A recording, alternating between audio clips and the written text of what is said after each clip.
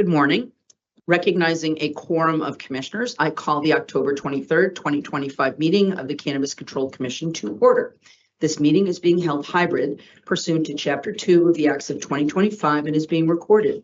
Commissioner Stebbins, Roy, and myself are participating in today's meeting. All votes taken today will be by roll call. We have a full agenda today that I will generally summarize.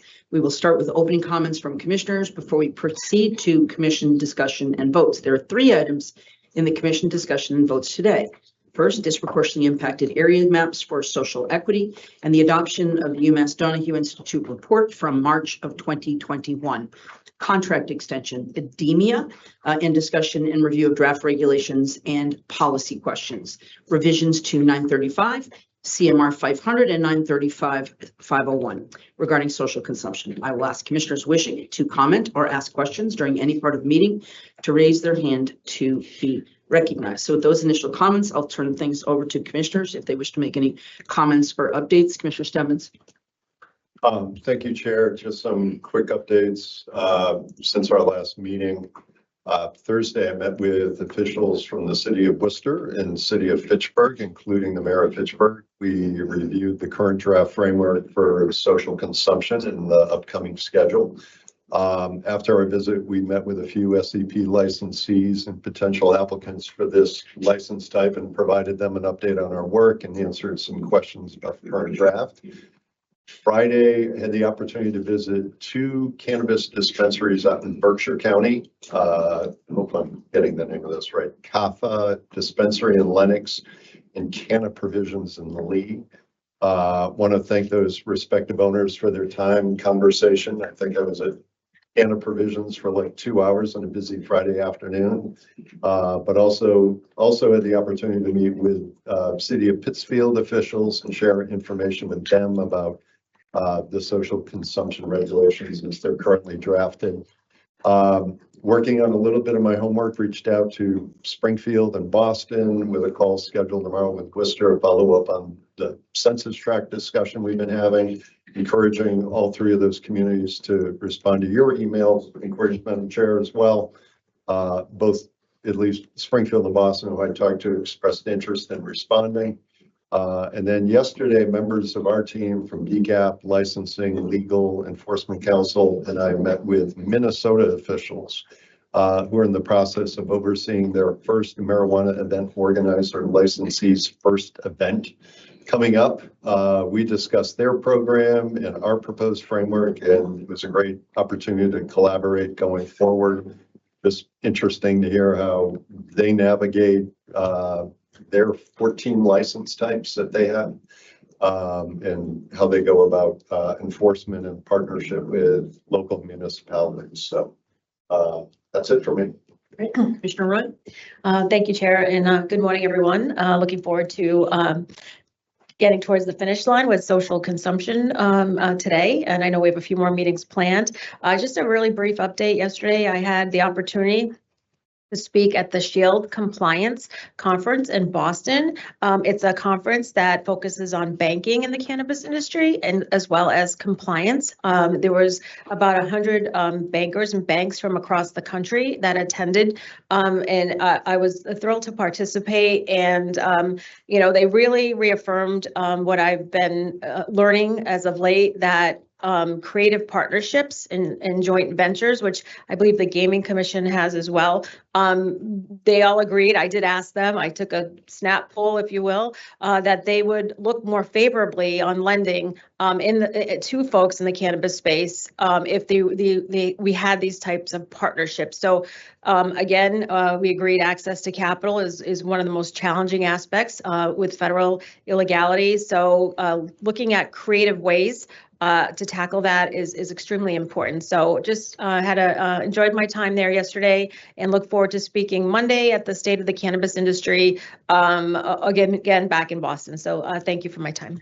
Thank you. And I don't really have any opening comments other than I'm happy to get to work, and the fact that these conversations and regulatory writing processes have been going on for 2 years, and hopefully we're going to get this done by the end of the year.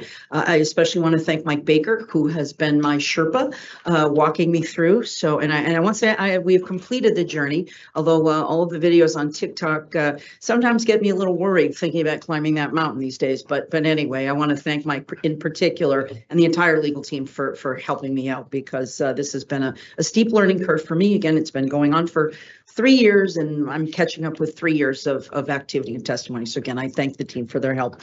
So with that, we will move to commission discussions and votes. And as I first raised back in, I think my first meeting back in September, I had raised questions about whether or not the Donahue Institute study, which had looked to expand and clarify the census tracts that that qualify for social equity benefits under the commission. This was done at a cost of $200,000.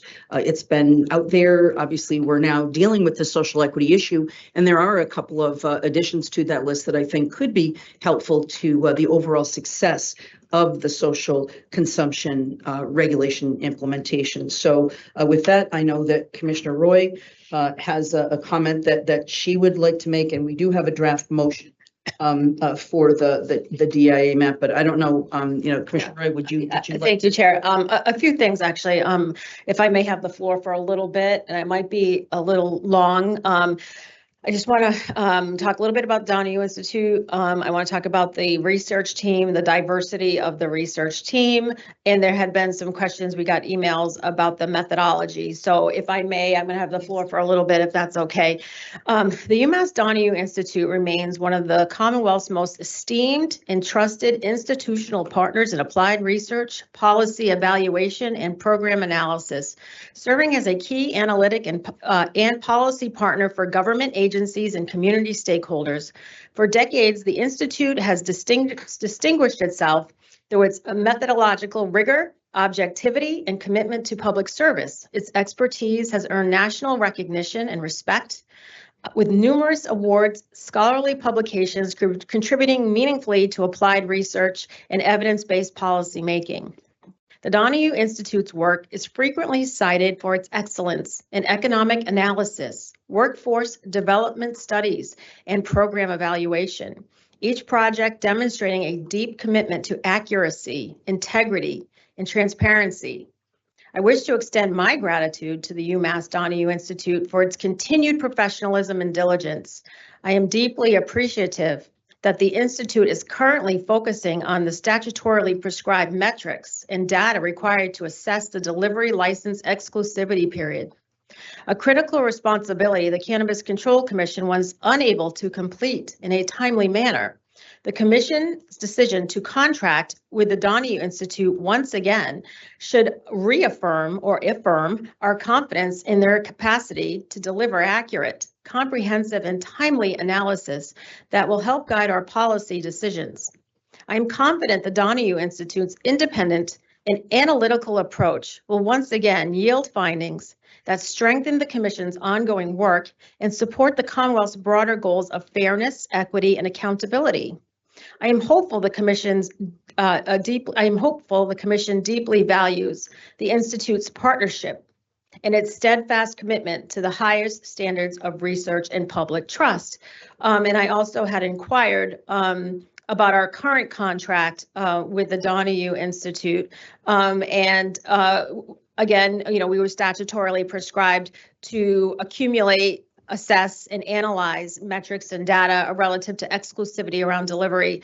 Unfortunately, we're unable to meet that deadline. We voted on an extension. We voted on a second extension. And so we have once again partnered with the Donahue Institute. Phase 1 of the exclusivity cost $30,600, and phase 2, signed in September, was $47,982.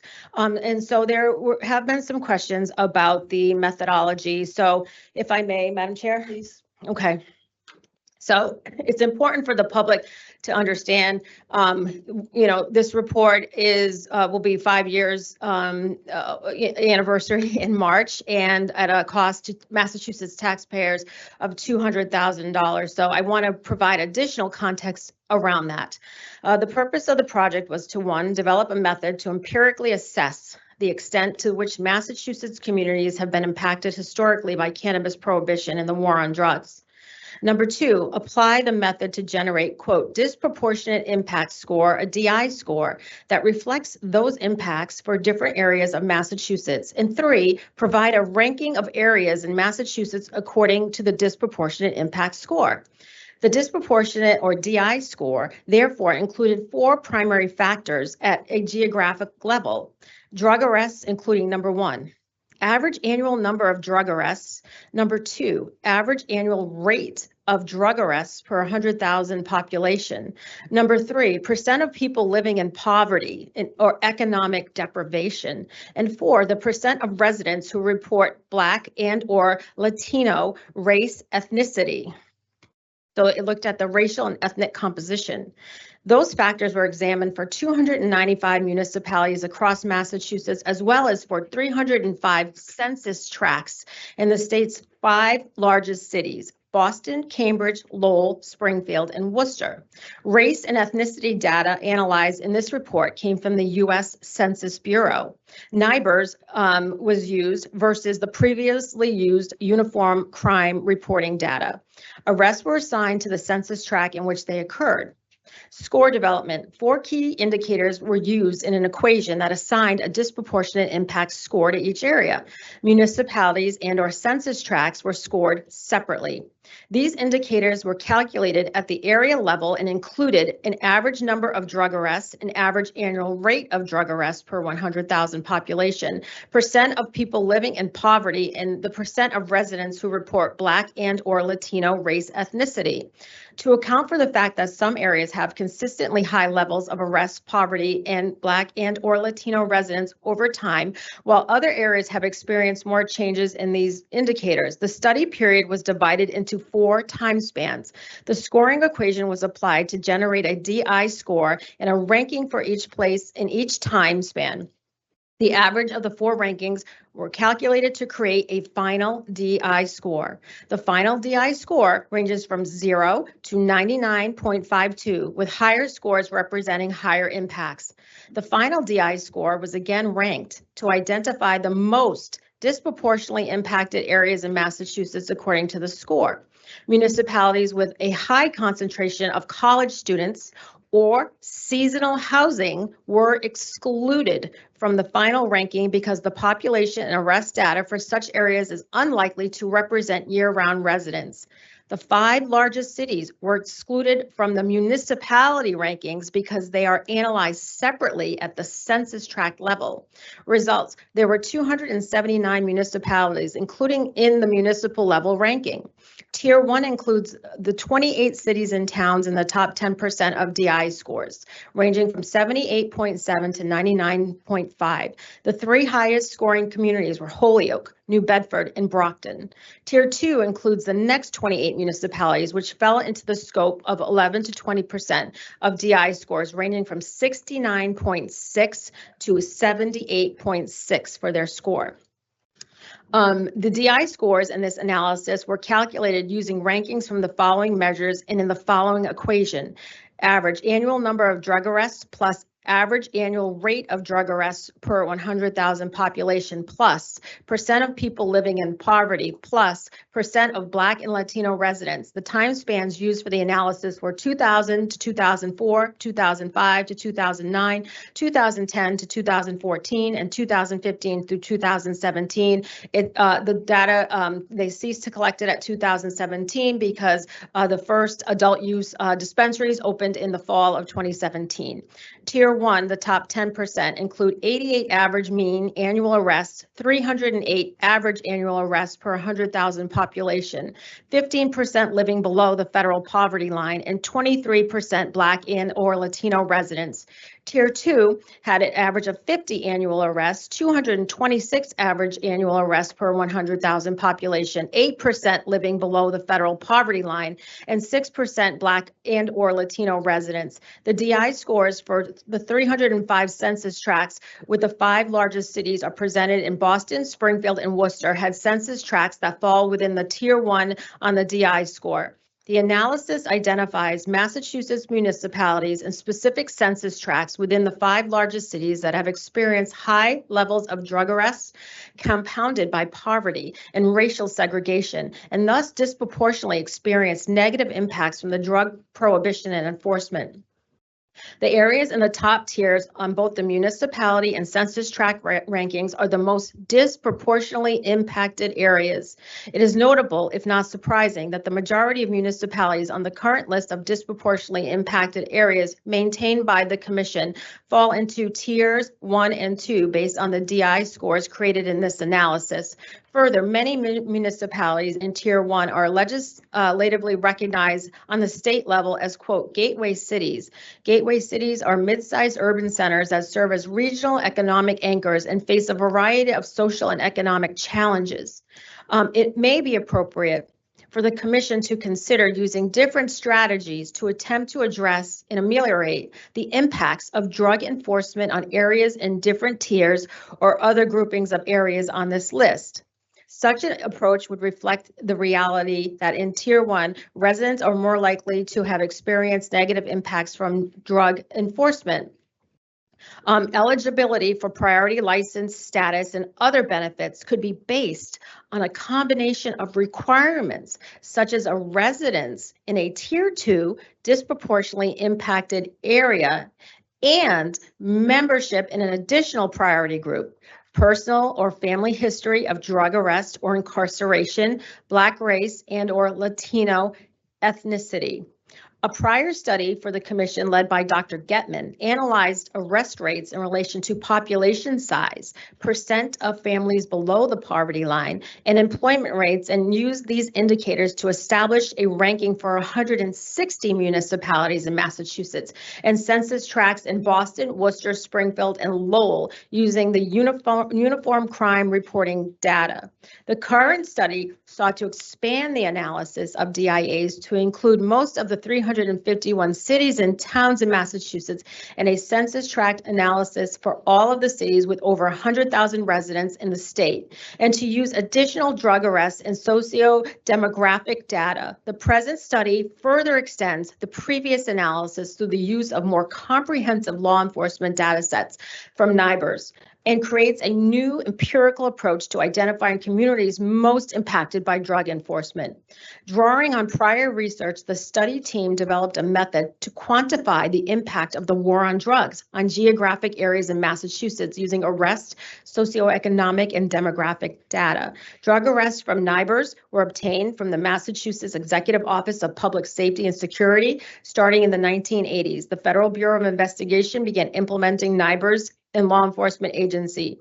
Given the nature of DI scores, communities with higher scores are more impacted than communities with lower scores. It may be appropriate for the Commission to consider, again, using different strategies to attempt to address and ameliorate the impacts of drug enforcement on areas in different tiers or other groupings of areas such on this list. Such as an approach would reflect the reality that in Tier 1, residents are more likely to have experienced negative impacts from drug enforcement, whereas in lower tiers, it is most likely to be a subset of people who have had such experiences.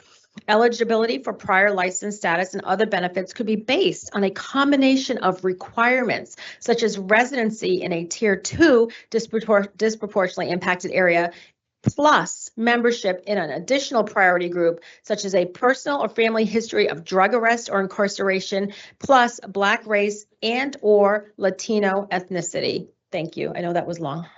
Thank you. I just have a quick question for our general counsel. Counsel, do the commissioners need this study to add a census tract to our disproportionately impacted list? Thank you, Madam Chair. If I could just ask you to clarify the question. You asked, Do we need or do what? we need this study, or do we have the ability to just pick the communities that we would like to add geographically to this disproportionately impacted list? Do we need this study? Thank you, Madam Chair. I guess the response is that as long as there's a majority of commissioners that vote to take a certain action, so 3 commissioners, you can vote to adopt, whatever policy you would like to adopt. But again, it would require the affirmative vote of 3 commissioners to do so. I understand. I understand the quorum and the voting, but what I'm asking you is, do we need to have an independent study, or can we just pick the communities? If we just wanted to vote today, to pick and choose what is in the Donahue report, or maybe we decided the Donahue report isn't what we want it to be. Do we just get to unilaterally pick and choose that, and then we vote and get 3 votes for it? Can we do that? Madam Chair, if I may, there's certainly no requirement for you to seek outside independent analysis or support for your decision. That being said, it is obviously a better practice to do so, but there's no requirement to your question for you to do that. So again, we don't need this. We could make this, but this helps us make a more informed, impartial decision. That's what we're doing or attempting to do here today. If I may, I'm not sure I can answer that question the way it's been posed, but I'll rephrase it. So we are not limited by this study. Is that correct? We're not limited. that is correct, yes. But I'm assuming that it is best policy that we, and again, after having spent $200,000, that the policy of having an independent study is probably better than us just picking and choosing. Do you think that that's a better policy for the board? Or do you think that we should just pick and choose without a study? Again, if I may, Please. again, the decision is up to you. It's not for me to decide or recommend what policy direction that you go in.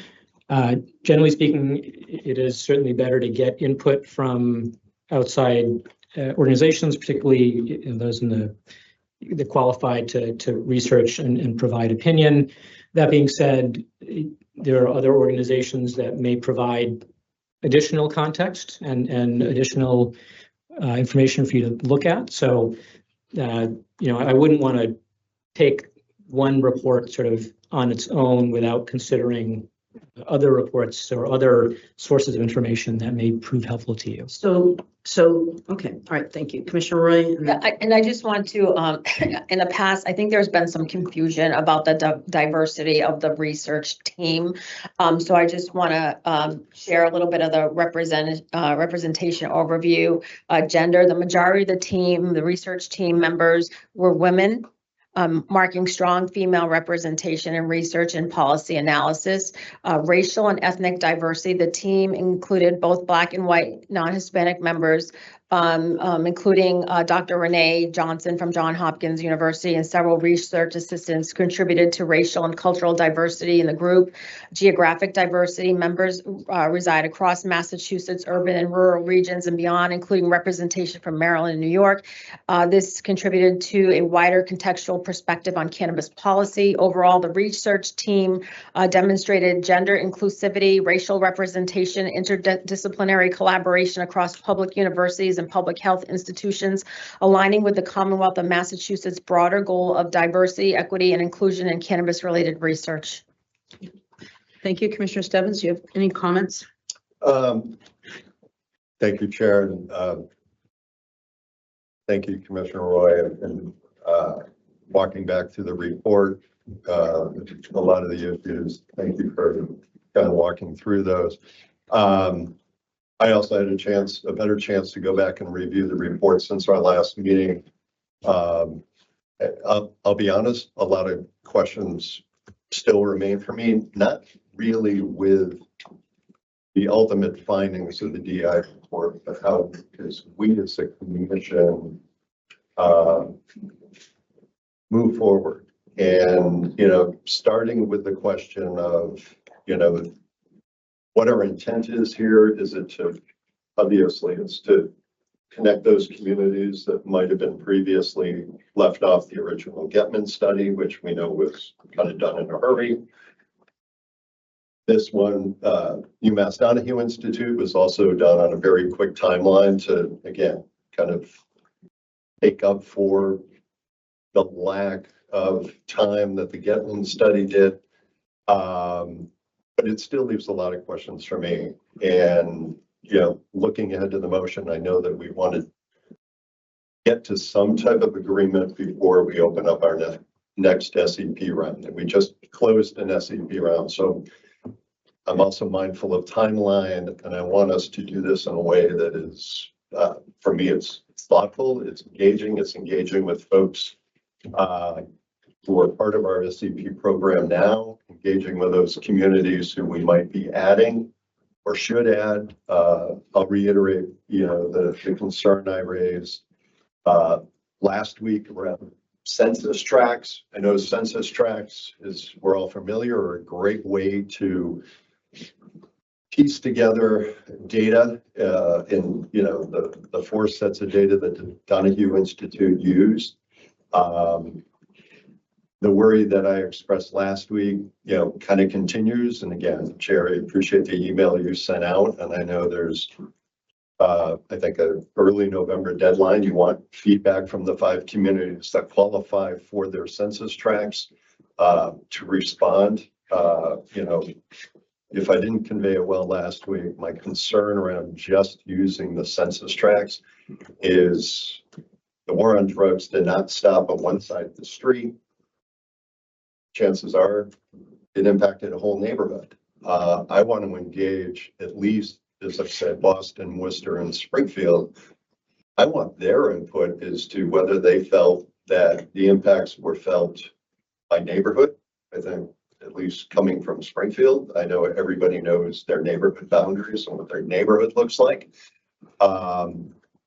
So again, those, kind of continue to lead to my concerns about supporting any motion today.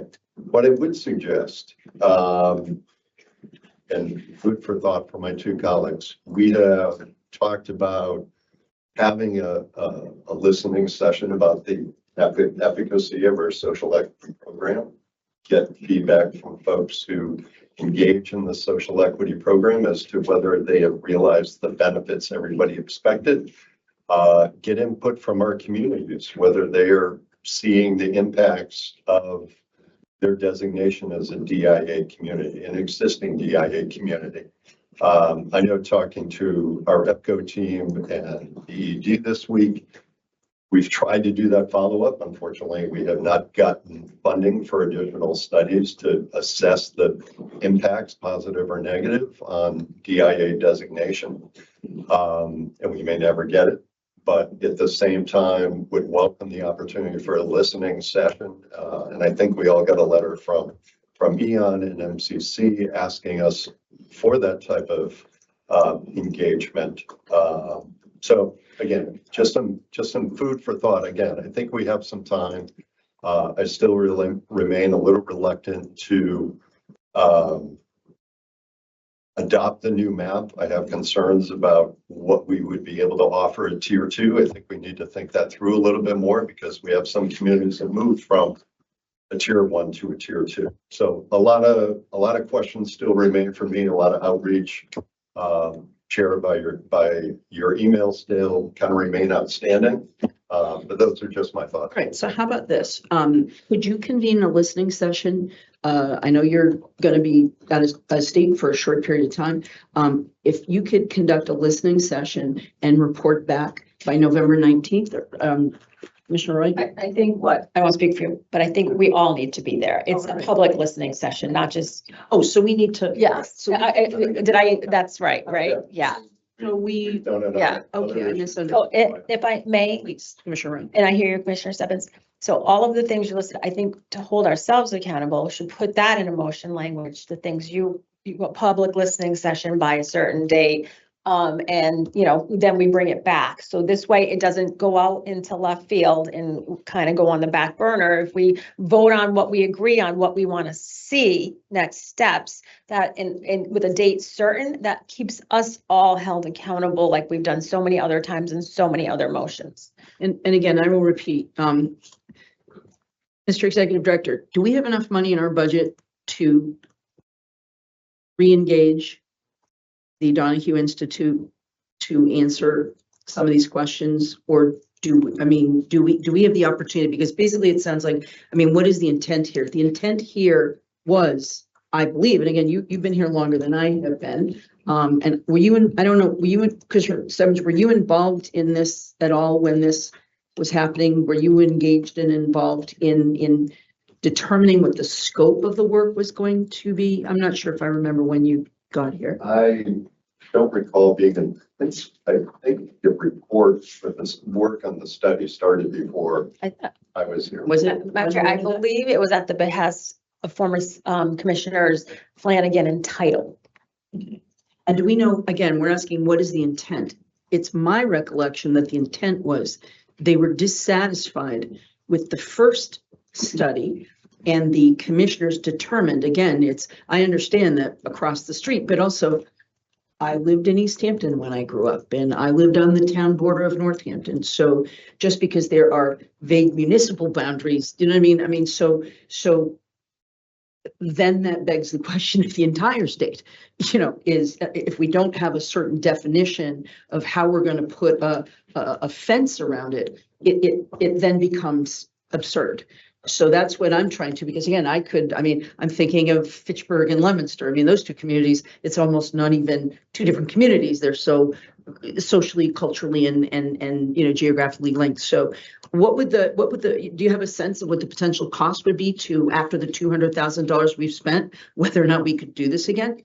Thank you, Madam Chair. Obviously, I've been catching up as well from past action. So I think I'll cover a couple things within the question of would we be able to pay for it right now with our current financial situation. I think Commissioner Roy covered the two costs that we currently have with the UMass Donahue Institute, who we think very highly of, related to the exclusivity report, which is on a specific timeline based on our regs. And is due to you no later than January. And so we have basically used all of the available funding that we have within the current fiscal year to accomplish that goal. So if you were to ask me today to re-engage UMass Donahue on this report, I would not have the financial ability to do that. But certainly I would point out in the last two fiscal years, I believe, based on the motion from November of 22, which I believe this board was included in, the EPCO team has requested funding to readdress anything from the study that was discussed previously by the board, and we've been unable to accommodate that. Can you just clarify that? So that, again, I remember that goes back to 2022. And I do remember that in some of those subsequent budget years, we actually gave money back to the Commonwealth that we had not fully spent. So do you have any history as to why that was not followed up on? Because we ended up giving back money and now we're begging for money. So why didn't that occur? I do not know the answer to that question. I can tell you, obviously, in the example of exclusivity, the CFAO in this past ending fiscal year, where we had some flexibility, we moved to make the exclusivity working group get the resources they needed on that particular report. I don't know from prior years. I know that it was requested in the budget, and the amount was $200,000, the request from the EPCO team to re-engage on a study here, which was not able to be handled. Whether or not there was funding that potentially previously could have been reallocated, I don't know the answer to that question. Okay, Commissioner Roy, then Commissioner. Yes, so I guess I have a question for Commissioner Stebbins, to the chair. So when we get the exclusivity around delivery report back from the Donahue Institute around delivery, will you be as will we apply the same curiosity lens, put it out first to stakeholders before we're going to put it through the same rigors for that, right? Exact same thing, putting it out, as General Counsel said, listening to other folks, not just accepting it. So I just want to get assurances that will be put through the exact same process as this report. As the General Counsel said, we need to listen to external stakeholders. And so I just, for reassurances. Yeah. Commissioner Stebbins. Thank you, Chair. Yeah, this for me is not about questioning UMass Donahue Institute's work. I had the opportunity to work with them when I was at the Gaming Commission. I know the timeline for the exclusivity for delivery timeframe is really short, right? Because we have to turn around a decision before April, I think, right, to the extension. And Chair, I think to your point, I'm not advocating a need to engage Donahue Institute on that. I have several small questions about what came out in their final report. For me, I don't need to re-engage them. I think the report they gave us, I appreciate. And, again, I don't feel a need to re-engage them, and not sure why we would. Well, because we spent $200,000 and we've let this hang out for 4 years. Right. So that's why it's, your tenure, precedes mine. And again, I know that a lot of this stuff was done offline, but we've spent this money and now we're saying that we don't have the confidence in it and the methodology. We're basically questioning their methodology is what I understand. And in terms of getting feedback, perhaps, and again, perhaps we can maybe we can table this for the day and maybe consider, and I don't want to, but in terms of maybe, and this is one of the things I hope to be doing just in general, with my return back as chair, maybe the first week in November, we could do a listening session and all the commissioners can do that. So I'll table that and we'll Commissioner listening, but I do. So Commissioner Simmons, and I appreciate your feedback. So number one is the census tracts, right? So you want to hear directly back from Worcester, Springfield, and who else? I'm sorry, who else did you say? I think we've reached out to the 5 communities that Okay. have a population in excess of 100,000. Yep.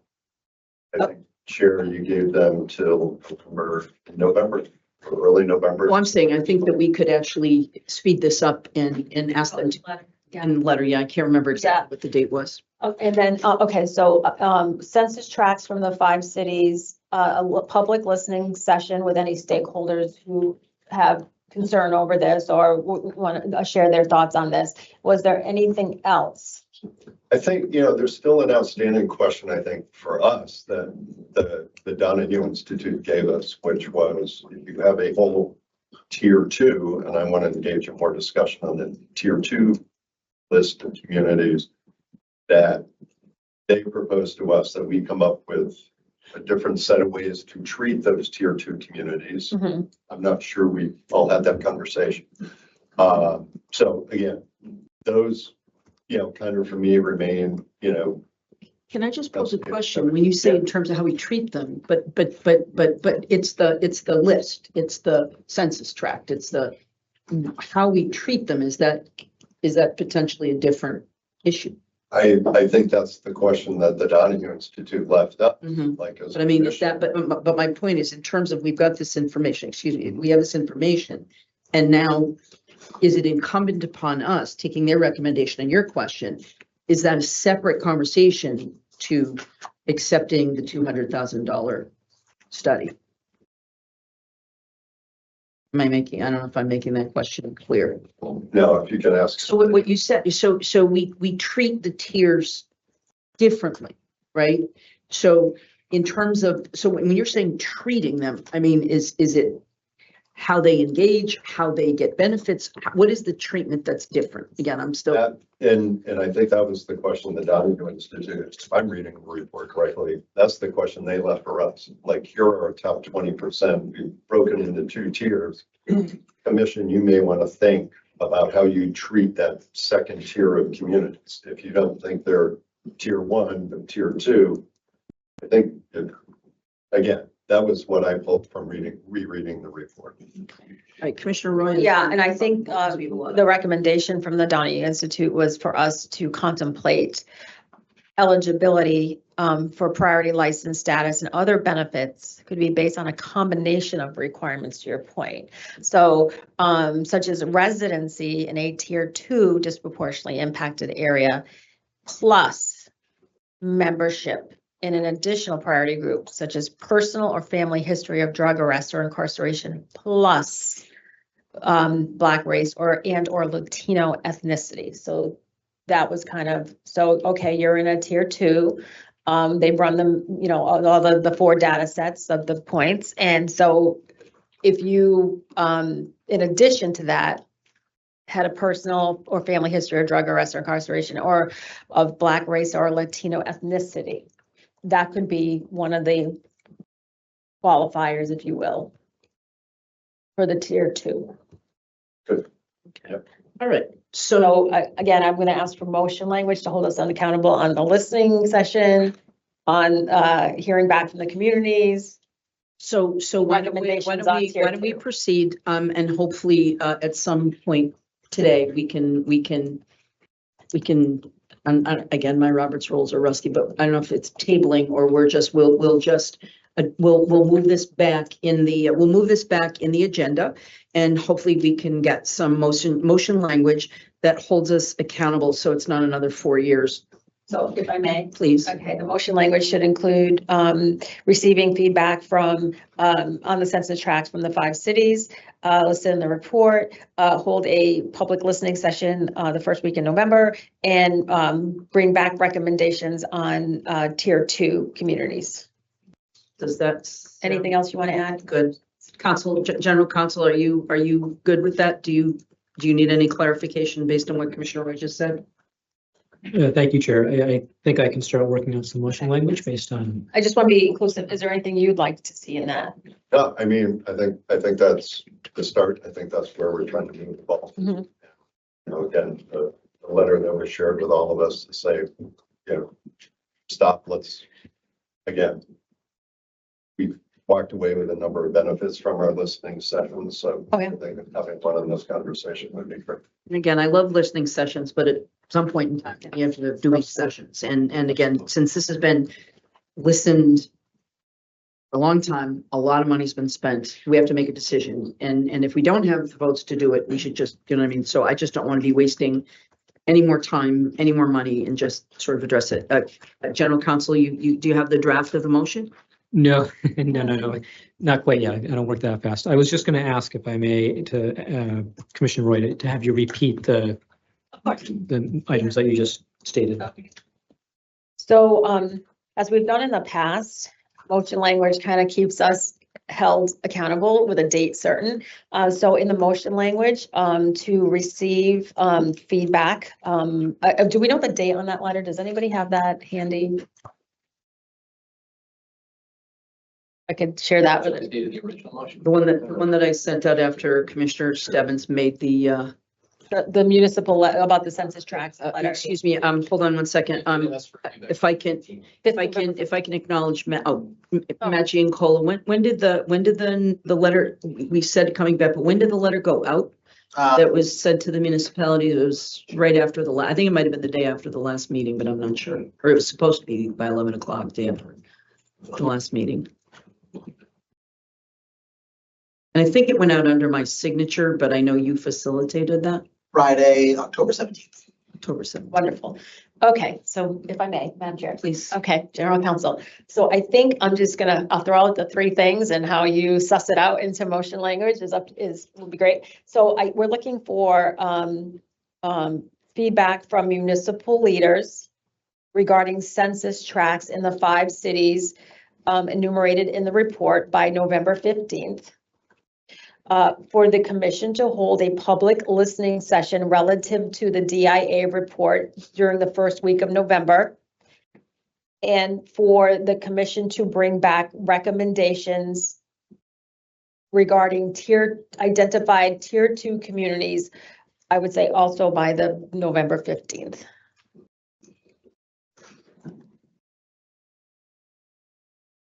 All right, I think that's. Unless Commissioner Stebbins, can you think of anything else? No, I mean, unless we want to get specific, I know we're scheduled to have a public meeting on the 7th. Do we want to schedule our public listening session? Yeah. We can Love it. Those are Okay. looking at. So November 6th, public listening session. Okay. Okay, that's awesome. And we can be more accommodating in terms of remote or not. I prefer the meetings in person, but we could do I something. think testimony, though, Yeah. we usually have in person. Okay, all right. Have in Okay. person, but people can also email the virtual Yeah. interaction. Never worked out. Oh, but there'll only be 2 of us. Or will it be 3 of us? No, the first week. First week, okay, I'm getting my weeks all mixed up. I don't know what day it is. Anyway. All right, so we will move this back in the agenda, and then we will vote on that different motion language. And now we are going to the contract extension regarding the company, the contract with Ademia. I think that Executive Director Hearn is going to be presenting this. Absolutely. Thank you, Madam Chair. And if there are any specific questions, we can also bring up the CTIO on the product itself, CFAO on the contract, as well as the legal team work with the CFAO on the contract. And so Ademia, this is an interim contract to extend what is the badging and credentialing services that were currently provided. The reason it's interim is that we were looking at potential changes to badging, which will obviously be part of a package you'll discuss later. And so we want to be prepared in the future for any potential changes. So this is really a bridge contract extension. The justification of how the If you could just, excuse me, if you could just clarify for the public, just the terms of the extension, how long that goes through. Yes, I believe it is into the end of August 31st, 2026. Thank you. Thanks, sorry. And again, the procurement team, legal and IT put together a bit of a background for you. And again, we are in a position where I think we all know we're looking to invest and have more robust IT options in the future. So these contracts allow us to continue to work with the vendor that we rely on, but also be prepared in the future to change services as needed. Thank you. Any questions, Commissioner Roy? Thank you, Mr. Executive Director. Also, could you just talk about the company? I know you kind of glossed on it, but for the public, what services they provide? I know it's patients, it's caregiver IDs, it's our own investigator ID. Could you just give like a thorough explanation? We're gonna, I think you're gonna hand that off to the Chief of Yes. Technology All and right. Innovation Officer. I didn't know you had a new ad, innovation. I like that. Thank you. Thank you, Chair.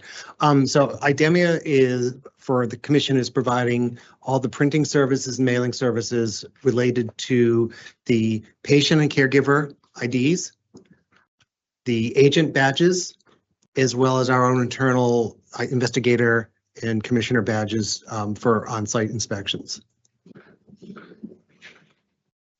They are integrated through our licensing and our medical platform. With Mass CIP and MMJOS, actually is the integrator that sends the requests to Idemia to produce those badges. They produce them in batches once a week and mail them out directly to the appropriate recipient. Commissioner Roy? Okay, and just for clarity, we use the word badges and people associate the word badge with a badge. Correct. They are not badges. They're more akin to a driver's license. Yeah. So they're plastic. Printed, they do carry the seal, so they're more official than just if we were to laminate cards ourselves. Idemia is actually one of the leaders in the world on official IDs, including driver's licenses and such, which is why that was chosen primarily around the patient side for those needing to have the ID cards, especially back in the medical day. Commissioner Stebbins, you had your hand up previously. Okay, Commissioner Wright. Okay, all right. Oh, okay. I just have 2 questions. And this might be a CFAO question. So what do we spend on average per year to, again, this is a service we provide to patients because in the onset, I think patients had to pay. And then the previous commissioner said, no, we want to, increase access and opportunity for patients. So the commission will absorb the cost of unless you lose it, then you have to pay. And so that's my question. And does this company also have digitized identification that we could look into when we have the resources available? So I'll answer the second question first, Yeah. And then I'll turn it over to our CFAO on the budget and numbers. So Idemia is a very broad platform. They do offer digital and other electronic services and identification management services. Our plan is to, I believe we previously announced the plan to put out an RFI initially on what the state of the art is today on electronic identification. And they've already expressed interest and, would respond to that RFI as what I hope others would at that time. Commissioner Roy? Have we analyzed the cost? I mean, we all want to see less plastic. I think we are all in agreement, right? To see less plastic. Have we analyzed what, is there an additional cost to digitize? I know, I'm sure there's a startup cost, but like, is the maintenance cost similar? That's one of the goals of the RFI is to identify that. Okay. So certainly there would there would be an initial launching cost to program and put it together.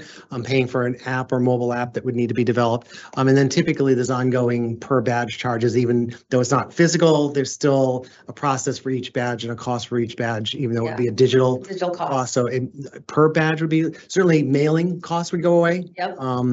But there certainly would be, but that's the goal of the RFI, is to get an understanding of what it looks like so that we can bring it back to you to understand as you begin evaluating the electronic patient badge and the agent badges, what is the true cost savings or opportunity, if there is any. So we might be in the App Store someday. We could be in the App Store. All right, very cool. Okay.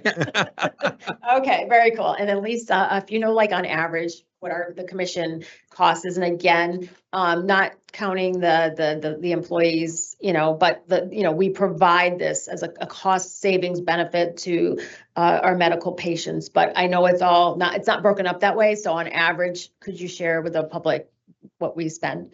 Sure. Our cost in FY '25 was a total of $827,000. Significant. That was split between $220,000 for the medical program and $600,000 for the adult use side. And Commissioner Stebbins, do you have any questions, comments? Yeah, and quickly, but with our CFAO up, and I think Commissioner Roy covered a couple of questions I had about how we can, what our plan is to transition to updated technology, right, and ease and efficiency.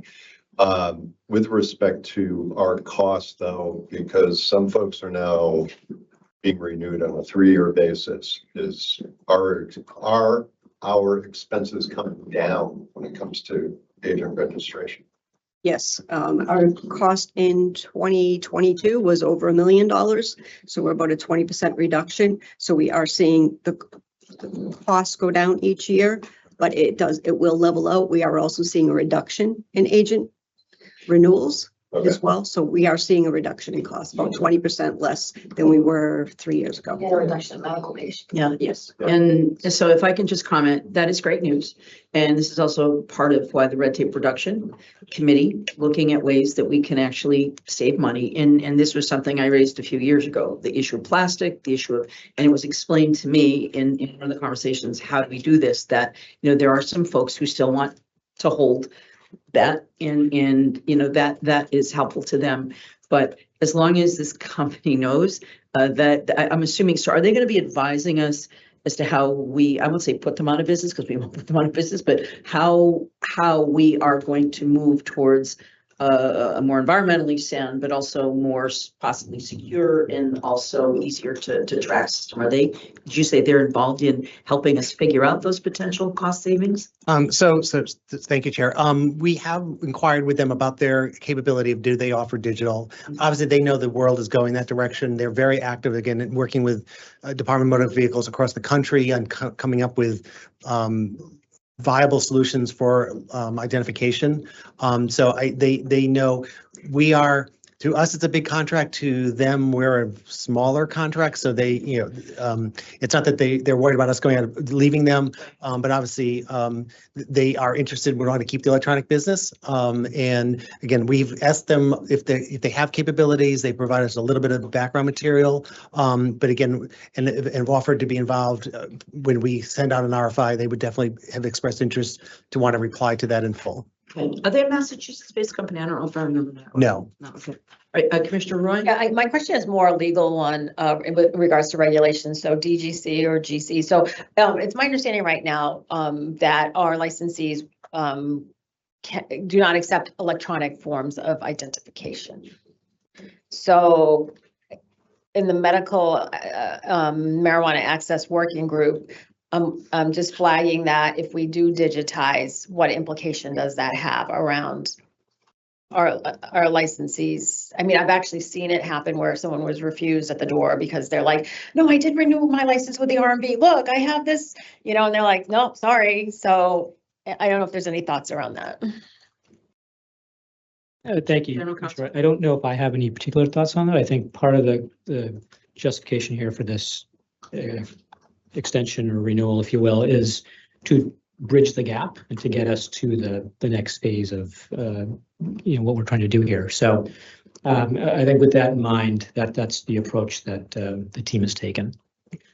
I think we need a legal review too around the acceptance of electronic forms of identification at this, like in the background. Can I interrupt? Yep. Meaning, how we clarify this currently? Is that what you're asking? No, I'm saying like, as we're having these conversations, we all want to digitize. I think we're all in agreement. And so in the background conversation should be, how does that impact our current scheme and how we accept identification? In two areas, at the foyer in the vestibule and at the point of sale. And so that's just like, this is kind of just like thinking ahead, thinking of red tape removal type of thing and just kind of flagging it. It's not totally germane to extending this contract today, but it's just like down the road. No, but we don't have an opportunity to have these conversations. Okay. in a public meeting, so this is good. Thank you. Go ahead. And thank you. And I would express that this is a similar conversation we are having across the board of starting to look ahead as we start thinking about procurement of the medical portal. There's certainly been some changes, that speaking with Andrew, and I know the medical working group, looking at changes in the regulations on right now, it's very prescriptive of how the whole registration process works, which drives a lot of the antiquity of the way MMJOS works.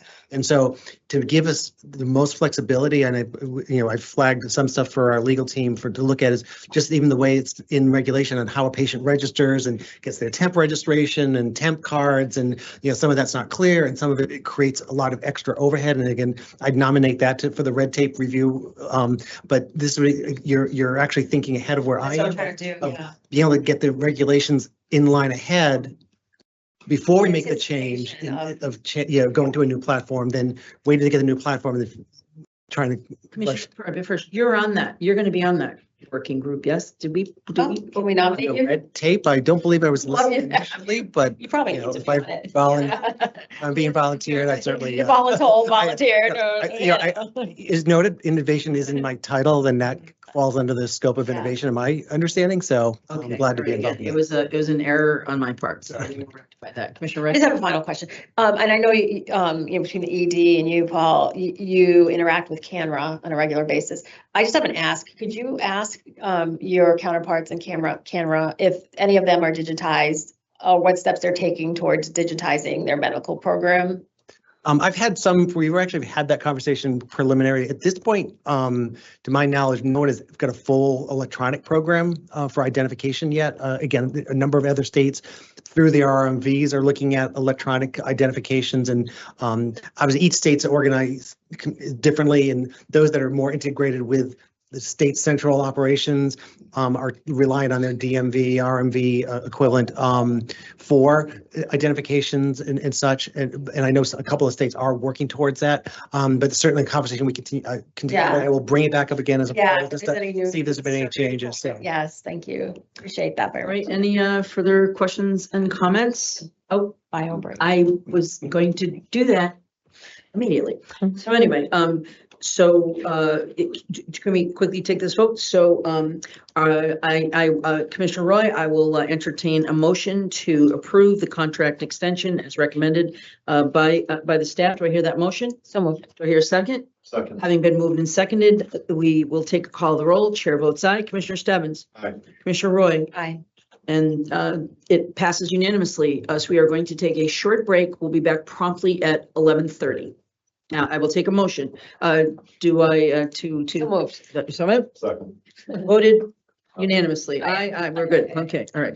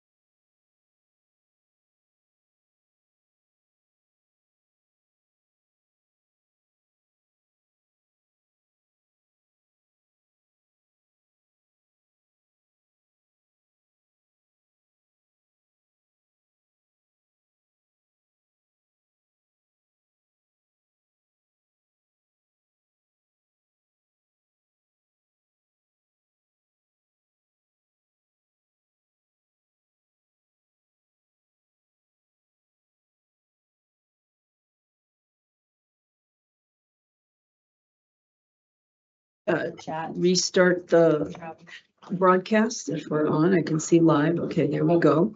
All right. We're on. Yes, okay. Okay. Apparently, we do have language that Commissioner Roy has drafted or our council has drafted.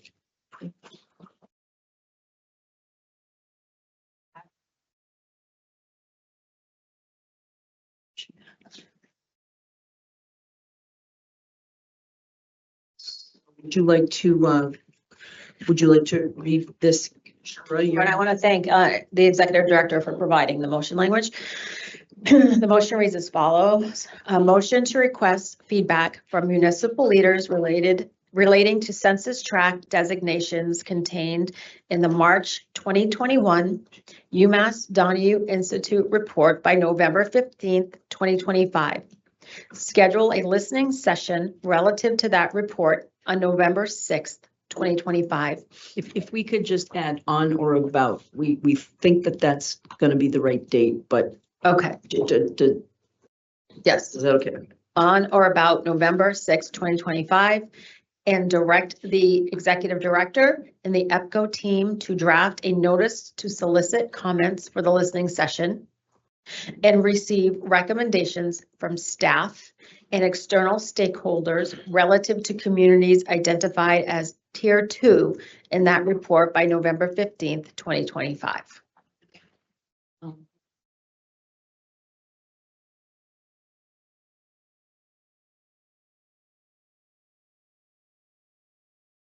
Right, Commissioner Stebbins?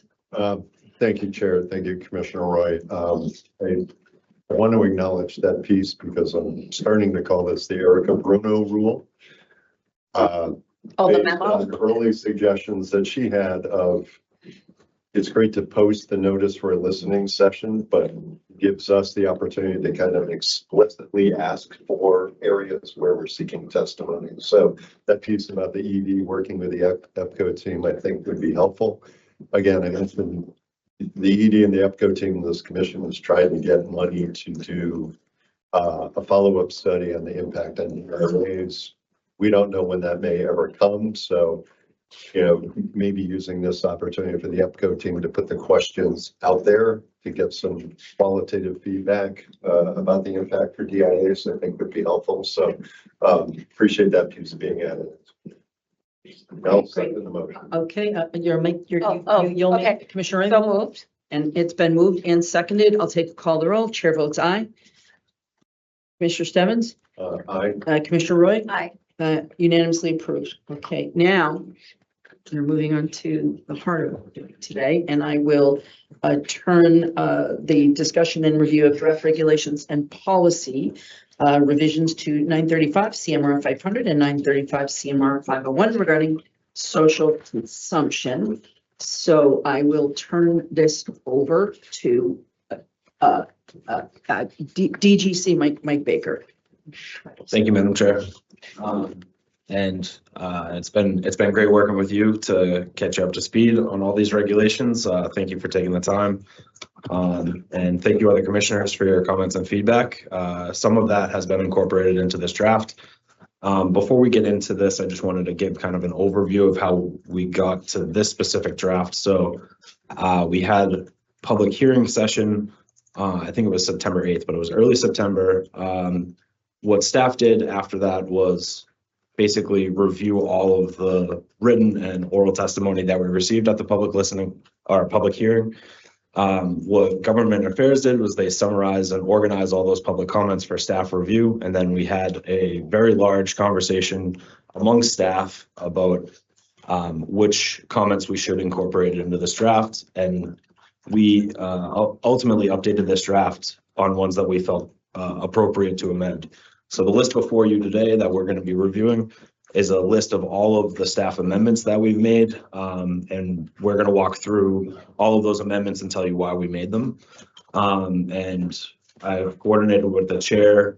We've proposed at our next meeting to go through the larger policy discussion areas that are largely under the commissioner's purview as policy matters. So I do anticipate a large discussion at the next public meeting where we will be getting into some more back and forth with the commissioners, because obviously those are purely policy matters. So we didn't implement any policy matters in that fall under your jurisdiction into this draft because, again, we're going to have that conversation next. So in saying all that, we also wanted to thank the rest of the legal team, Phil, Erica, and Rachel here. We've worked really hard to get prepared for this conversation. So in saying that, I think we're starting on page 10 of the draft, and I will turn it over to AGC Bruno. So the first amendment on page 10 is 500.002, the definition of inversion. Inversion means the unauthorized insertion of marijuana or marijuana products cultivated or produced by an individual or entity not licensed by the Cannabis Control Commission into the regulated market.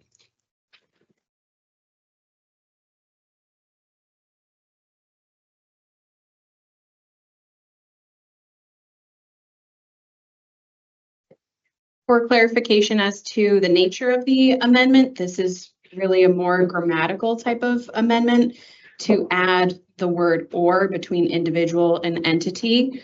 It looks like that might have just been something we overlooked. So just wanted to make sure that we included that to clarify that it's an individual or an entity. Okay, thank you. Commissioner Roy? Thank you, Madam Chair. Thank you, Attorney Bruno. And also, I just want to point out, like, Attorney Bruno put together this ledger map for us, and this is the first time we've had this, and like I can't count the minutes we've spent, like what page, where, how, who. So this is an incredibly helpful tool to help us move at a good pace. So I want to thank you so much. I think it's important that we have inversion in here. Yesterday in our I think it was in our news clips, or I got it from somewhere. There was a major case of inversion in New York, so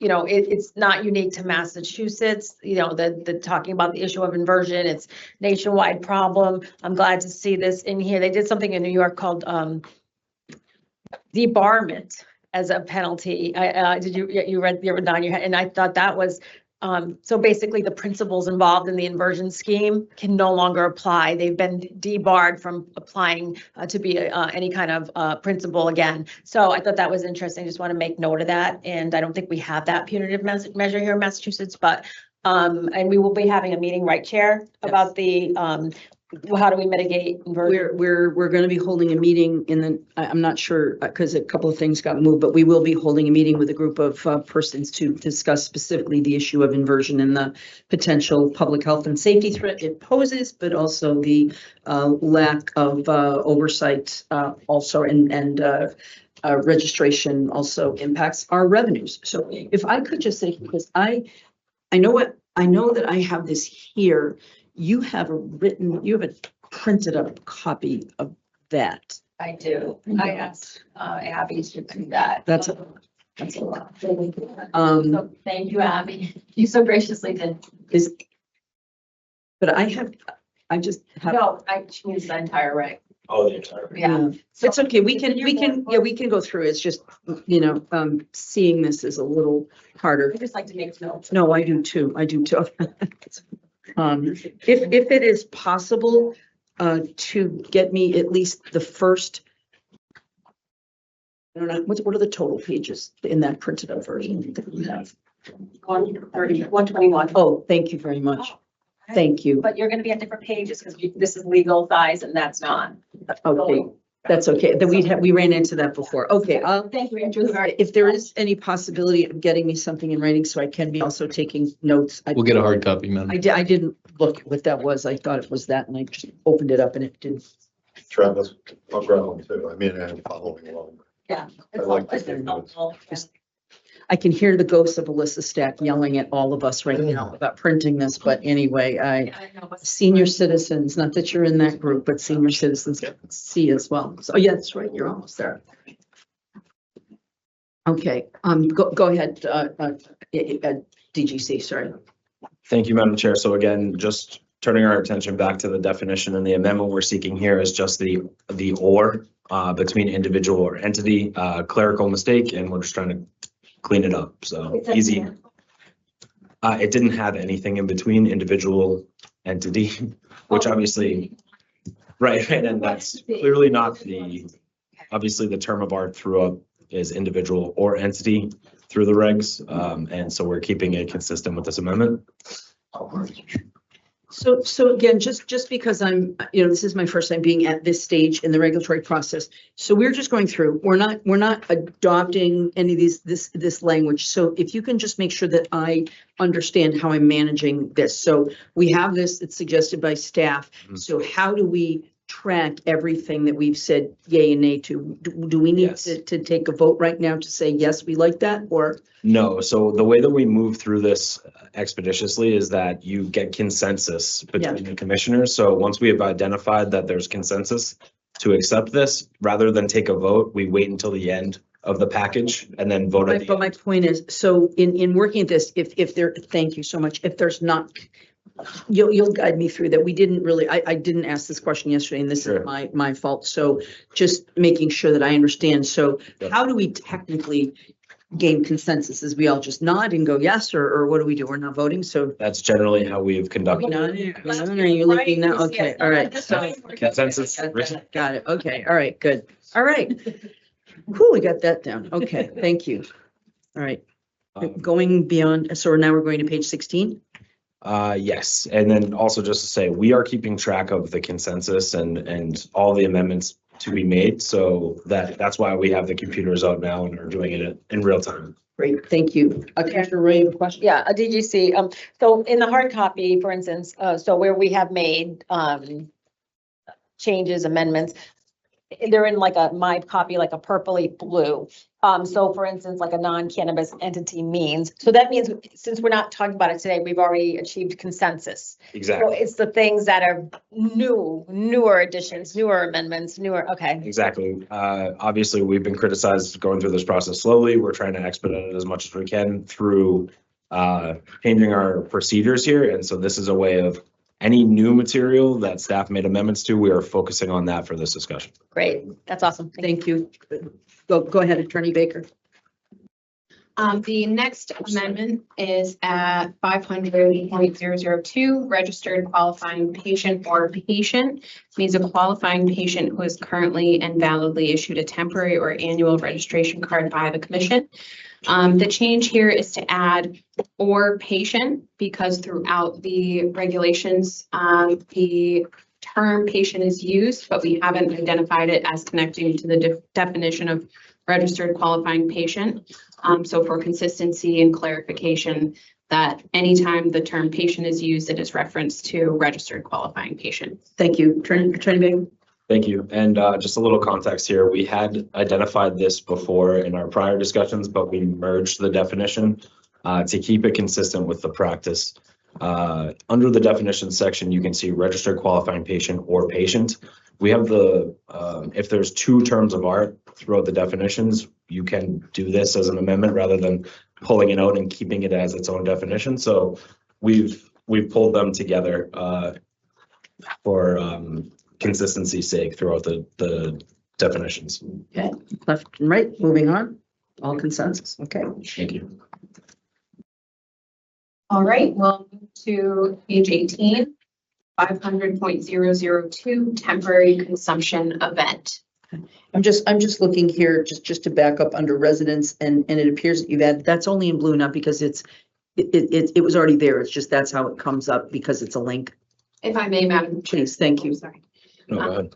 If I may, it's in blue because it's been amended in prior rounds. And so there hasn't been, unless we are identifying it as the legal team, there hasn't been any subsequent change after public comment.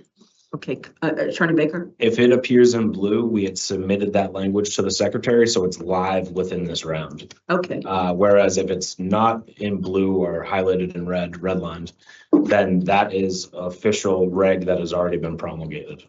okay, thank you. All right, so we're going to page 18. All right, go ahead. If I may, Madam Chair. Please, thank you. Temporary. So 500.002, the definition of temporary consumption event means a single day event that a marijuana event organizer facilitates after obtaining approval from the commission. The change in this section is to add a single day event. I'm sorry, just a single day prior to the term event to clarify the. Can I just interrupt you, Commissioner? I think It's not on here at all, like on the hard copy, like. I thought it was me. You want to share? Are you, I'm sorry, Madam Chair. Commissioner Roy, are you referencing the color, the differentiation? No, it's That it's all, yeah, not here at all, like, it's not redlined? it's not red line, blue line, green line, any line. Did you print up the clean copy? Because if you printed up the clean copy, you might not have, do you see the actual text, a single day within the definition? There's no even temporary consumption event at all. I think what may have happened is if you printed up the clean copy, it would not be in the same page and the red lines wouldn't be reflected there because it's the clean copy. Yeah, so it's not like, let me show you. And then, This happened before. I know this, it was different. Thank you.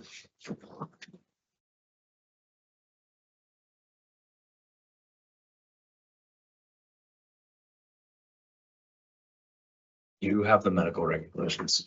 oh, those are directed for me. Oh, yeah, I didn't even look at 501. 501, okay. I have what All you right, have. okay. So, You have 501 too then. yeah, Madam Chair, do you want to take a quick break and we can? yes, print them? I'll Yeah, I'll entertain a motion to briefly suspend so we can make sure that we're all following the same. Commissioner Roy? Makes sense. Thank you. Yes. Commissioner Wright? Yes. Commissioner Stebbins? All in favor, say aye. Aye, opposed? The ayes have it. So we will get our paperwork done. I know we emailed around so many things, so I'm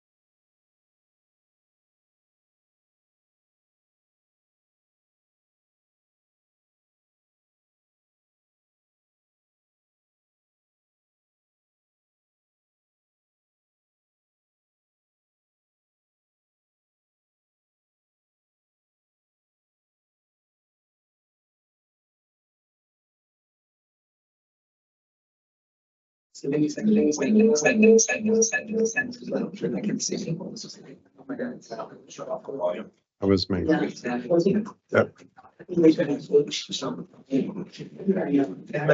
not reverbing right now. We're live now? Okay. All right, thank you. And again, my apologies to the general public. We had an issue where we were asking for a hard copy of the regulatory change or a full copy of the regulation, and we had a different copy. So we're in the process of printing that up, but we're going to try to move on. And again, my apologies for making people wait due to technical difficulties. So Attorney Baker. Yes, thank you very much. And, great to be here. So. Thank you, Paul. Thank you, Madam Chair. So we are going to turn to the next amendment on page 18. That's the definition of temporary consumption event. And that means a single day event that the marijuana event organizer facilitates after obtaining approval from the commission. The amendment here is relative to a single day. And that is due to clarifying from public testimony what an event means. There was some confusion about what does event mean? Is it multiple days in a row? And so we wanted to clarify that in light of this draft with the 24 days, that's a 24 single day events. And obviously they can be consecutive days under the current draft, but we wanted to clarify in the definition so that folks understood that's 24 hours. Commissioner Wright? Okay, can we unpack that a little too? So the 24 days, 5 consecutive days, those are considered each day individual? Is that what you just said? Yes, exactly. So I think that there's been confusion as to if I have an event and that event lasts 5 days, let's say I had the Freedom Rally and we do the Freedom Rally on the Common for 5 days straight, is that one event? And so if the board, which it chose to under the last draft, had it at 24 days with 5 days consecutively being the max allowed under the license type, we wanted to clarify that 24 days meant a single day. 24 events meant a single day, excuse me. Okay, so the Freedom Rally, so if I had a event there 5 consecutive days, I have to get now 5 separate permits, like. No, that's ultimately up to the board to decide. It's just clarifying again for the 24 events that are allowed under the draft, that they are single day. Is it how counting it Yes. versus how we're allowing it to occur? They're almost two different things, right? So, Okay, so this is what I think you're saying. So we're yeah, gonna it's have to have confusing. 5. Yes, so like a marijuana event organizer shall conduct no more than 24 single days of permitted sales in no more than 5 consecutive days. So in a calendar year, no more than 5 consecutive days and no more than 24 single days. So in this, the 5 consecutive days of sales are considered now 5 single days of, it's like at odds. Yeah, it's 5 single days out of your 24 allowed. That doesn't make sense to me. Ultimately, again, this is a commissioner decision. So this was a technical amendment because we felt compelled to make it. However, this does fall under commissioner decisions. On this, page 18 on this. And Madam Chair, if I may, There it is, okay. Oh, so Yeah, so I'm trying to reconcile this language with the marijuana event organizer language, which is no more than 24 single days in a calendar year and no more than 5 consecutive days. So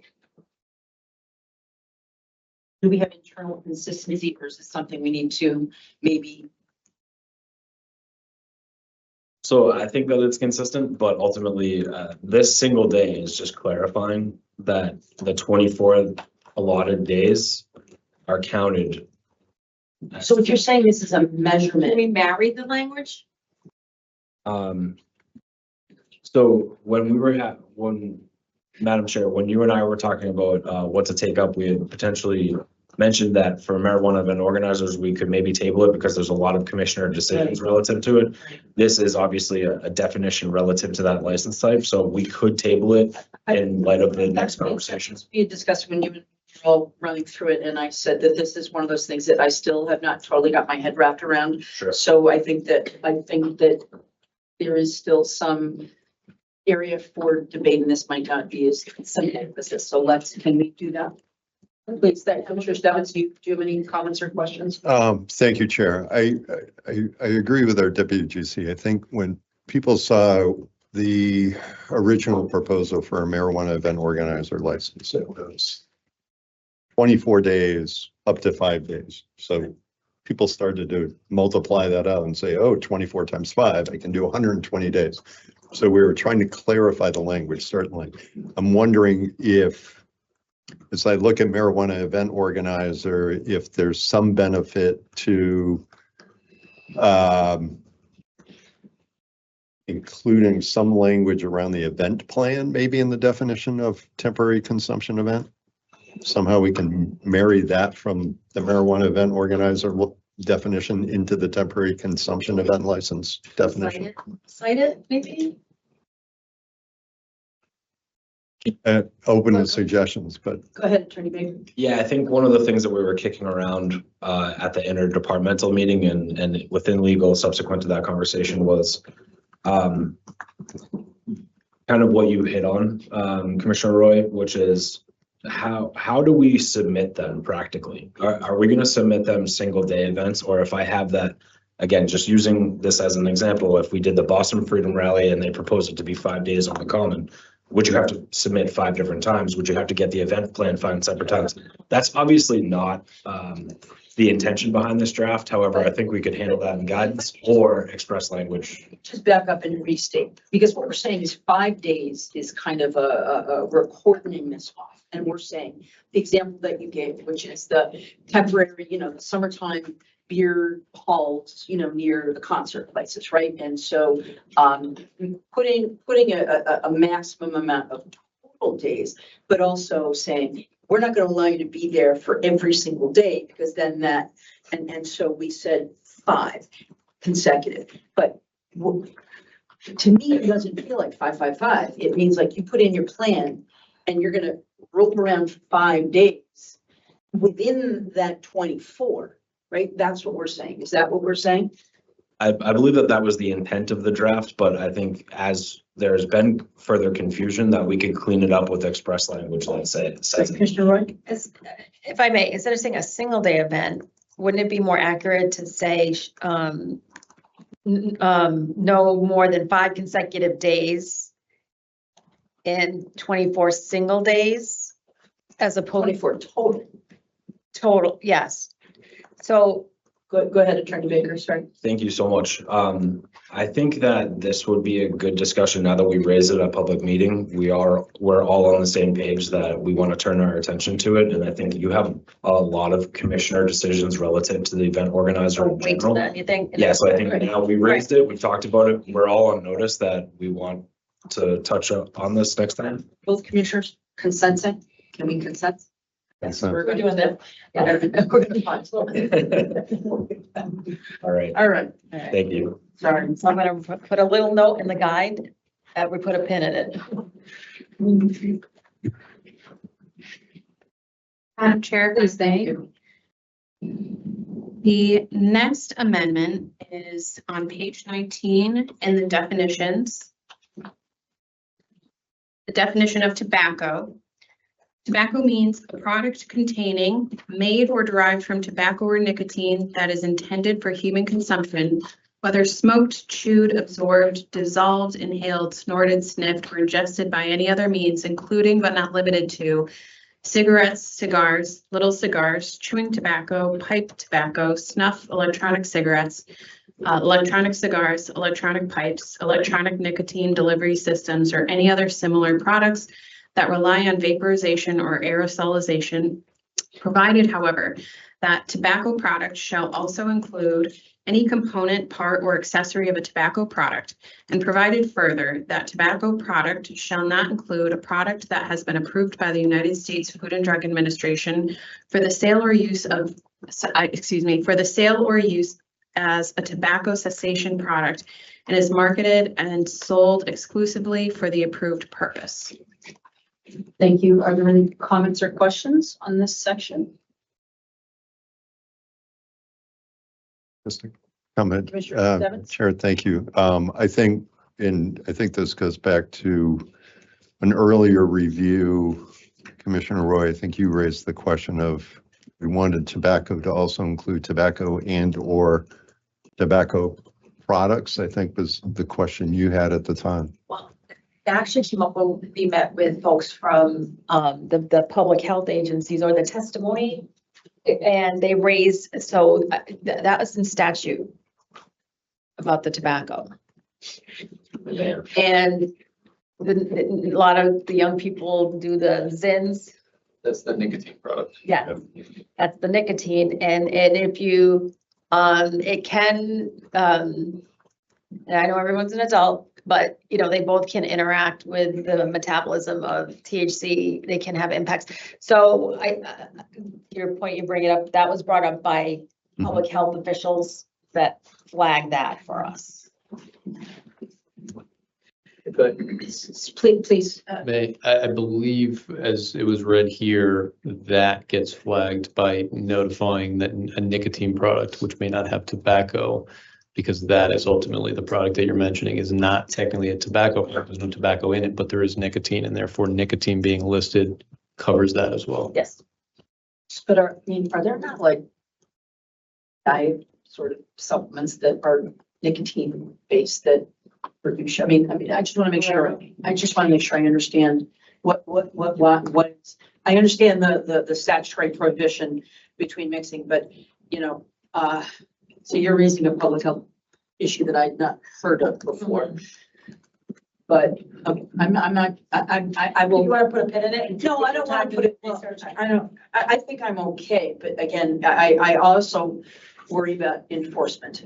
And you know, if there are, and I don't know why I'm thinking this, but you know, there may be some nicotine-based other products that are not necessarily tobacco. So that would be my only issue: is how do we, as a commission, police this? Who's going to police it? Right?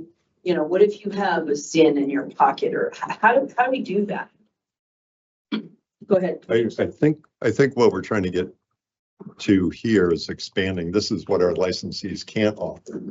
We're going to have people who might walk in with something in their pocket, but our licensees So we're cannot just sell talking about tobacco or nicotine products. Then I'm fine. Then I made a mistake because I was thinking, because we've been having a conversation about yesterday about what's in front of you, what's in your pocket, what's, you know what I mean, and how we can police that. So I understand that, and thanks for that clarification.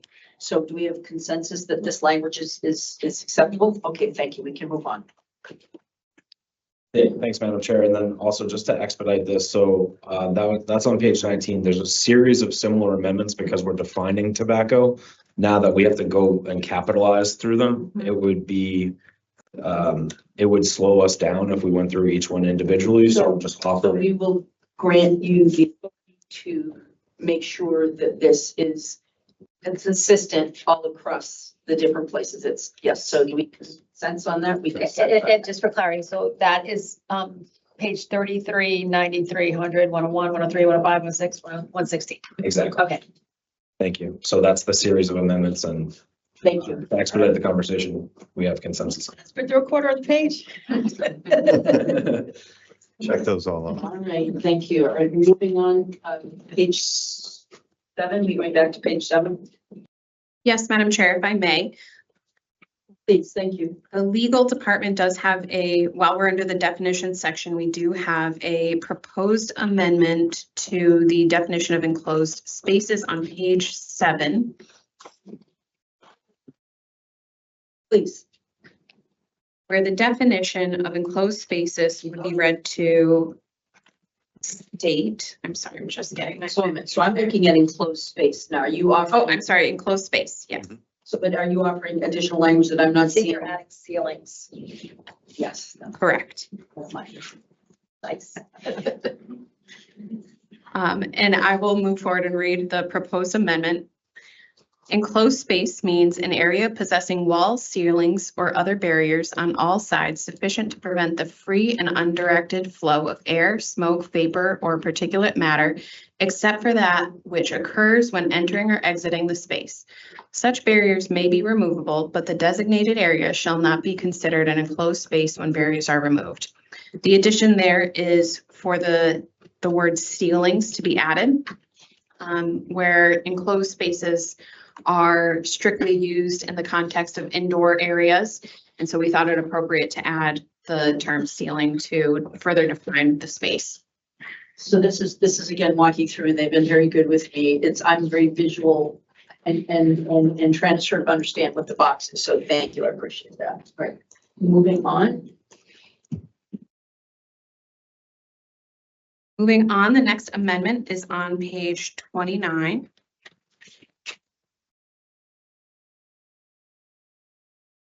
Okay, thank you. And this is to 500-050 1B9B2,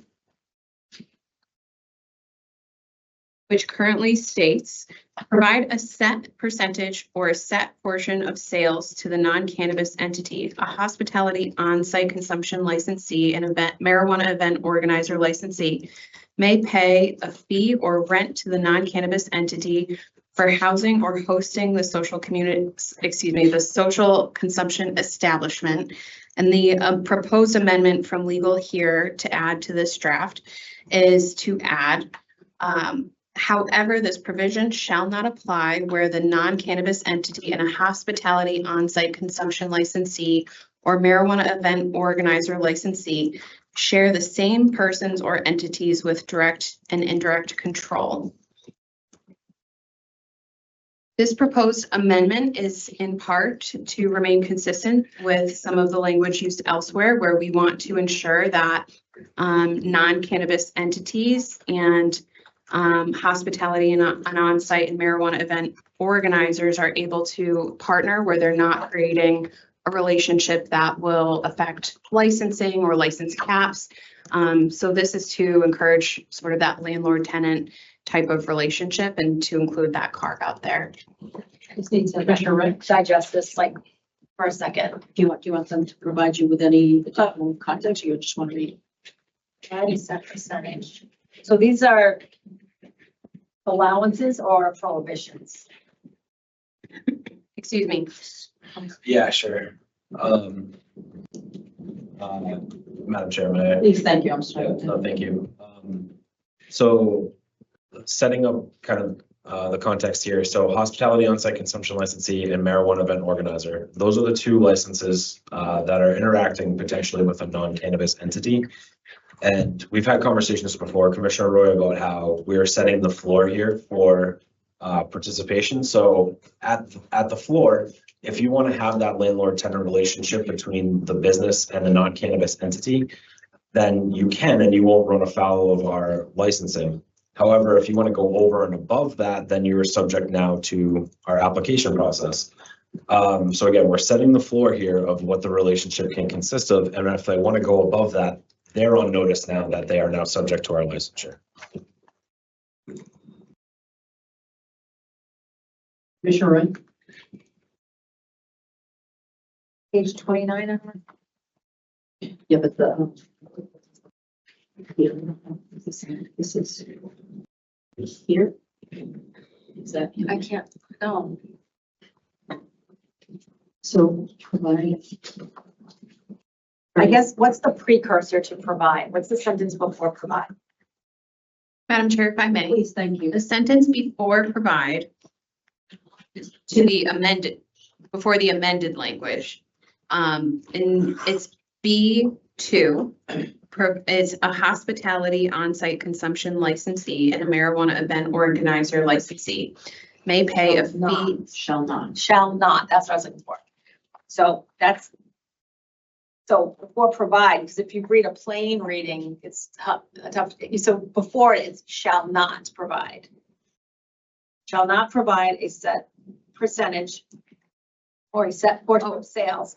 You see what I'm saying? What I'm Yes, I saying? apologize. Yes, I see what you're saying in B, because it states shall not. Yeah, so the shall not helps me. Okay, so I just gotta, with knowing it's a shall not, so what we're saying is that the hospitality and the event organizer shall not provide a set percentage or a set portion of sales to the non-cannabis entity. A hospitality on-site consumption license and MEO licensee may pay a fee or rent the space. However, this shall not apply when the non-cannabis entity and the hospitality on-site consumption licensee or MEO licensee share the same persons or entities. So if I'm a MEO licensee and you own the tent, Cape Cod Melody tent, but somehow you have ownership and control with my license, then we can do percentage of sales. Exactly. But if you don't, you can only get rent or fees. That's the floor we're setting there, the landlord-tenant relationship. Then we just like for marijuana establishments currently in the pipeline, we don't have their landlords submit queries for our application process. And in a similar way, we want to set up this relationship with a non-cannabis entity in that landlord-tenant setting. However, if businesses choose to go over and above that, we don't want to restrict that. It's just their choice whether they want to be in business with a non-cannabis entity. But that means that the non-cannabis entity is now subject to licensure. So if I can restate, so this is basically, it shall not share the revenues from the event, but we can charge a fee or rental. But it's once you start coming, this is the DR issue and all of those other issues. So it's just, however, If you're on my license and you own the Cape Cod 10, we can commingle. oh, but if I'm on your license, then I have to go through the registration process and I have to, Yes. yes. And then at that point, you own the tent. Right. And part of the license. But this, so again, this is the conversation in terms of some of the sort of existing kind of, between the regulations here. So right now, there are people who can rent out and they don't have to worry about anything, but. Correct. Right. And so once they start sharing those revenues, that's when You can't share the, right, that's the chicken and the egg. Like, Right. you can't share the revenues Right. unless you've Unless you're- already gone through the. right, unless you're license. licensed. Yes. Yes. So we're saying that we all. All right, Commissioner Stebbins? I think Philip has his hand up. Oh, I can't. Oh, sorry, I should be looking at my screen. Attorney Schreffler? And it looks like. Yes, if I may, Madam Chair, just an additional little point of clarification on this is when putting this together, we were also sensitive to issues where if I'm a business owner and let's just say I own an event hall, just outright, I own everything, but I own it through an LLC and I have a separate LLC that has a marijuana event organizer license or a hospitality license. We don't license people, we license things, the entities.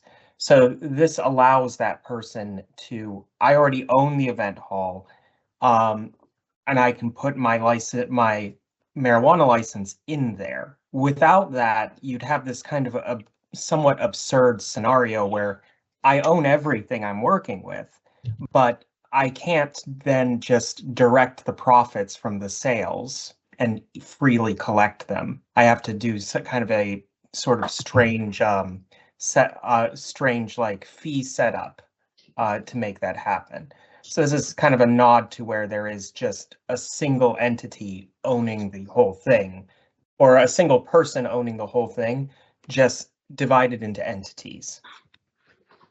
Okay, thank you. Any comments or questions about that last? Okay, so are we good to move on, commissioners? Yes, we're good with this language. Okay, thank you. Right, moving on. Madam Chair, if I may. Please. The next amendment is on page 31 at 500-050 3M, where under the section of craft marijuana cooperative, the section reads, an eligible craft marijuana cooperative may operate a supplemental on-site consumption license within its existing marijuana establishment premises. The change here is to add the word eligible to the language. It previously didn't include that. I believe in the prior draft, because a craft marijuana cooperative was listed under one of the license types for the exclusivity period, there wasn't the term eligible wasn't included because they would be eligible as the exclusivity period. But for consistency purposes and whenever that exclusivity period ends, it would be legal's opinion that it's appropriate to include that term there. Okay, thank you. Any questions or comments on that language? Right.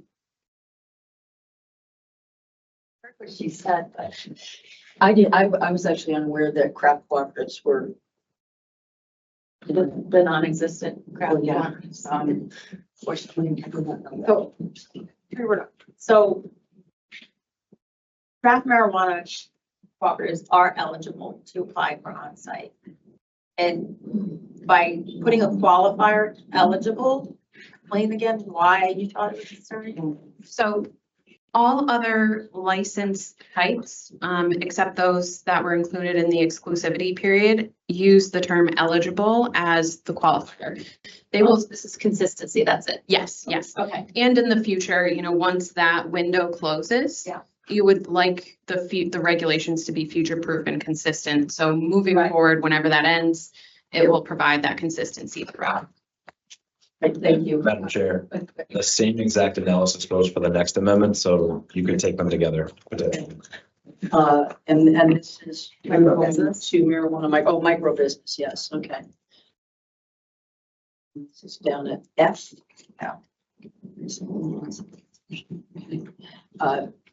Commissioner Stebbins and Roy, are you comfortable that we can find consensus with the language provided by the staff?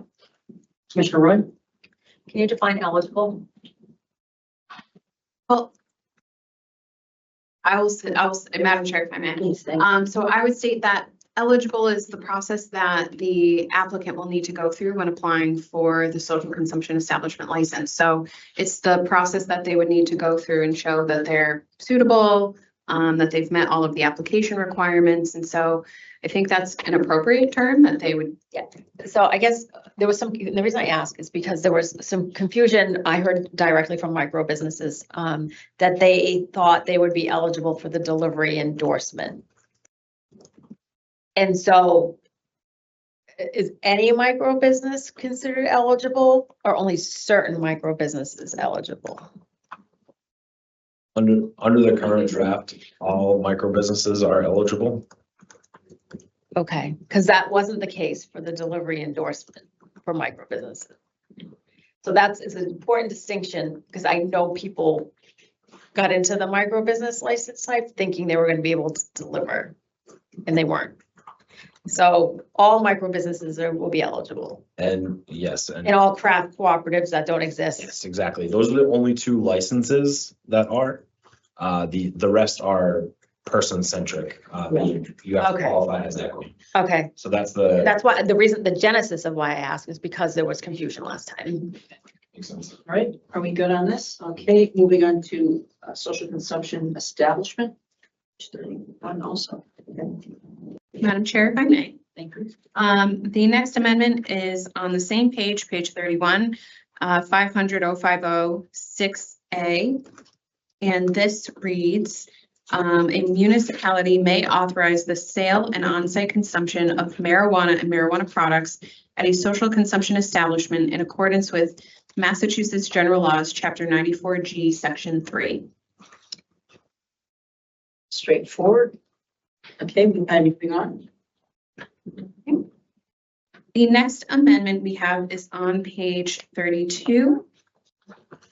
If you bear with me, I'm just scrolling there myself.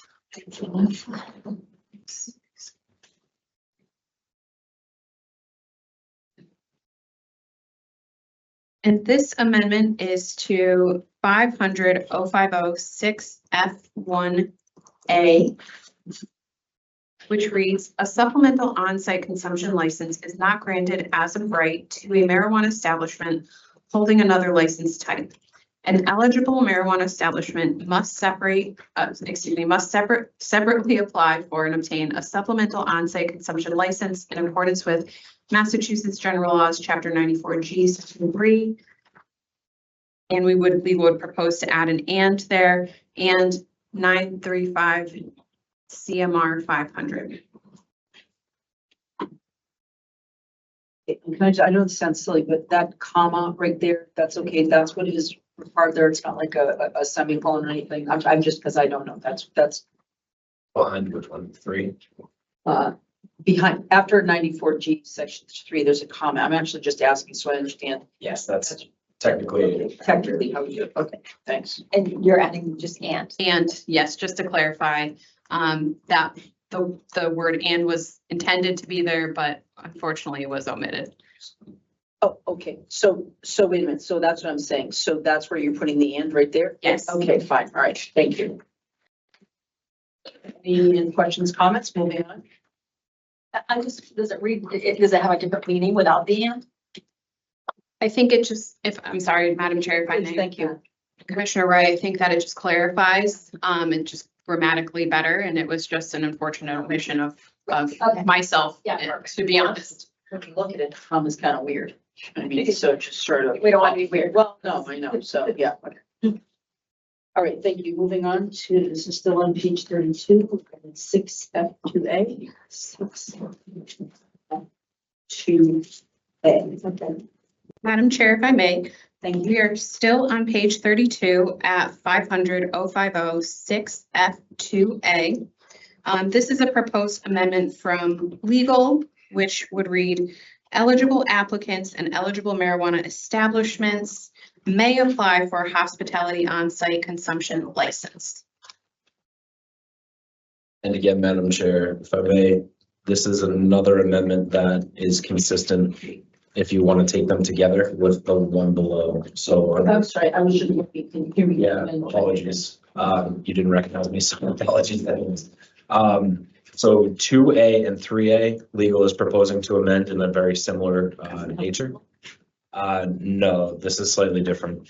So what we realized is, again, under the one before it, it's supplemental. Supplemental has a number of marijuana establishments identified under 1B above.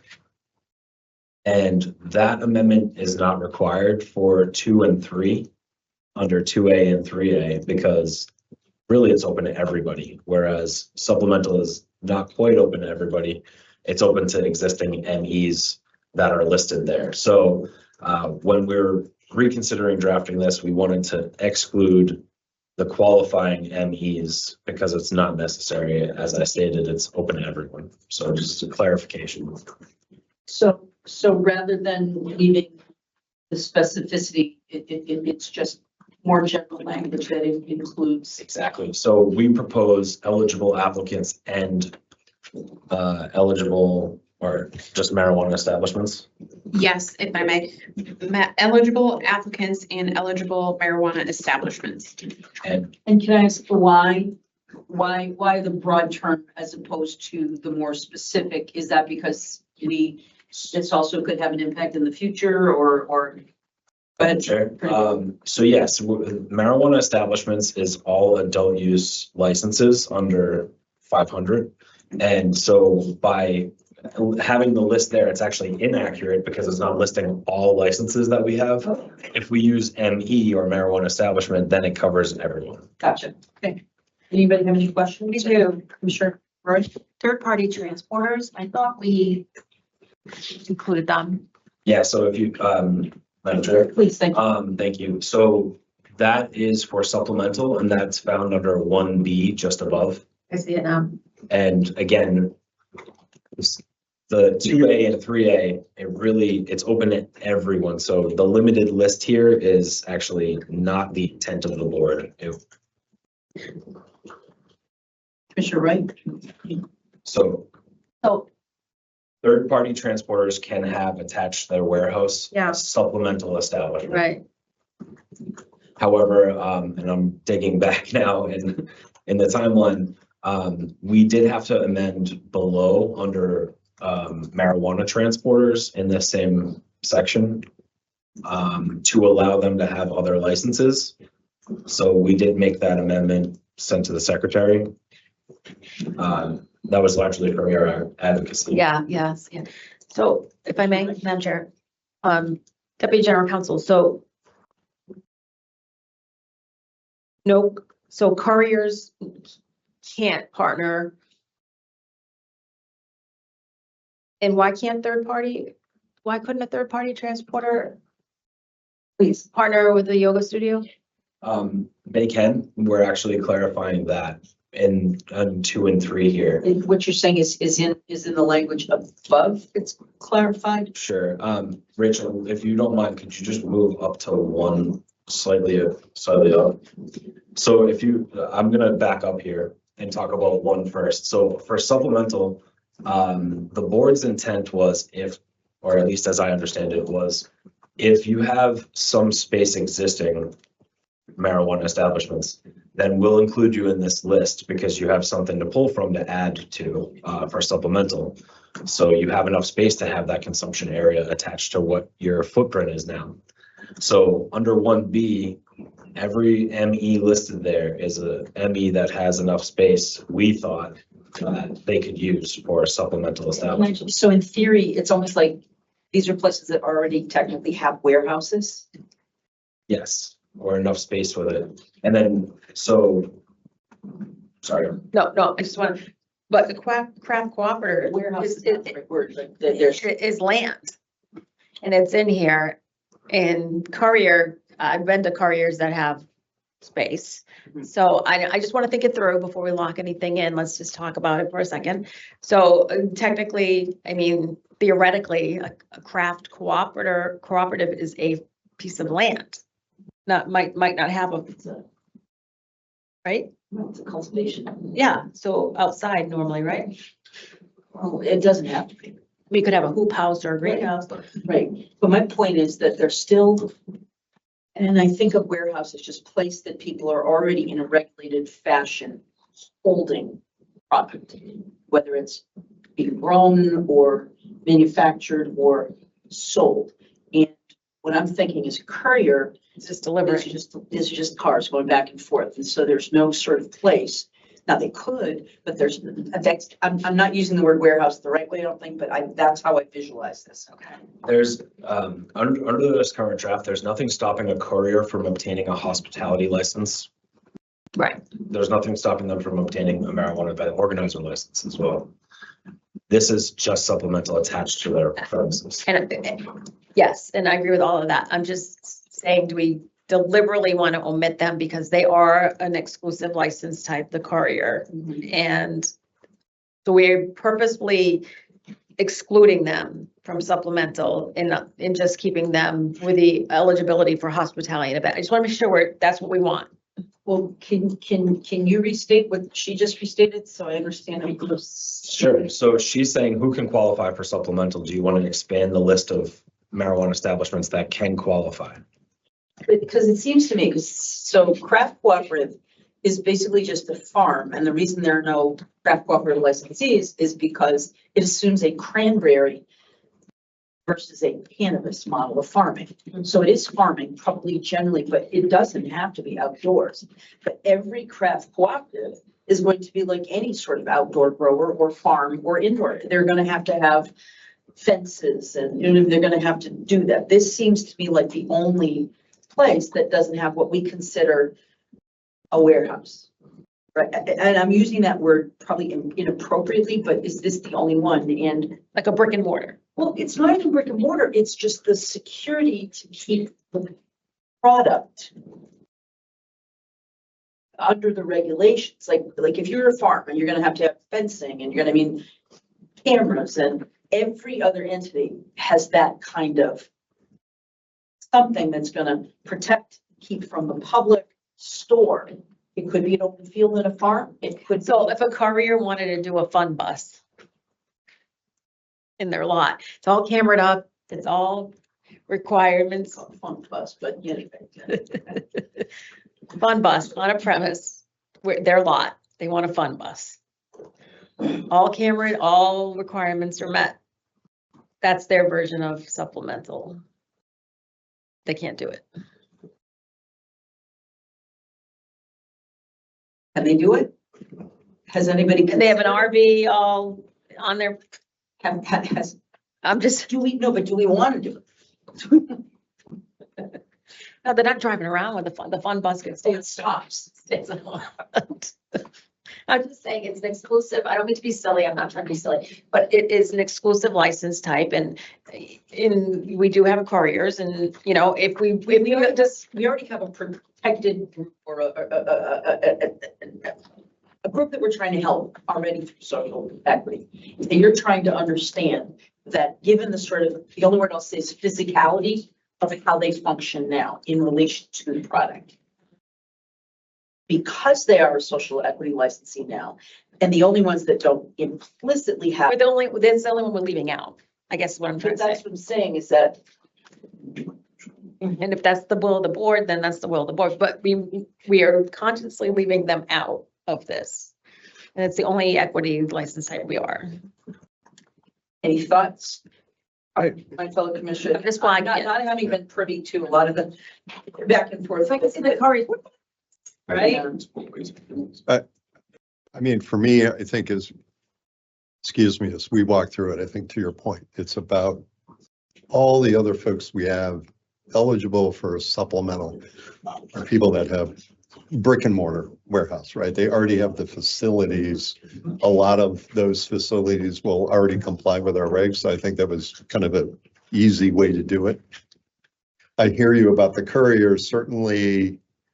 I think by changing the language under 2, if they don't have that physical presence, and it varies courier to courier, whether they just park their car someplace and go pick it up, they certainly then become eligible for hospitality or the marijuana event organizer. But I think we're trying to keep supplemental to that brick and mortar component. So excluding them because they will still, if they're included, they're gonna have to use the warehouse. They would not be able to do it, so why exclude them? Because we're gonna require them. That's right, so I'm trying to say, thank you. They would have to, we went to see. No, but you're saying this is now, I don't like to use the words protected, but this is a special group. And We're leaving out. leaving a special member of the group, no, a special member of the group out. Yes. And if we put it back in, They still gonna have to comport with our regulations. right. Whether they have it today, they Yeah. will eventually have to comport with it. So I hear what you're saying. I'm just trying to be fair. But I think that your point is correct, and especially because these are people who are, already potentially in business, but they're still gonna, so. And this could be another revenue source. Right. So I don't know how comfortable everyone is in terms of consensus here, but I actually now, I understand what you're I won saying. you over. No, but I understand why you might not include them, because currently they're not an establishment that already has the security scene cameras and all that stuff now, but they would have to be. And this could be another revenue source for Right. them, which is, we all know it's been a struggling license, right? We know it's, it has its That's issues. a really good call. I would not have seen that, but so I'm glad we had this chance to kind of walk this through. Do you, Commissioner Stebbins, do you have any negative thoughts towards adding them? Because I don't think that it changes any sort of regulation, security. It just says you guys get to be in this special group and we are not going to specifically exclude you from the special group. Are you Yeah, comfortable? I have no problem adding that. I think we'd be adding that under B, marijuana one courier. Yeah. Right. Good call. Here. Thank you, Commissioner Stebbins. Sure. I have a question, and thanks for going back up under one, because this is looking at the language under C, and this is an issue that came up in a conversation we had with a potential applicant. They are hearing from both tax and insurance advisors about using a different entity, might still be same ownership, but a different entity to operate the supplemental, so that if something goes wrong, their supplemental is getting sued, not their supplemental in their retail and their supplemental in something else. So I just want to make sure if the language we have under C would, again, allow for that separate business entity, same ownership, separate entity to operate it. Yes, except we actually had a conversation yesterday about joint and several liability, which we're going to be including at a later date. So an attempt to cordon off liability or that is going to be defeated by joint and several language that I think we're going to be putting in later. Am I incorrect in stating that, or am I correct? Do you remember we had this conversation yesterday, and it sounds like what he's saying is that I actually, again, recovering attorney, I actually represented a cab company, and the way medallions were, every medallion, every cab company, there were 2 medallions in a company, so that it was just limited to basically the value of the cabs. And so that was to evade broader liability, because obviously cabs are going to be getting into traffic accidents all the time. So the intent of people to set up separate corporate entities may in theory protect them from that exposure, but I think we're going to be saying that is not, or am I wrong about that? Madam Chair, if I may. No, please. So we were speaking to that in the specific context of a marijuana event organizer license type and it during temporary consumption events, so that whichever marijuana establishment may be what I'll call subcontracted in to provide the product I think the intent was that all parties are responsible for the activities that occur during that consumption event. And so the joint several liability is very specific to that type of event, where I think what Commissioner Stebbins is speaking to is a separate instance where an already established marijuana establishment would like to obtain a supplemental on-site license. And so in order to protect themselves, they would like to separate those businesses for liability purposes. The nature of those, so that there's, separate insurance contracts and separate business entities themselves. So if they were to face litigation or a lawsuit, it would only be as you were speaking to, it'd only be subject to one of those businesses wherever that conduct occurred. So I think that's different than what we discussed yesterday, but I understand the thought process. Okay, all right, thank you. Thank you, Commissioner Stebbins. Commissioner, Attorney Baker. Thank you, Madam Chair. Just highlighting one of the other considerations for the courier is that some couriers have their principal place of business in a residence or residential, their homes. So ultimately, just want to clarify, I think we have somewhere else that. If I can, they would have to abide by all of this. They would have to Right. have a headquarters. It can't be in their home. They're going to have to have Right. warehousing. Exactly. So I wanted to just kind of Yeah. raise that now that that's the expectation, is it's not in someone's residence, that wouldn't be allowed under this draft. So Yeah. just clarifying. Yeah, and that's going to be clarified for them. But I think that the point is we want to protect the groups that we're protecting to make sure that they have those economic opportunities. But all of that other stuff, they're not going to be able to have their headquarters in their home anymore if they want to do this. They're going to have to do something else. And Zoning won't allow it probably either. Yeah. Yeah. Oh, yeah, yeah. I don't know if you heard that, but Commissioner Stebbins said the zoning probably wouldn't allow it anyway, so. How do they allow it now? I guess they can. So. All right, any questions or comments? Nope, moving on.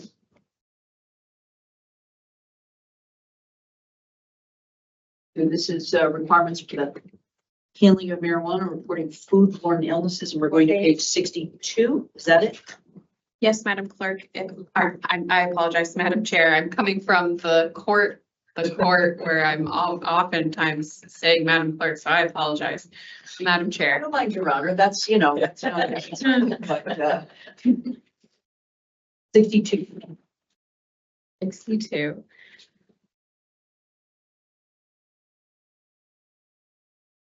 And this is 500-105 3E. This amendment reads, marijuana establishment agents shall report any occurrence or suspected occurrence of illness believed to have been due to the consumption of marijuana or marijuana products to the commission as required by 935 CMR 500-110 9A10 and to the Department of Public Health as required by 105 CMR 300-131 illnesses believed to be due to food consumption. Marijuana establishments shall cooperate with any disease investigation activities being performed by the Department of Public Health, the applicable Board of Health or local Board of Health as defined by 105 CMR 300.020.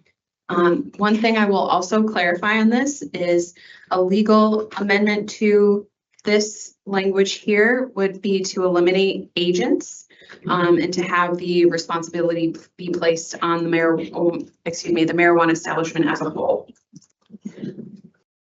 And is this sort of belt and suspenders? Would they not already, or this is because it's not food, so we're pushing not necessarily food items and the DPH. Is that what we're doing here?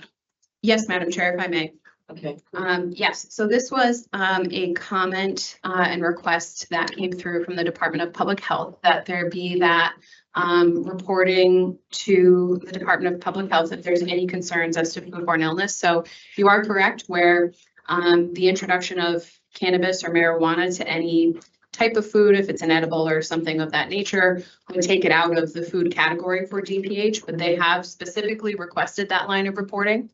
And we also thought it appropriate to make that report to the commission as well if there's those concerns. So we're not talking anything that's ignited. We're just talking anything that's edible.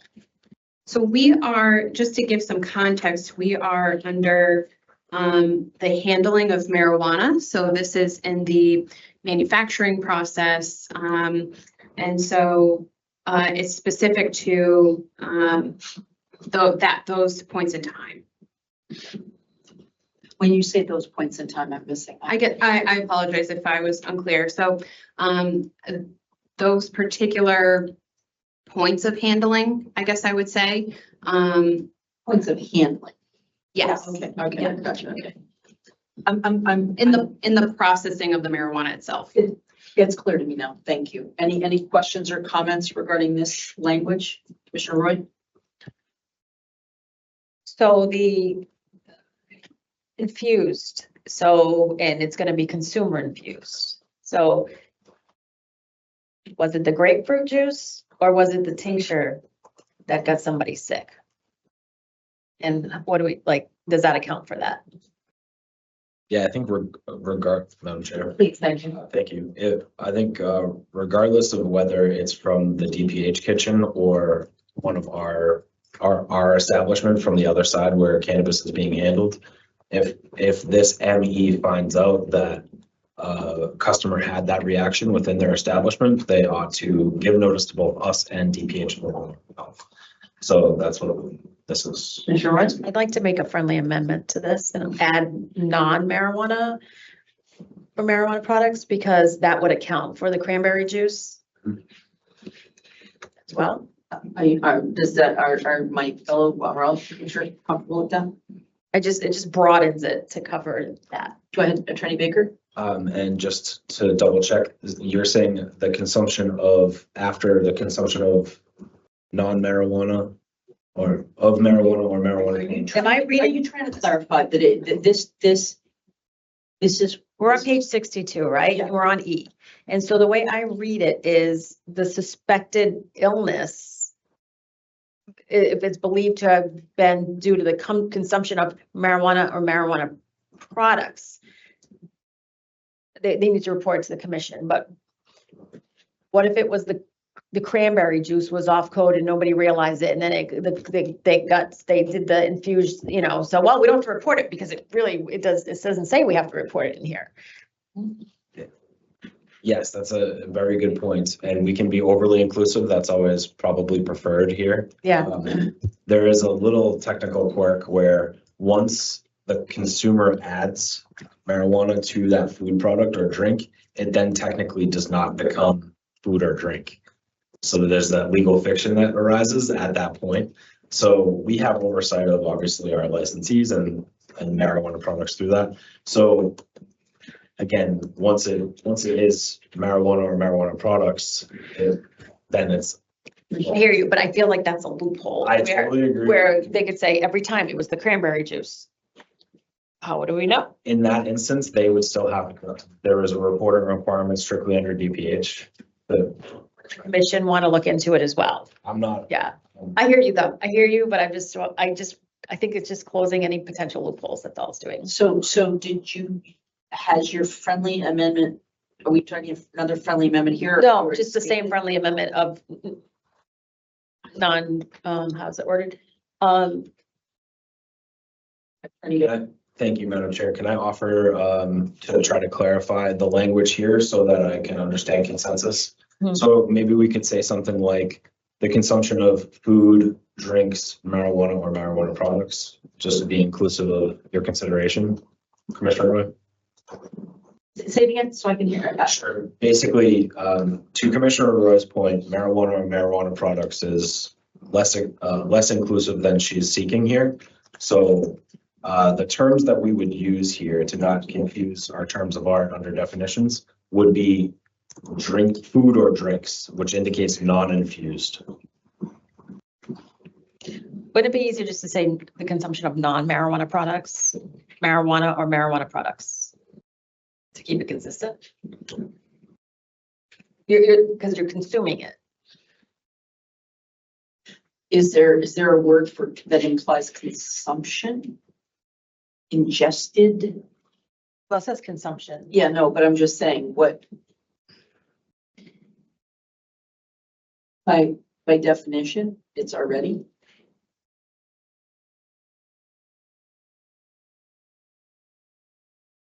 So I guess like we're gonna mandate they have shelf stable snacks. So I grab the bag of Doritos and I decide I want to put some tincture on my Dorito.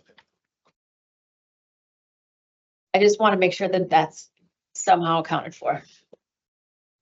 Please, Attorney Baker. I think that we support inclusive language here. It's whether we say food and drink or non-marijuana Right. products. My So proposal back to you would be consumption of marijuana or marijuana products or non-infused food and drink.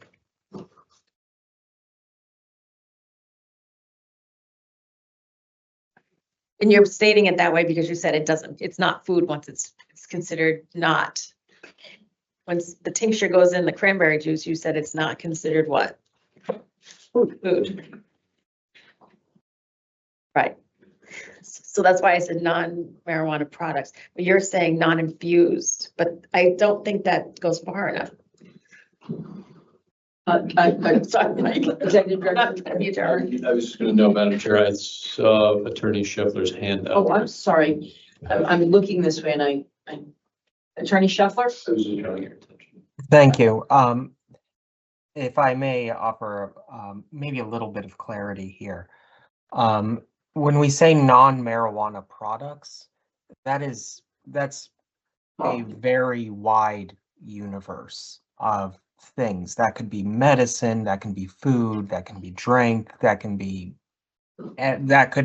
paint supplies or pesticides. I think what we want to do is, at least I would offer this, I suppose, to the board, is saying non-infused food and drink kind of captures everything that's going to be in that space. And please, Attorney Baker, correct me if I'm wrong, but that's kind of what we're trying to accomplish with this language. Does that get at, do you think that gets at what they're trying to say? Commissioner Stebbins? Thank you, Chair. And I think Philip offers an interesting way to piece that, because it's not just going to be food that might get infused. Somebody could just be ordering a burger that has nothing done to it. And I'm sure DPH would welcome us notifying them if somebody got sick from just a plain old In-N-Out burger or something that gets delivered. If someone has a foodborne illness, don't they already have to report that? Attorney Baker? Thank you, Madam Chair. That's why we didn't include it initially, but because they have reporting requirements already. Yeah. And if it's coming from a DPH, local Board of Health regulated kitchen, Yeah. they have those requirements already baked into their regulations. But to Commissioner Roy's point, it never hurts to be overly expressed here in these regs. So Do we have a language that would make you comfortable, or do we want Do you think the non-infused would accomplish that? Yes. Because basically that's before the merger. Right?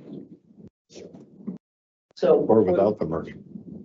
Or without the merger, yeah, but once they're merged, that's up to us. All right. Attorney Bruno, sorry. Thank you, Madam Chair. And just on a final note, just to Commissioner Roy's point as to the trying to capture shelf-stable food and then food that's allowed in site, the terms non-infused food or drink are exactly the language that we use there. So that would be an appropriate. Okay. Thank you. Thank you. So much. Thank you for hearing me out. Thank you. All right, we can move on? We're good? Okay, so we're now moving on to security requirements, 500 dash or .110. Page 78.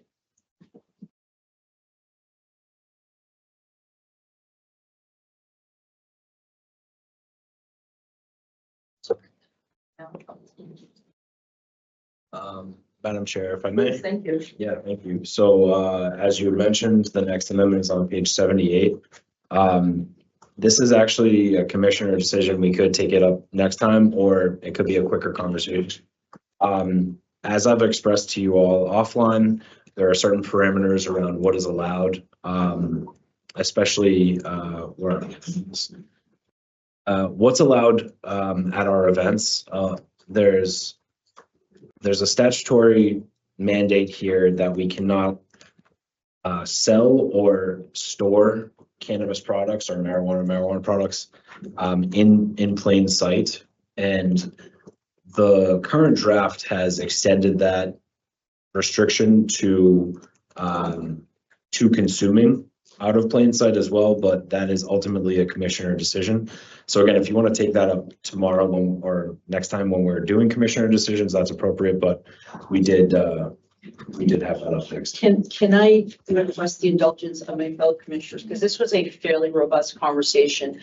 I will share with you that I think that the whole plain sight issue, that going further than what the statute requires as it pertains to sale and it doesn't reference consumption.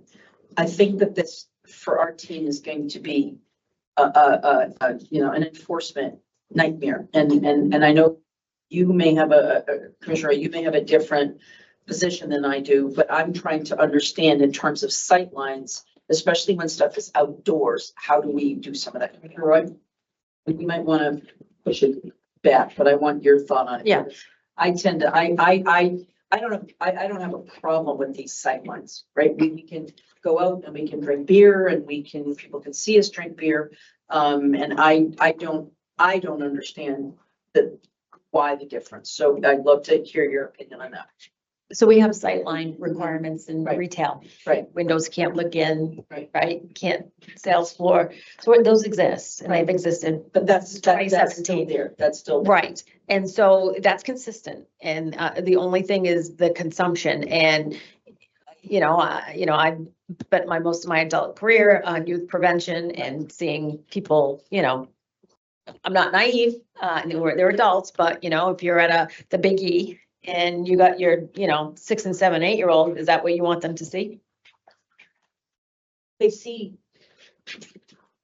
at the Red Sox game, they see people potentially having one more beer stein than they need to.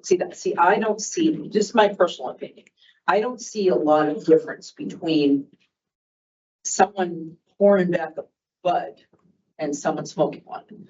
And that's where I am trying to sort of understand, it is not precluded by statute, and we now have a whole new up. See, I just want to understand enforcement, so I think we might want to take this up a little bit later, so we can, we started late, we had a break in the middle of the day because we were trying to get some of this stuff printed up, so I want to make sure we can get through what's the easier stuff here today. But that's just my concern, and one of the examples that Attorney Baker gave is talking about something going on at the Boston Common.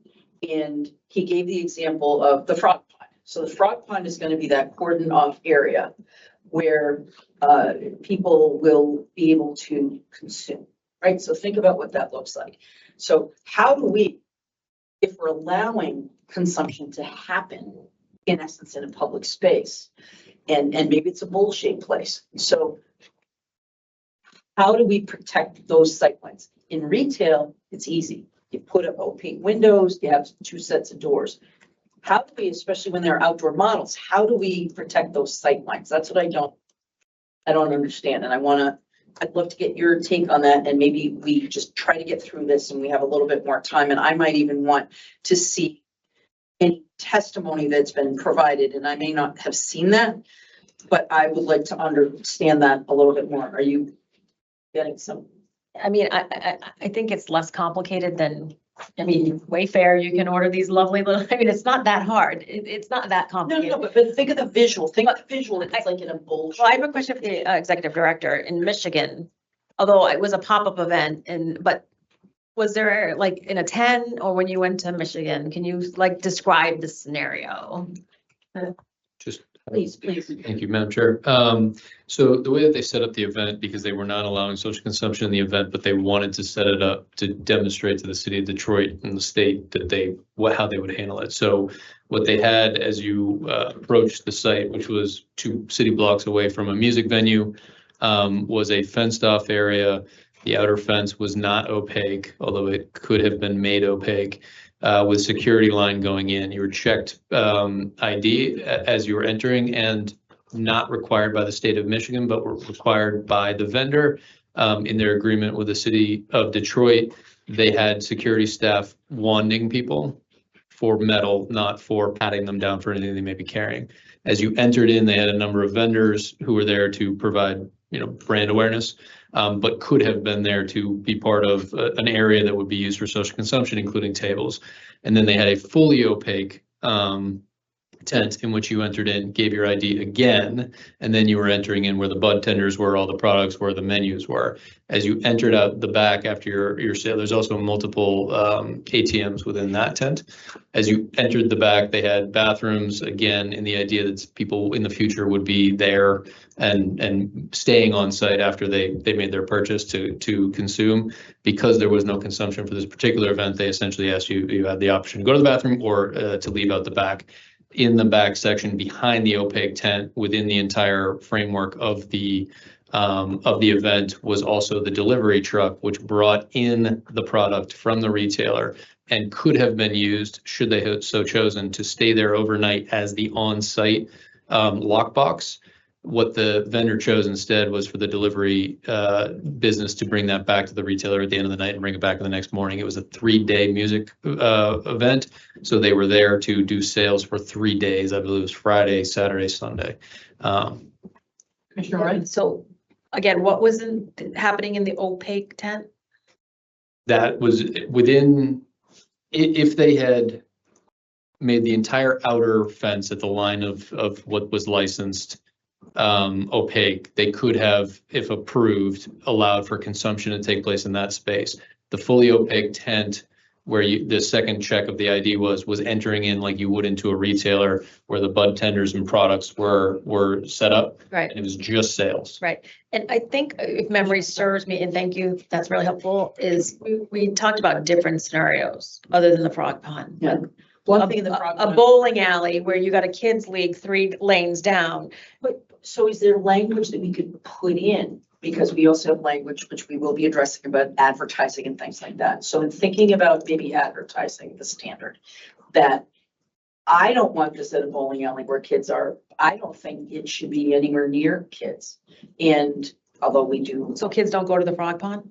No. Well, I'm saying the frog pond is just a visual representation. That's what I'm saying. It's just, no, all right. So again, I'm dating myself, but the Music Inn out in Lenox, I don't even know if it exists anymore. Music Inn, Lenox, Bob Marley. Anyway, so I think of the Music Inn and I think of the sort of physical, it literally was a bowl and the stage, maybe that's where, so do we have to tell them they have to put it up on the hill and then we opaque it? That's what I'm trying to get my arms wrapped around is how do we don't hide consumption of alcohol from kids. And I do think that there are ways that we could probably draft this, that we have a statute that prevents that from being in Publix. But it's mostly because, and I'm sorry, I'm not being linear here. I also have been asking questions about, and I know you, Commissioner Jones, I watched the meeting where there was the visual of how we would rope things off. So right now, we have not even necessarily walls, but cordons. So we can have people come in and there's just a cordon. But in those instances, everything is still going to have to be age required. You're going to have a license to get into the space, right? We're going to have that. My question is, how do we, especially in these outdoor venues, I'm looking at your screen that you have up on your laptop there. If it's down the bottom of a hill, I can see over that screen. I don't have to be too high up to see around that screen. So I'm just practically speaking, how do we regulate those sight lines? And if we're saying opaque, I want to define, and unless this is just guidance, I want to define what that means. I personally think that we need to be fairly flexible here. I understand the desire to keep this away from kids, but maybe we should I might want to take a little bit more time on this, Attorney Baker, and sorry, Thanks, Madam Chair. I could have done a better job introducing this specific piece because there's also one other piece to this too, which is why we brought it up for a staff amendment. So we added served in light of the new language that we have, the hospitality considerations in this new draft. So not only is it consumed, but it's also served that you're looking at whether to include here. Again, we cannot amend sold or stored because of the statute. So it's two things that you're considering now as a commissioner decision, and that is served and consumed. So could I ask my fellow commissioners indulgence, because I'd like a little bit more understanding of this, any testimony that people might have provided, because again, I also see this, I have a different perspective than my fellow commissioner right here in terms of how we do that. But I'm also trying to understand practically, because if we're saying that it does have to be outside site, are we then going to mandate that it be in a tent? I mean, do we have to, and so I'd almost feel more comfortable if we're saying that we prescribe what we're going to do. We very clearly prescribe it in the statute. When you're looking at retail, it has to be behind an opaque, and whether or not the legislature is going to take that up, I don't know, but and all of this was passed a while ago, before we've had the history of how these businesses function. So if I could ask your indulgence, I'd like to get a little bit more time with this to understand what this means, how we're going to enforce it. And maybe we tell everybody, if you're going to be drinking, you got to be under a tent. So you can be drinking beer on one side of a field, but without a tent, but you're going to be on the other side of a field with a tent. So I'd just like to dig into that a little bit more. So can we to the next conversation? Are you comfortable with that, Commissioner Roy, Commissioner Stebbins? Executive Director, yep. Absolutely, and this is more for your future discussion as well, but just to be clear, one of the things, if there were social consumption going on, the fence itself had a sort of partially see-through sheet, I would say, on it, but a more technical term, I'm sure, from a fencing company. But they could have upgraded it to fully opaque. So at the line of sight walking in public on the city street, you would not have been able to see in to see what was going on. You could not see into the tent where the sales were. The thing that I pointed out, which is within the Michigan regulations, is that this was also a parking lot next to tall buildings. So anybody within those buildings is looking directly down into it, right? But that is not a concern from the Michigan perspective because the intent is somebody who's walking on the street level. Those buildings are private property, right? So it was the point of sale specifically must not be able to be seen. If social consumption had been going on, they would have had to have a different type of fencing than they had. That was basically how Michigan looked at it. So that's also, you know, when you think about something that can be viewed from higher up, that wherever we land on this, I just want to make sure that it's enforceable, that and it's also something I think for the communities, how we do this. Again, it's my personal opinion, not necessarily shared with my fellow commissioners about what should or should not be shielded from view. It's just, I want to make sure that we're handling this in a way that's consistent. And when I'm thinking practically about a Biggie or about Fenway Park or you know, someplace like that, how is that going to function differently? Good, Commissioner Roy? Yeah, and I just want to level set us too, because currently sold, served, and stored is out of the sight of young people in retail, correct? We all can agree on that. Under this draft, yes. Well, under the current well, now, so, I mean, a marijuana retailer, everything that's sold, stored, is, young people can't see it, right? The windows are, you can't see through, and whether you agree with that or not, that's the current That's environment. under statute. Yep. Yes, so basically it's consumed. It comes down to that word. And the example, the pond, and if they need binoculars to see it, No, then that's what I'm saying, is I think that there are plenty of instances where you're not going to need binoculars. And so I'm just trying to understand how high is the wall? We need a tent, because I don't think that we're unless we leave this up to the municipalities, I don't know. But I just want to get a little more time to kind of get my arms wrapped around this. And you and I have very different opinions about this, so I respect that. So if we could just have a little bit more time, if I could get a little more time, and if there's any other testimony that you want to share with me that we could do inside the open meeting law, I would like any more your thoughts or.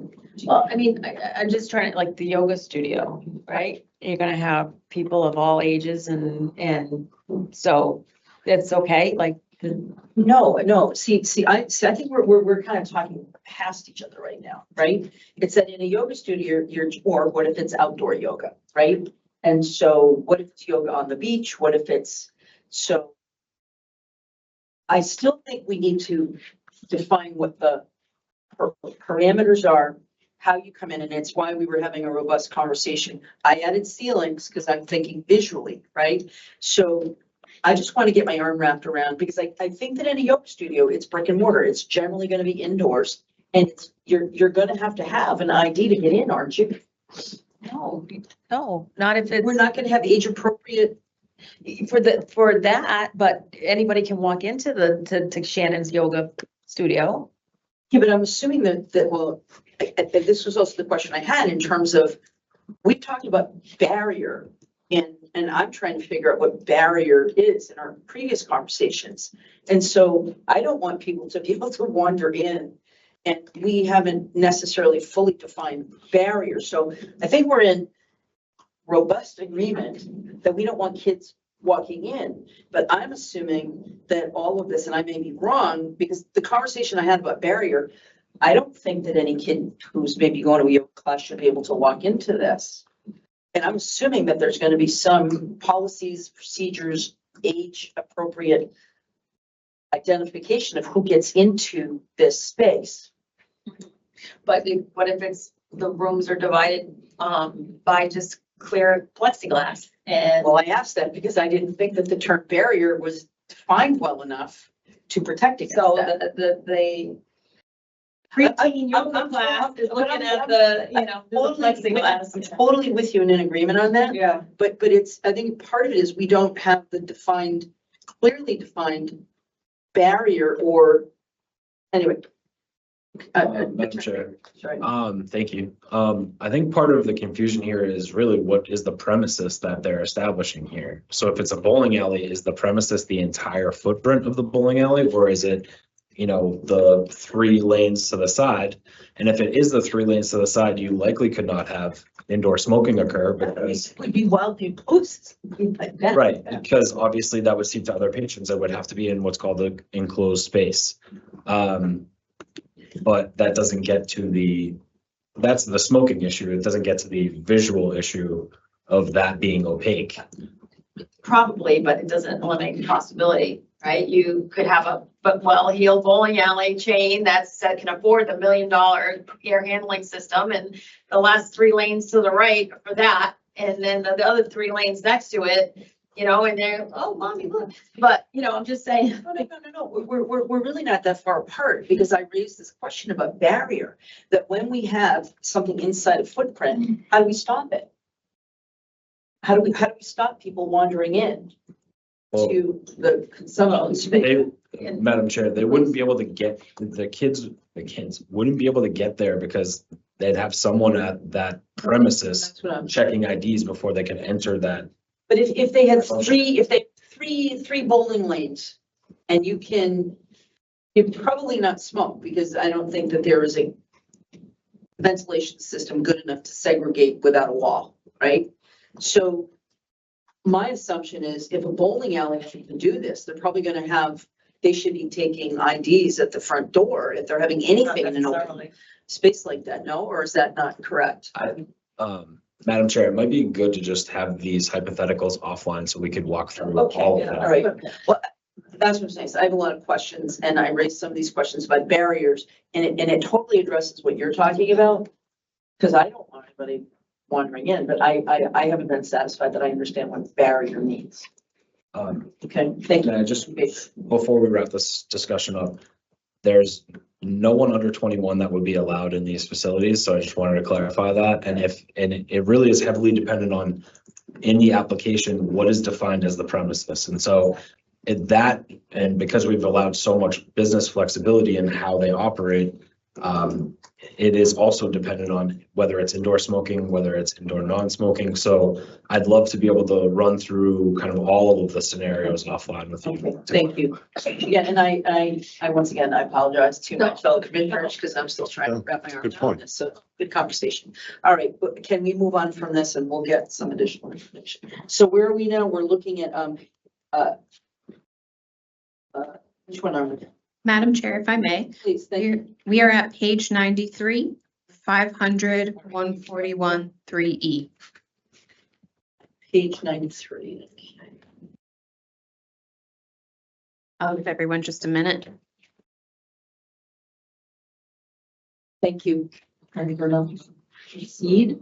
A marijuana establishment may sell non-infused food, water, and drink items that are pre-packaged prior to arrival on the premises and are shelf-stable. Such sales of shelf-stable products shall be limited to products sold in a manner that does not cause the marijuana establishment to be considered a food establishment under 105 CMR 590.001. The marijuana establishment shall obtain all licenses and permits as necessary prior to the sale of shelf-stable products. The relevant amendments to this particular section are the added language prior to arrival on the premises. The clarity there was through public comment with the Department of Public Health to provide better clarity that these are non-infused food products that are coming to the marijuana retailer, not something that's going to be created on site and packaged on site. The remainder of the amendment is post public comment is such shit. Wow, Sally sells seashores. Oh man.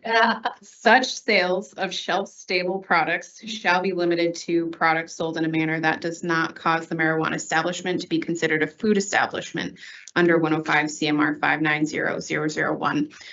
Again, that was a request in public comment from the Department of Public Health, just to clarify that these sales are not necessary of shelf-stable products is not going to cause the establishment to be regulated under DPH. So no popcorn machines. Yes. Sure. Smart food in bags. But Yes, exactly. No popcorn. Right. All right, any questions or comments on this? Hearing none, we can proceed to Commissioner Wright. And this, but by saying ME, it takes into account our retailer friends. Yes, so that's where that's the heading that we're under right now is for retailers, retail establishments. And I just want to say, and I want to thank you and everybody, because that was a robust conversation. And this, what I've heard is this additional revenue source will be helpful to a lot of our retailers.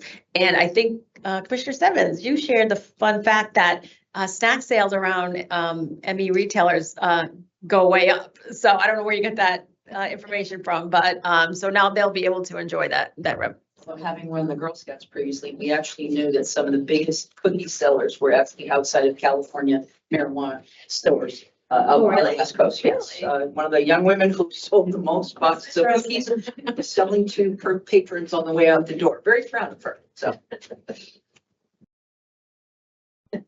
All right, moving on to page, have we gone through everything on page 93? I'm sorry. That is a marijuana strain Girl Scout cookie. Did you know that? Well, as a matter of fact, the Girl Scouts are very jealously guard their trademark and they sued the heck out of them. So. But isn't it still?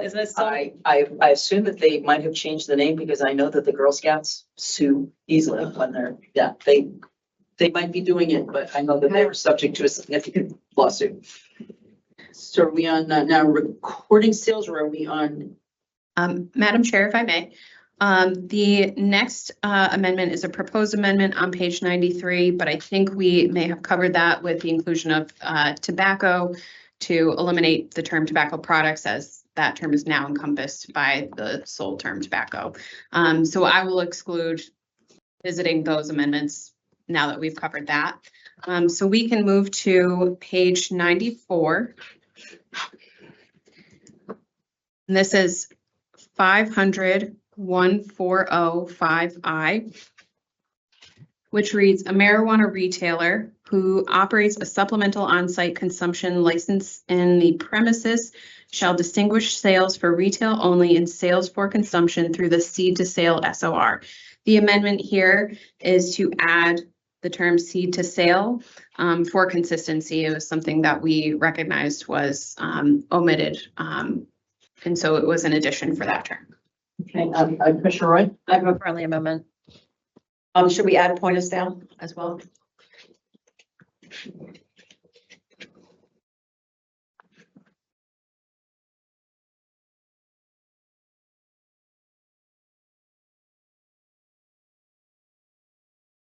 May I ask a qualified question?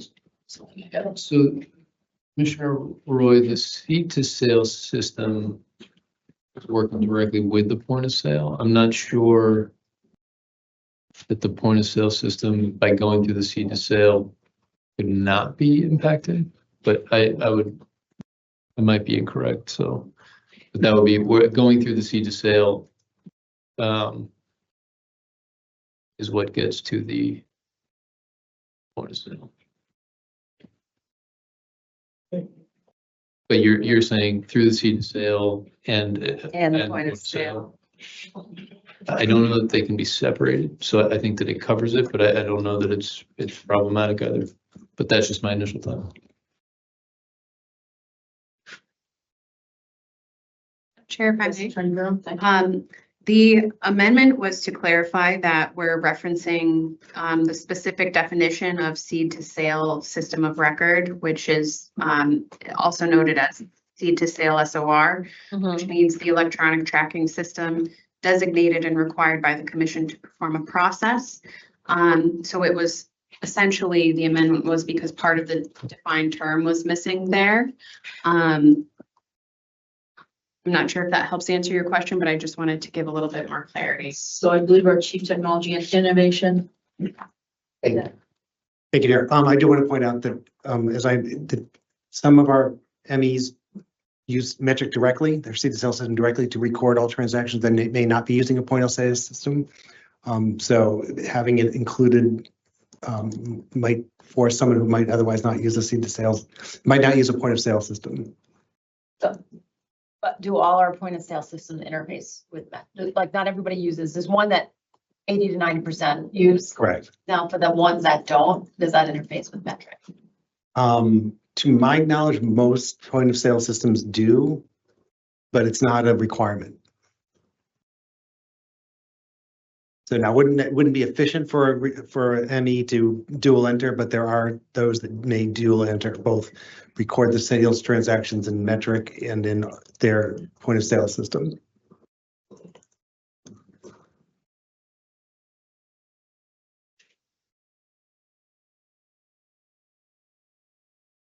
If I may, Madam Chair, so Commissioner Roy, just to clarify, would it be through the seed to sale SOR or point of sale system? Is it Be interfaced with the POS.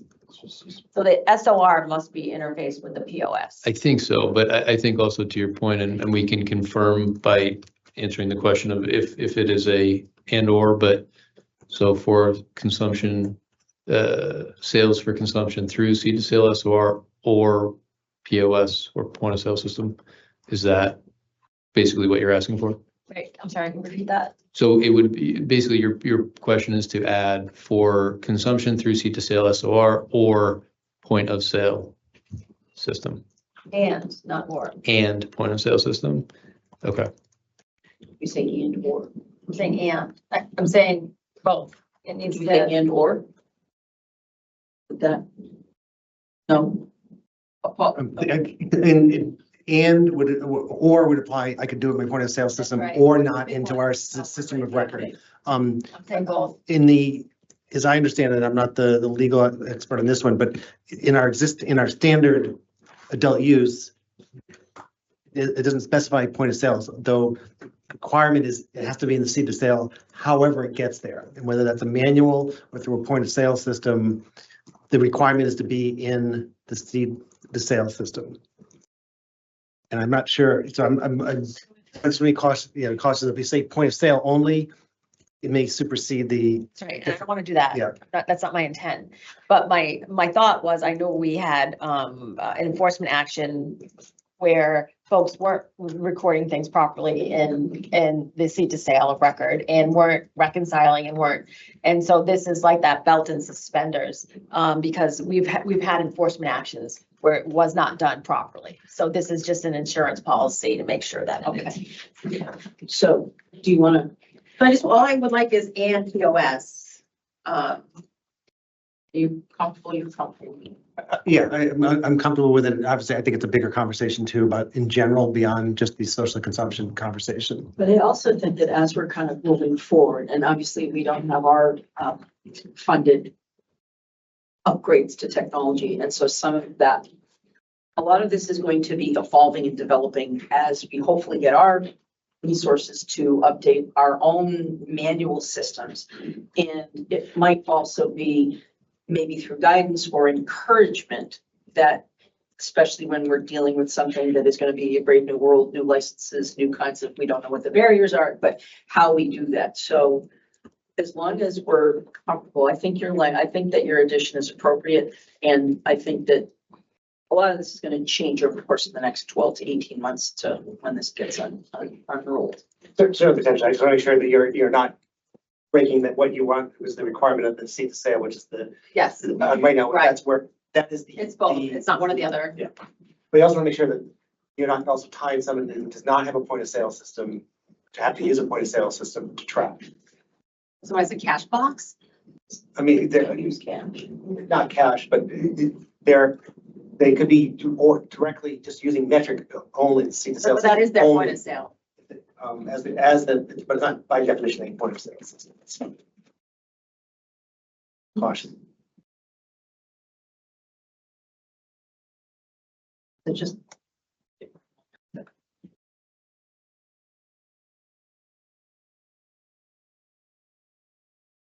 Oh, sorry.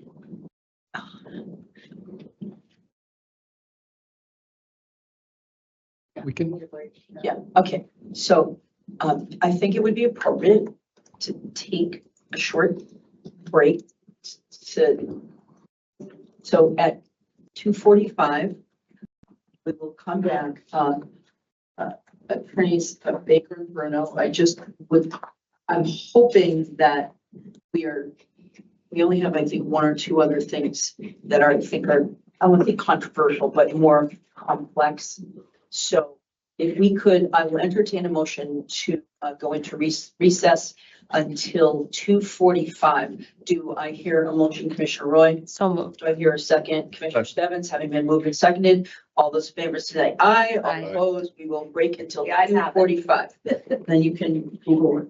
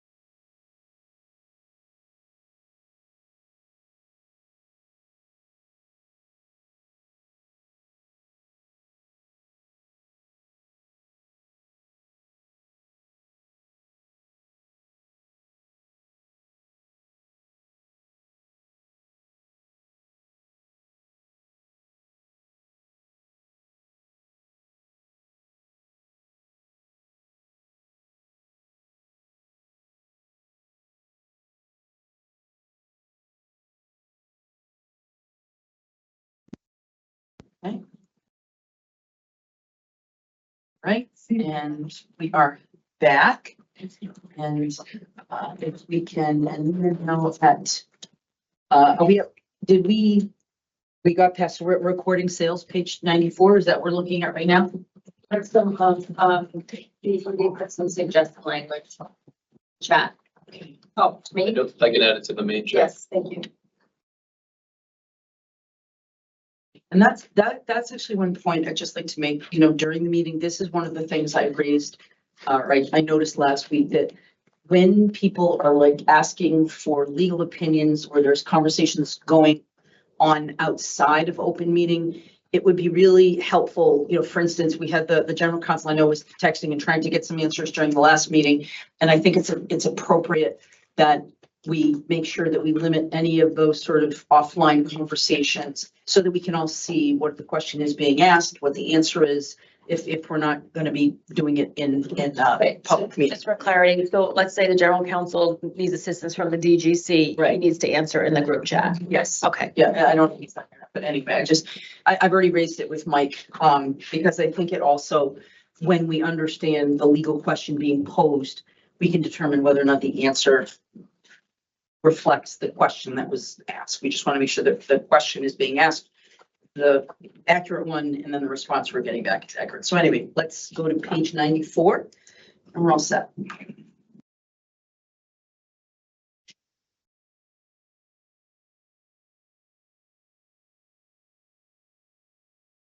Madam Chair. Page recording sales, please. Attorney Baker. Thank you. So just going to reread to orient us again. So a marijuana retailer who operates a supplemental on-site consumption license in the premises shall distinguish sales for retail only and sales for consumption through the seed to sale SOR. So again, this amendment is us adding seed to sale prior to SOR because that is the defined term that was left out of this last draft. So we viewed this as a technical amendment. We're getting into the more substantive dialogue pertaining to that. And the ED offered some language that is elsewhere in the regs that says after the point of sale, comma, there shall be a reconciliation of that inventory in this SOR. So that's up for debate from the board now. Can you give me sort of further, just further context, just a little bit more of an understanding of what we're proposing here? I think I understand, but if you could just dive into a little bit more. So again, for the purposes of legal raising this issue right now, it's the technical amendment, adding seed to sale for the definition, but backing up some more background here. The reason why we need to separate these two is because for DOR purposes, for HCA purposes, whose license is the sale coming under? So that's the intent behind this provision holistically, but I see Commissioner. So thank you, and that's really helpful that you just said that. So I've toured so many retail establishments that sell locally blown bonds and glassware. And so do they buy it in the retailer and they go and use it in the supplemental side? And how do we record that? So I'm thinking of the glassware and the bond. That's why I wanted, but this doesn't even satisfy that. That's why I wanted point of sale recorded as well, because to your point, commingling DOR, it was bought in the retail, but it's used in the, or they're going to take a few off of the retail shelf and stick them in the supplemental side. And so I just want to account for all of that. Thank you. So under the current draft, social consumption establishments can sell branded goods and marijuana accessories under that license. Right. So in this hypothetical we're in, again, we're in a marijuana retailer that has a supplemental on-site consumption license. So that's where we are. Right. So they're going to have one line for retail, get it and go out essentially. And then the other one, which is get it and then go to the consumption area for consumption. So what am I saying? So in that line, I'm gonna pick up this awesomely locally hand blown pipe glass bond. And then I'm gonna bring it into the other side, but the other side sells glass bongs too, so I just want to make sure for DOR, they're two different license types. And so everything should be properly recorded under the roof of that license type. And by adding point of sale, Metric doesn't care about the glass bongs. Right, and so we are recording marijuana and marijuana products through the seed to sale, and again, that's what we care about here. I've mentioned this to commissioners offline and at a public meeting, but our establishments here under social consumption have to comply with all regulations under 140 as well for cannabis retailers, which includes language where they must adopt separate accounting practices at the point of sale for marijuana and marijuana product sales and non-marijuana sales. So we have that kind of elsewhere being considered, to your point. But that's for the, repeat that? Sure, so that's, and thank you, Enforcement Council. The citation is 145G Yes. for retailers, but again, That we was cross-site. retailer. Yeah, so you're cross-citing. Right, so our social consumption establishments do have to comply with that as well. I think your consideration is captured there. Could you read it again? Just. Sure, of course. So this is again 145G, and it says a retailer shall adopt separate accounting practices at the point of sale for marijuana and marijuana product sales and non-marijuana sales.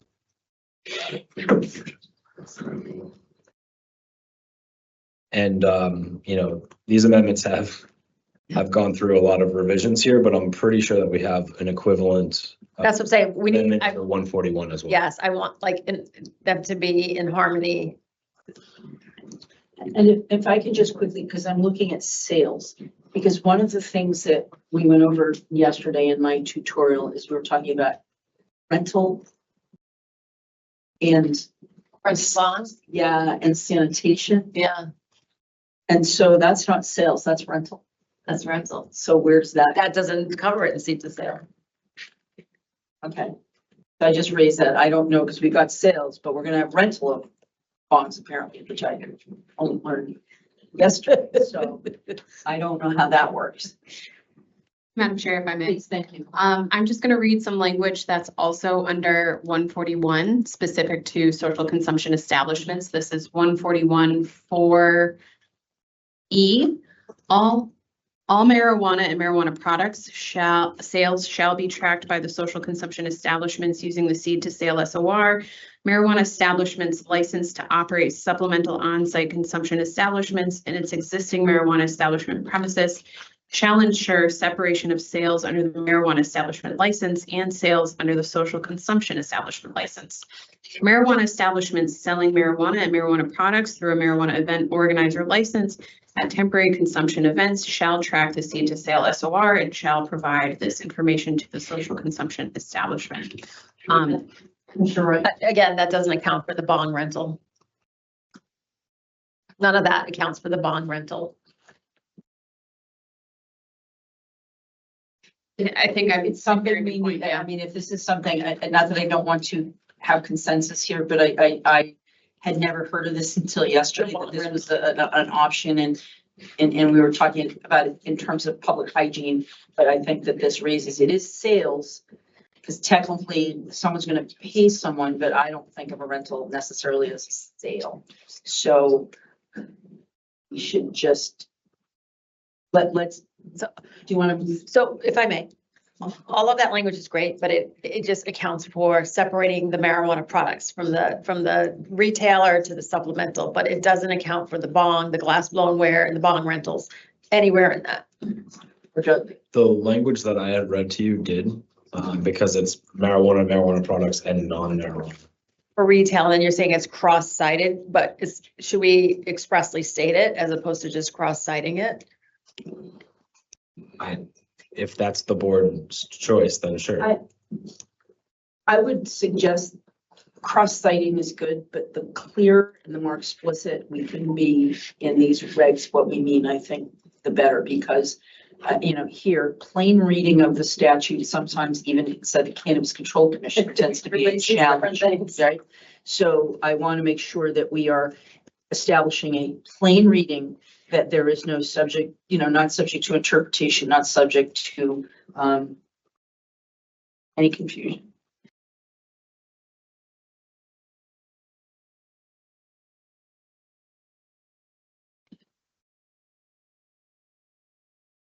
Okay, Attorney Baker. Thank you, Madam Chair. So there's two things going on here, right? What's before you is under I, and then you've also added the consideration for the non-marijuana recording for social consumption establishments. Do you want to put that into this reg? Or that's, I'm exploring where the board is on both questions, and we're happy to draft offline and come back to you if there's consensus. And I think that Commissioner Stebbins, are you good with that? Okay. All right. Thank you. That was helpful. All right. Moving on. Thank you. And this is, that was reporting sales. So we're now going to written policies and procedures on pages 98 through 100. Is that where we're going now? Okay. Yes, Madam Chair.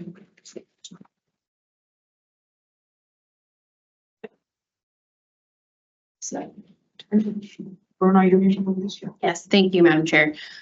We are at page 98, 500, 141, 2. We'll start with B. This reads, procedures to ensure that products purchased for consumption on site are distinguished from products purchased for retail sale, which are not to be consumed on site if applicable. This particular language was brought down from 050, which is where the written policies and protocols. Can I just back you up? We're two B. Oh, I thought I heard her say E. I'm sorry, B. I apologize. I'm sorry. Go ahead. Thank you. Sorry. Thank you. Yes, this language was previously housed under, excuse me, 500-050, section 6, where written policies and protocols were previously kind of summarized. And so it was one of those SOPs that we realized hadn't been previously brought down as we had done with all of the others. And so that language is taken from that previous section.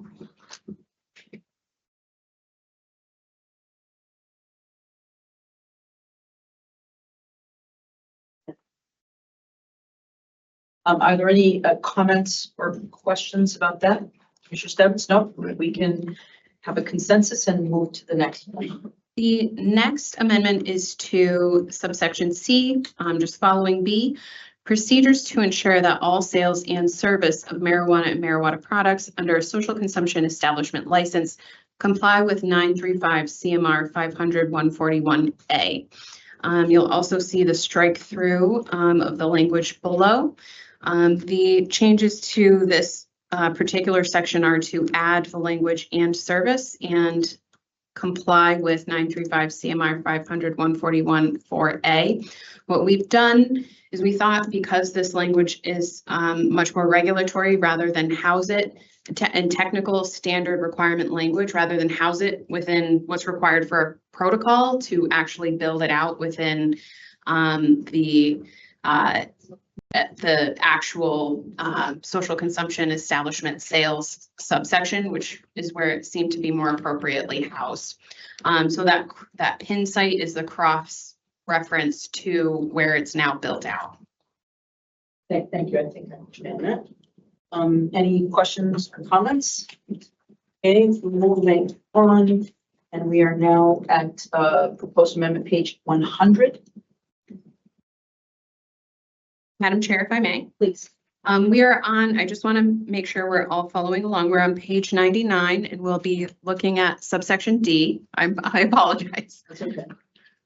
99 subsection D. I got it. Okay, thank you. Okay.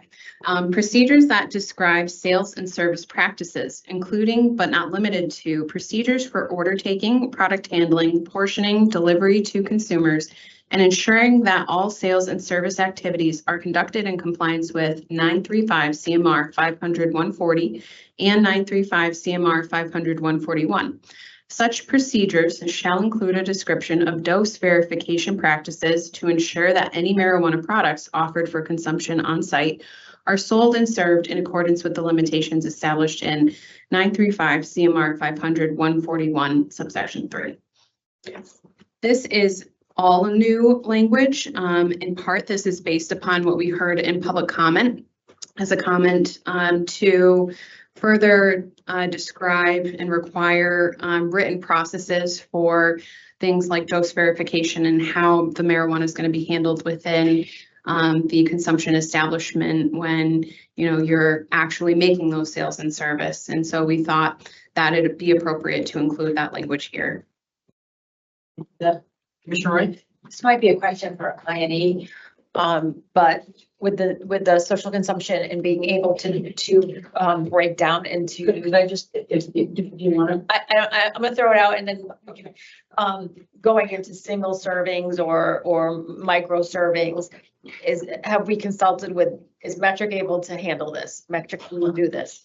Please, thank you. Yes, and yes, INE has been essential in that conversation because of their direct work with the vendor.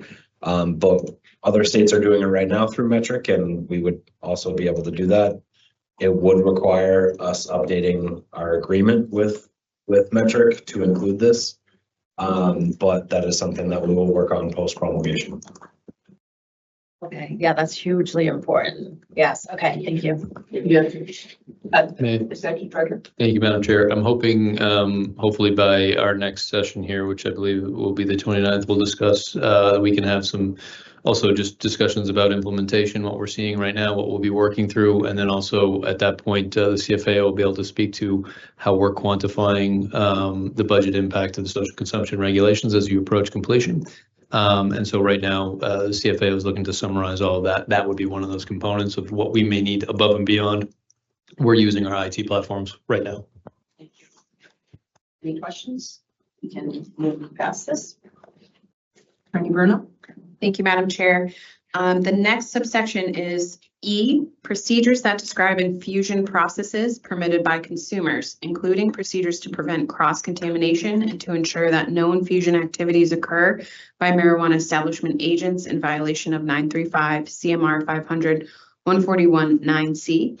And that is a cite to an express prohibition on infusion on site. And this again was in response to public comment that we received to more clearly require these establishments to define how they're going to be allowing these practices. Mr. Roy? What's that, DPH? Oh, Here. Attorney Baker? Thank you. And thank you for the question, Commissioner. This is actually, we've spoken to so many stakeholders here. It's not just DPH, it's both our consideration for our regulations, DPH's consideration for theirs, and also DOR's for theirs. Once you merge these products together, all of our regulations are intersect and it gets way more difficult and ultimately not workable. So for some context and for the public, we did receive a lot of public testimony that wants us to have live infusion. And unfortunately, because of those parameters from all the agencies, we can't take that step. So just wanted to put that out for the public. That's why we went the other way from some advocacy here. And it's unless the federal prohibition is lifted, we can't cross No, that. but it's also just respecting taxation, public, you know what I mean? Yep. Those kinds of things that we're trying to respect. Exactly. Any questions or comments? Yes, no, and I appreciate that, Deputy General Counsel, because we did get feedback about, the infused foods, and a lot of people had high expectations and high hopes. But it's really not this board being like prohibitionist in any way. It's the parameters within the Schedule 1 and the federal illegality that hampers our ability to permit that, correct? Exactly. Yeah, okay. Moving on, if we don't have any additional questions. Madam Chair, if I may. The next amendment is under section F. After a conversation earlier, this is related to those public view discussions that the board had earlier. And so I will reserve this one as tabled for a later conversation. Next is subsection, let me just double check. F, or I'm sorry, that was F, and we'll be going to subsection I. Procedures to ensure that marijuana or marijuana products purchased on site do not leave the premises except as otherwise authorized in an exit bag under 935 CMR 500-141B3 and 935 CMR 500-141 4M. These are just clarifications that any excess beyond what might be a point of sales limitation. I know that those are things for the board's consideration, but anything beyond what the consumer might be wanting to consume at the time that they're within the establishment, they have the ability to have that doggy bag go home with them. And this is a policy and protocol that establishment will require going forward. Commissioner Roy? And this allows for the scenario that I go in, I say, give me 2 pre-rolls, I get an emergency phone call, I gotta take them to go. And I didn't even spark, nothing got lit or sparked, right? That would allow for scenarios like that as well. If I may, Madam Chair. Thank you. Yes, exactly, Commissioner Wright. Yeah, okay, perfect, thank you. Okay, consensus, moving on. The next subsection is subsection Q, which has brought us to page 100.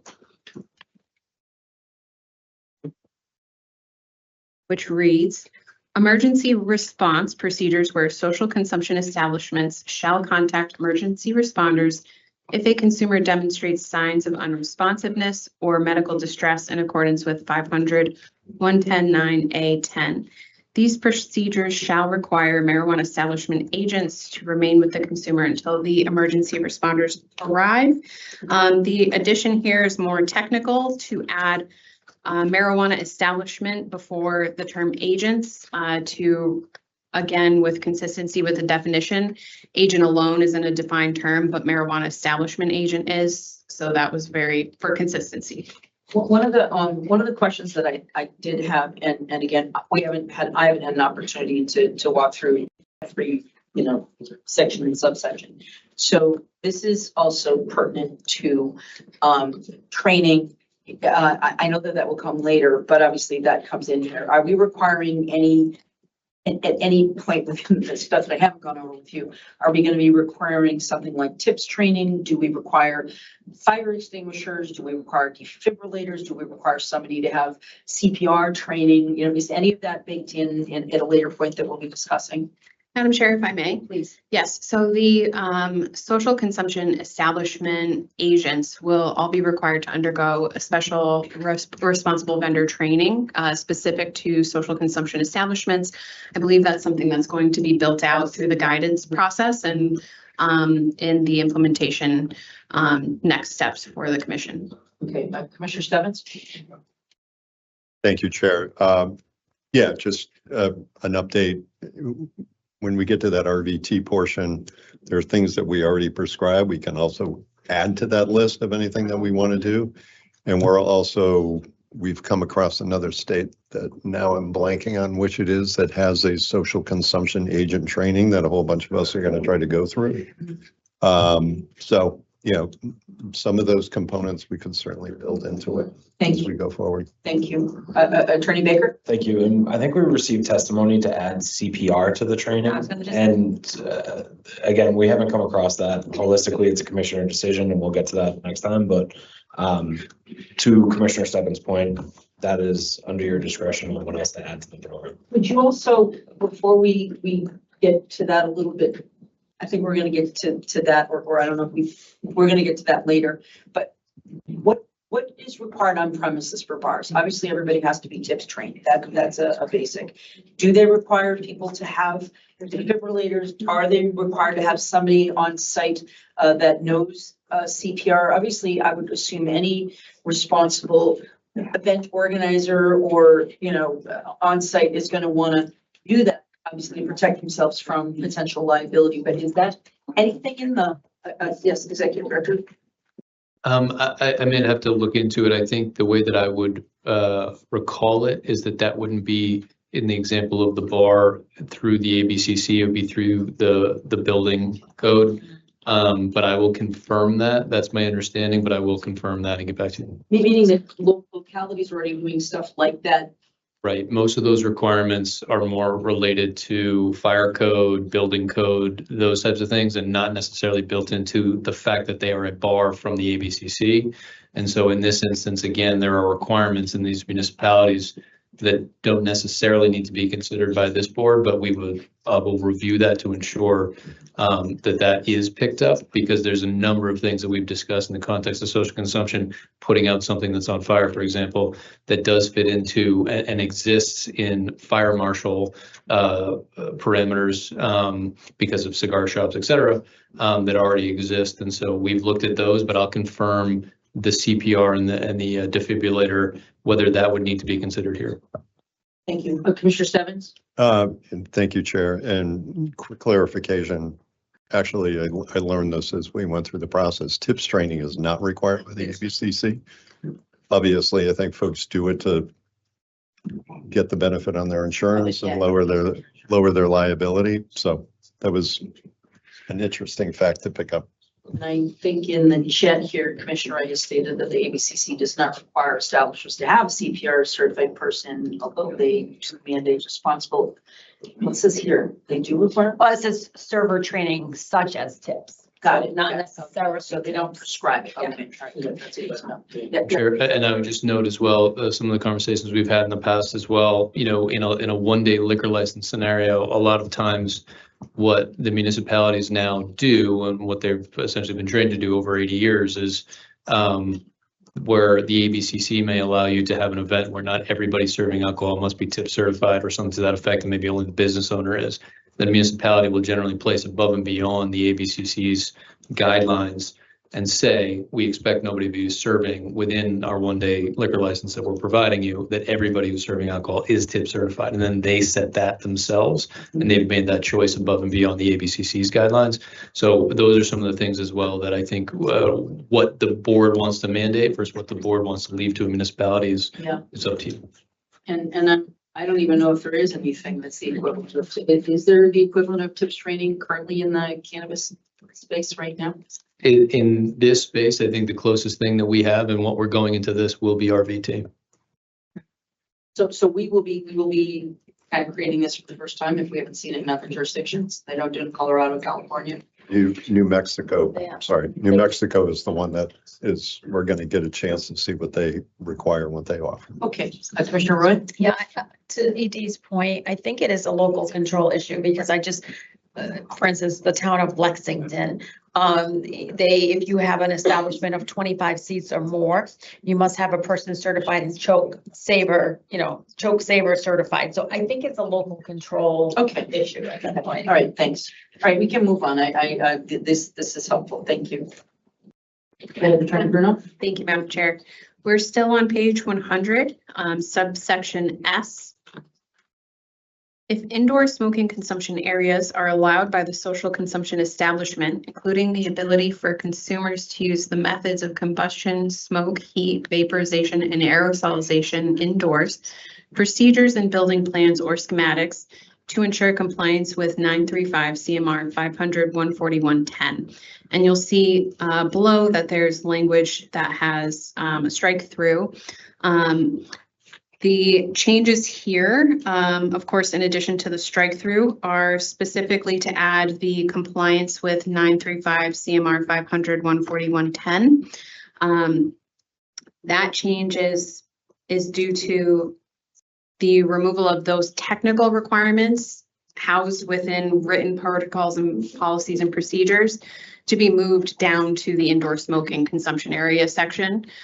So those have been essentially transplanted down to a subsection. Thank you. Any questions or comments? All right, moving on. To subsection T, if outdoor smoking consumption areas are allowed by the social consumption establishment, including the ability for consumers to use methods of combustion, smoke, heat, vaporization, or aerosolization outdoors, procedures and building plans or schematics to ensure compliance with 935 CMR 500-141-11. This is again similar to the transplant of the language for any outdoor smoking requirements rather than being housed in policies and procedures to more appropriately be placed in the outdoor smoking consumption area requirements. Thank you. Any questions or comments? Moving on. The next subsection is U. Procedures to ensure that smoking tobacco is, procedures to ensure that smoking tobacco or consuming tobacco products are prohibited. This was, again, one of those other legal amendments to Say that out loud. So these are R. consuming tobacco products. It would be is, but I apologize, Madam Chair. The legal amendment is to remove the or consuming tobacco products because tobacco now encompasses tobacco products. Okay. And so one of our legal amendments would be to revise that language. Okay. So should be read as procedures to ensure that smoking tobacco is prohibited. Okay, thank you. Right, any questions, comments? If not, moving on.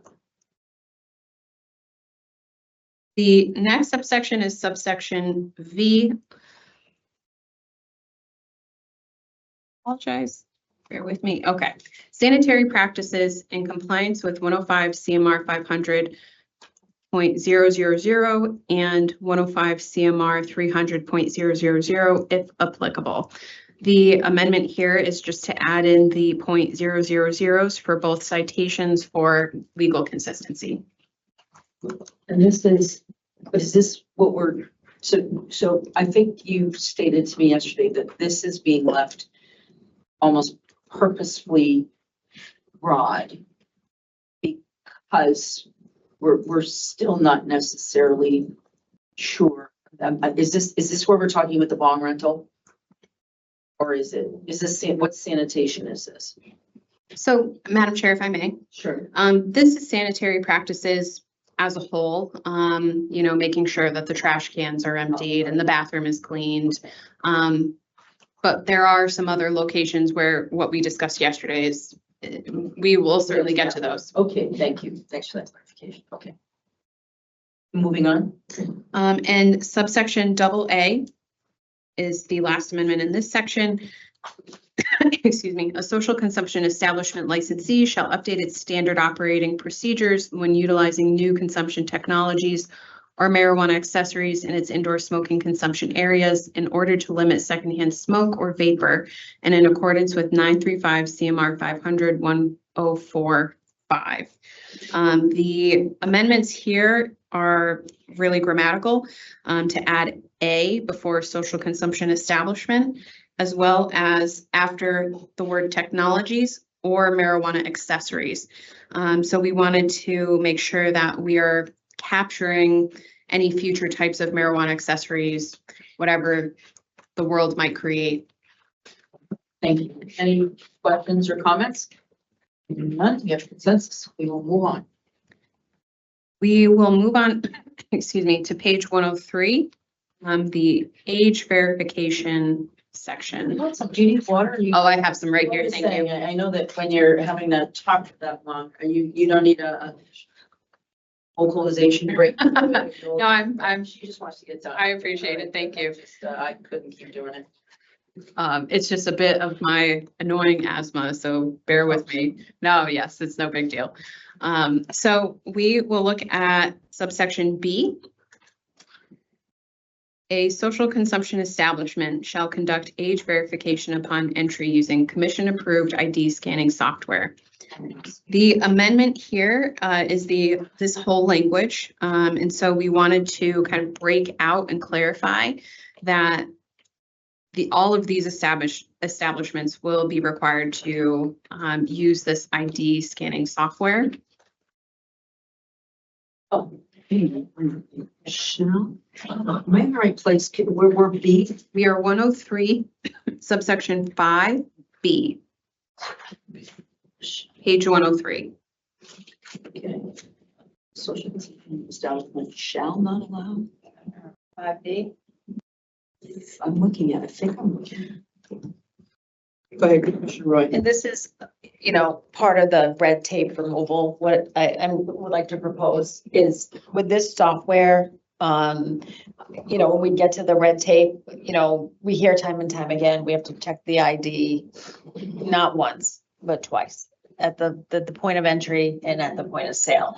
So down the road, I'd like to propose, if you have this software, then you only gotta do it once. Mhm. And if you're doing it by human eye, you gotta do it twice. Because then the advent of AI and these IDs, honestly, the only truly way to detect if it's legit is through this software, because it's the number.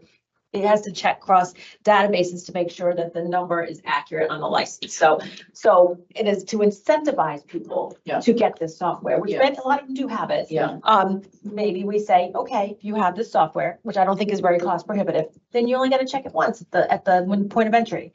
But if you don't, and you're doing it the old fashioned way, then you got to do it twice. So just like, you know, kind of incentivize. But I agree with you, except in also thinking about our barriers versus not barriers. When we have, you know what I mean, when I say assumption, am I getting wrong that we will have age verification and tracking with the ID once, Twice. twice? But I'm saying down the road, when we talk about red tape removal. Oh, all right, okay. Down the road. But I'm just thinking about this in terms of what I think of your concern. I agree with you, but thinking about when we're, you know, having different locations within either established footprint in terms of an internal brick and mortar place or It's just a just a handheld little. No, I'm agreeing with you, but in terms of, because we were talking about what flow of coming in and out, like I'm thinking of some potential locations. For instance, there was a downtown location that had a bar, and then on the other floor, there was on-site consumption. How are we, if there was? We're doing it anyway. Okay, all right. Yeah. Okay, got it. You know what I'm saying? Yeah. Okay, all right. Thank you. We can move on unless there are other questions or comments.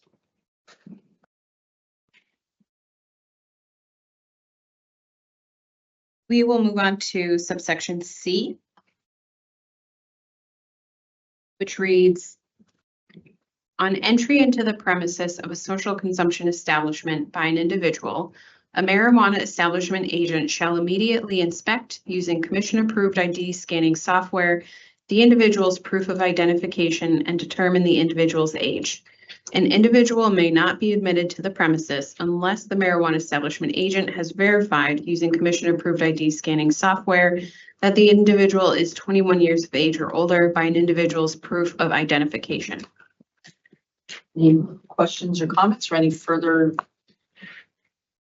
If I might. Commissioner Stebbins? Yeah, I think I agree, the incorporation, right, of the two new technologies, and I think, Chair, as you pointed out, temporary locations, it's helpful to have something that's obviously not hardwired, but capable to be being used. But I think employing it, and you look down to C, which is the old C, which has been stricken, is that there was an interest, I think, expressed in testimony of make social consumption kind of a hospitality restaurant feel to it. So check my ID once, don't check it for every transaction. So I think those two pieces tied together and striking out the old C, I think, is tended to address those comments that we heard at the public listening session. Good point. Thank you. Any questions or comments? If not, we can, Commissioner, Attorney Bruno, sorry. Madam Chair, if I may, I'm just receiving from INE that they may have some comments if you would like to recognize them. Absolutely.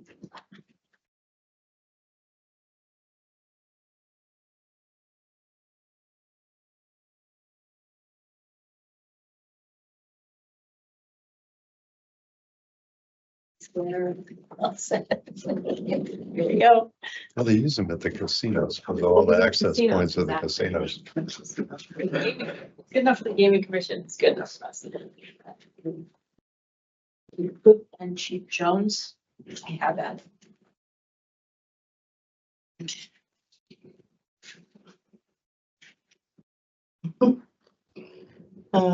Yeah, Would you like to start? yeah, thank you, Madam Chair, for bringing us on. We did review the language related to this, and we are concerned about the part about commission approval. just like recently where you had a conversation related to architectural reviews where we don't have expertise, we wouldn't have expertise to look into these machines to ensure that, to look into the ID checks machines to ensure that they're in fact compliant. So we believe that, the language way states that it requires commission approval while asking for strike through. As a matter of fact, we also checked in with the CTIO to see if this is something we would have the capabilities to be able to do so. He also stated the same, that this is not something that we'll be able to do. So I'm not sure, Commissioner, right? I hear you. Gaming Commission, did they approve, do you know? Do you remember? Did they approve the? If I recall, and again, this is going back a few years, but I think there was presentation by the licensee to say, here's the technology we want to use. I don't know through our investigative team, whatever information or data that they looked at to confirm that technology, but. May I ask, did you confer with the Gaming Commission? I'll have Tim respond to that. Okay. We did, if we may. Nice. Please, thank you. Thanks. Thank you, Madam Chair. So we were able to review just regulations from the Gaming Commission on this. And so I'm reading from it's 205 CMR 136.07 in subsection 8, which is forms of identification, subsection A. So what it reads is a gaming beverage licensee or jointly responsible person shall use an identification scanner to detect fraudulent identification and may rely on the following forms of identification to demonstrate proof that a person is 21 years or older. So while the language does include similar language requiring an identification scanner, it doesn't have the similar language saying that it must be commission approved.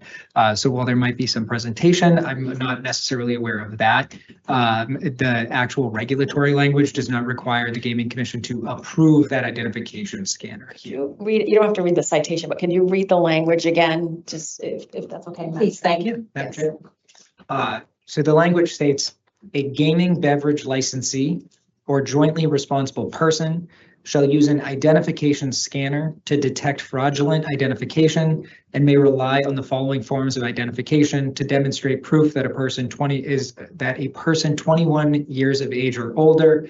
And then it identifies the specific types of identification that they can rely on. I can also note as well that under Chapter 94G, Section 9, there is language that is similar to language for liquor stores or other stores that sell alcohol, just identifying that licensees, agents, or employees can reasonably rely on certain forms of identification to show that somebody is 21 years old. But there is no identification scanner requirement contained in the statute there. So Commissioner Roy. Does this mean that because so if I can is your objection not so much with the ID scanning software, it's the commission approved part? Right. Okay, so if we strike that, you're happy, it works? If I may. Yeah. Yes. Okay, Yeah. then let's So do that. Language, if we could strike the commission approval Yeah. now. Okay, then you're totally comfortable with it? Yes. Okay. Mhm. See, that was easy. Good. No, I appreciate the chief's comments, and, I think it somewhat shifts the responsibility. We can say, use this technology. I think it's going to be incumbent upon our licensees to make sure they get something that doesn't let somebody through the doors who's under 21, because then they potentially run afoul of our regulations. Right. So there's almost the onus on them that they're going to check the technology and make sure it works. Okay, so you're good with it, just, Yeah. Okay, we're gonna have to start a secret shopper program to do like they did with the lottery to see if you can get in if you're 21. So at some point in time, we're gonna have to figure that out too. Right. This is helpful. We can do that. Okay, so we're Take your gonna- friendly amendment and get that done. yeah, so the language as is fine, except commission approves. Thank you. Attorney Baker, Attorney Bruno, you guys all set with that? Yeah, thank you. Thank you, Enforcement Council. I'm happy to take a look with you offline and try to make that amendment. Yes. Thanks. Yeah, I mean, I think it's easy, to just strike commission approved twice, 3 times. All right, thank you. Thank you. Thank you. All right, we have consensus on that. Moving on, Attorney Bruno. Sure, I have a fan over here. Do you put it over here? It's stuffy. If we can, no, but I think that we need to make sure that the reason we have to close the doors is gas are out there and they're not sensitive to the noise coming in, but it's getting very warm in here. No, don't worry about the fan. I just want to make sure. Moving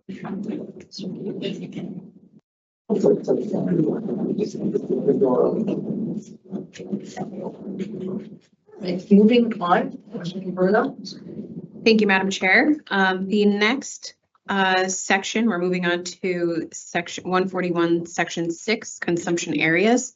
This is 500-141-6A, which reads, a social consumption establishment that allows an indoor smoking consumption area or an outdoor smoking consumption area shall separate the designated sales and service areas from consumption areas.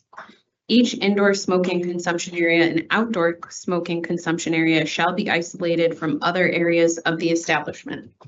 The changes in this section are specifically to add the language after designated sales and service areas from. And that is in light of, We're bleeding over into 104 now. oh yes, I do Sorry, apologize, because, just barely. Yeah, I just, so I'm trying to follow this here, so. Madam Chair, if I may. Yes, thank you. This is an amendment to keep in mind the hospitality aspect to add that service areas language, and that is the basis for that amendment. Okay, Commissioner Roy? Isn't this also to keep workers safe? In other words, so they're not inhaling secondhand smoke, right? Wasn't that part of the intent as well to kind of make that separate from the consumption area, I believe? Madam Chair, if I may. Please, thank you. Yes, Commissioner Roy. So this is with this hospitality mindset, we're thinking about, you know, not only where a sale might occur, but if a service is going to be made at a table. And so, or if they're going to be served at the bar, whatever other types of areas they might be served in. And so this being specifically in regards to smoking areas, it is, to your point, to protect those workers who might be exposed to smoke and whatnot, to make sure that their exposure is limited so that any sales or service that they're making is not going to be within those smoking areas. Okay, so in that scenario, then there's no like bar, like high top tables where the bartender comes over, goes back, gets it and bring it, right? So that's not gonna happen under this scenario. Everyone will go up to the point of sale, place their order, get their order, and go to the consumption area. Madam Chair, if I may. Please, thank you. Oh, I apologize for interrupting. Yes, that's exactly correct. That was Okay. the board's, my understanding of the commission's policy on this particular matter for public health and safety reasons. And so this language does separate those. Is that what we want? I mean, I'm sorry. Commissioner Stebbins? Yeah, I think there's some intention behind that. I think, you know, this is particular just to smoking. So you could still have your beverage, you could still have your food, I think, delivered right to your table or your edible, but this is just confined to indoor, outdoor smoking. Did he state that? Yes, exactly. And that's the distinction that's important. Because if you're allowing for indoor non-smoking, then you can commingle the service Right. with the sales. Whereas we are separating that if indoor smoking is occurring for the public health reasons you stated. Thank you. Thank you. No additional comments or questions. Moving on, Attorney Bruno. The next amendment is You're still on page 104. 104, yes, Madam Chair. So we are on 104. The next amendment is to C. I apologize, I did include B on the list, but it's actually C. The indoor smoking consumption area shall be an enclosed.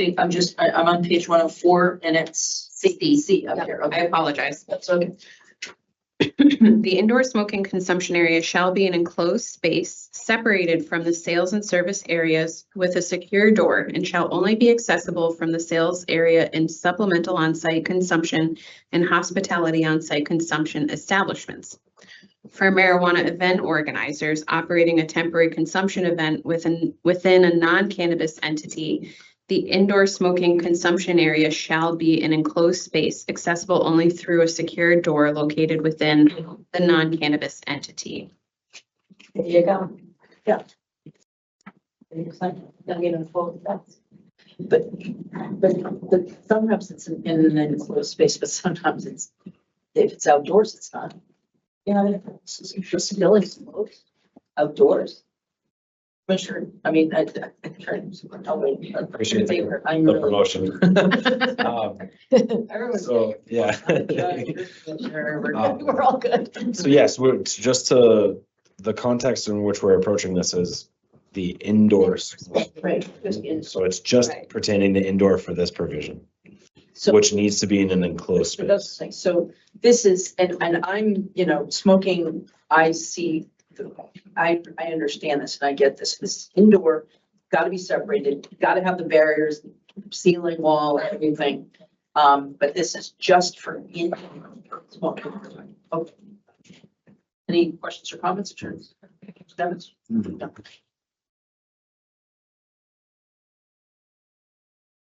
And then we will move on to D. The outdoor smoking consumption areas in a supplemental on-site consumption or hospitality on-site consumption establishment shall be separated from the indoor portion of the social consumption establishment's premises by walls or other barriers and a secure door, and shall be separated from sales and service areas. Outdoor smoking consumption areas shall be accessible only from the sales area in a supplemental on-site consumption or hospitality on-site consumption establishment. The amendment in this section is to clarify that this is applicable to supplemental on-site consumption and hospitality on-site consumption licensees. There was maybe a lack of clarity that it was possible that this type of separation was also required by marijuana event organizers operating a temporary consumption event, which it would be very, very difficult for them to, this language is really contemplating brick and mortar types of establishments. So it would be very difficult for somebody operating something temporary to be able to achieve those kinds of permanent walls and barriers. And so this subsection, the language was just to clarify that it's applicable to supplemental and hospitality site. Any questions or comments? Nope. And moving on.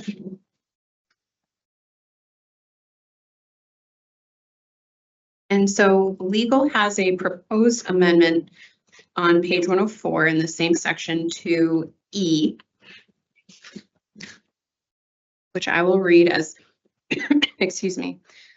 Marijuana event organizers shall submit as a part of its event plan an explanation and a diagram where indoor smoking consumption areas or outdoor smoking consumption areas are located. An outdoor smoking consumption area shall be at least 30 feet away from the sales area. The marijuana event organizer shall separate sales and service areas taking place in a temporary or mobile structure, including but not limited to tents, trailers, trucks, or other enclosures from outdoor smoking consumption areas. And I know that's a longer one, so if you'd like me to add that into the chat, I'm happy to do that. Please, but this is also where we are now talking about a temporary outdoor smoking consumption event. And then we are, because we skipped over this yesterday, we are talking about needing a 10 for that.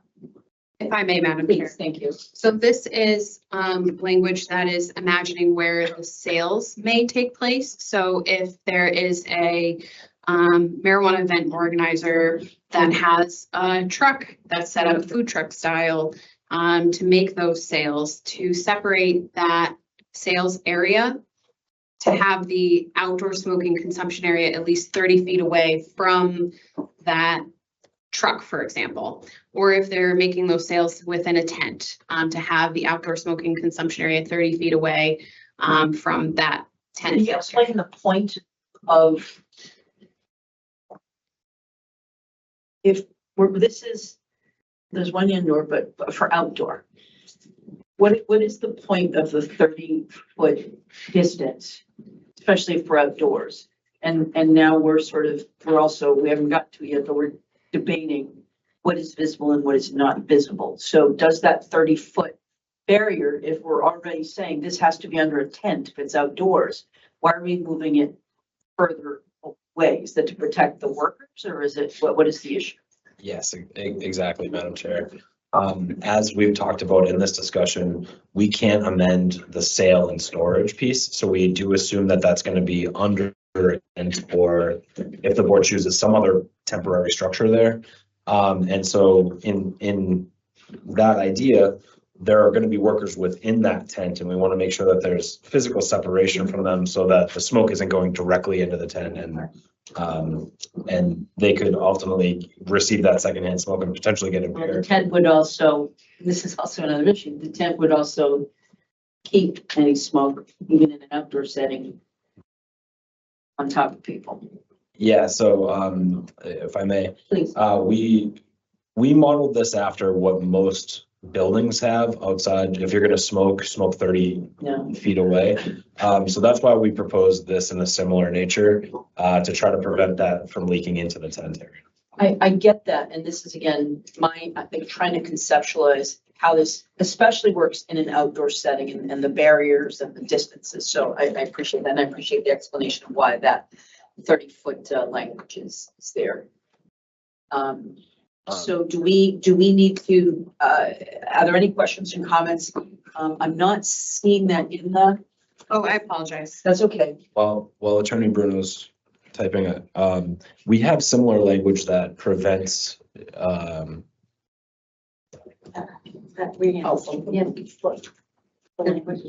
It's okay. She's just gonna. Okay. It's okay. So this 30-foot language is, it's trying to get at what we have in the other context where with the brick and mortar, you have to have things that would prevent the smoke from going in and leaking into the brick and mortar establishment. Again, we don't have that, but we want to offer flexibility. So this is a similar provision to be preventative from that smoke going what is within the tent. It's also appropriate just to, in terms of keeping track, having, I have this, but does the public get to see us? So that's just trying to make sure we have consistency there. So thank you for putting that up there. It also becomes part of the records of Madam Chair. Thank you. The script that you have, the public has as far as the agenda goes. So that's a part of the public meeting. So that is in there. So, Yep. okay, right, fine. Thank you. Moving on, if there's no questions or comments. Are we incident reporting now, or are we still? Madam Chair, if I may, we are still on 104. We're now at subsection I and number 2. Oh, okay, I'm ahead of you. Okay. Thank you. I see it now. Consumption areas, sales areas, service areas, and food service areas, if applicable. This change was to include service areas, again, with that hospitality mindset, just to make sure we're requiring a marijuana establishment to keep its diagrams up to date, which will also include service areas. Thank you. Any questions and comments about this amended language? Hearing none, let's move forward. If I may, Madam Chair. The next amendment is to subsection J, number 2, which goes from 104 to 105. It reads, a supplemental on-site consumption licensee that operates in a marijuana retailer and operates an indoor non-smoking consumption area may continue retail operations and may allow social consumption sales and service to occur at the same time. The amendment here is to clarify and add after may allow. We've added social consumption, sales, and then after sales and service to occur at the same time. And so this amendment, I'm sorry, I'm just reading it one more time. A supplemental on-site consumption licensee that operates in a marijuana retailer and operates an indoor non-smoking consumption area may continue retail operations and may allow social consumption, sales, and service to occur at the same time. So the point being that they can commingle those things. They don't have to have those barriers or separation. Attorney Baker? Thank you. We're also clarifying, which was correctly pointed out in the public testimony, that in a couple of instances, we added retail sales, which what would be social consumption sales. So it would be like we confused what was allowed to be sold at the package store versus at a bar. And so we're offering clarification here that the social consumption sale is the most appropriate term of art to use in this instance. Questions or comments? You're still digesting, Commissioner Ryan? I am. So it's, you know, obviously it's non-smoking, gummies, tinctures, edibles. And so it can happen on the sales floor. Madam Chair, if I may. Please, thank you, sorry. Sorry. Yes, Commissioner Roy. So because the only requirement for the separation is really for the smoking areas. And so this subsection is really kind of identifying that they can continue their retail operations. They don't have to separate those. They can continue their social consumption sales. Of course, they have to have maybe a diagram of where their designated consumption area is. So if that's roped off, but they don't have to separate the sales areas for the sales or service of marijuana or marijuana products. Both can happen at the same time.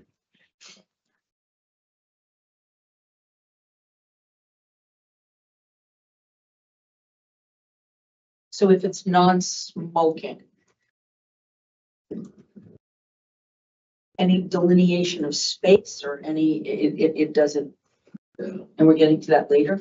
No, I think no matter what, the consumption area will have to be designated. So if you're gonna allow for them, consumers to walk around the entire retail space, I mean, that's probably not what you want as a business. So I don't imagine that the consumption area would include the line, obviously, for retail. So again, that would have to be in their application as to where the consumption area is. Likely, it's gonna be in the corner away from the retail line. Right, but this was also my question, and I thought that I saw this when you were presenting it before, that in terms of the delineation, I mean, is it a velvet rope? Is it are we requiring anything like that? I mean, we have to define it, but how do the customers know where to go and what to do? Commissioner, right? Yeah, that is at odds with another area of our regs. This is a marijuana establishment may display and secure locked cases, samples of each product offered for sale and subject to the requirements of 935 CMR 500-110. These display cases may be transparent. An authorized marijuana establishment agent may remove a sample of marijuana from the case and provide it to the consumer for inspection, provided the consumer may not consume or otherwise use the sample unless otherwise authorized herein. So it's like, it's the index case, but now they can walk around to,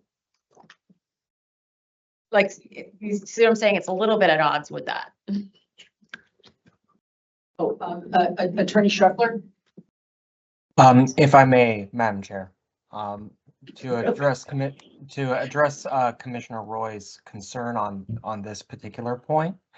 At the moment that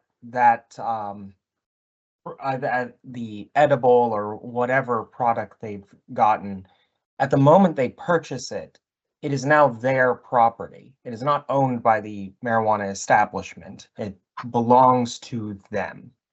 So that's kind of where that sort of display case restriction that applies to marijuana owned by the marijuana establishment, not something that has now been sold and belongs to the consumer. It's more just a question of the space in which they are consuming what is now their property. Okay. Commissioner Wright? Do we need to be more prescriptive in saying may consume only in the designated space, so it's not on the sales floor? See, that was what again, when I was watching the presentation a few weeks, a month or so back, and I was looking and I remember saying, we can put it in a plan, but if you're a customer and you walk in, how do we tell the customer, this is the space that you get to walk around and consume? Obviously, there's got to be something that's defined, because you're going to be having people chasing them around, and how do we, do we want the people who are serving, we have to be chasing people, like, no, don't go there. I just think that we need to clarify what we're requiring in terms of that. I don't even call it segregation, but designation. And I don't know if we have that language clarified. And if someone walks over it, I don't, what happens if we have a plan? And I saw how you had put together, again, I saw the schematics. So here's the footprint, right? This is,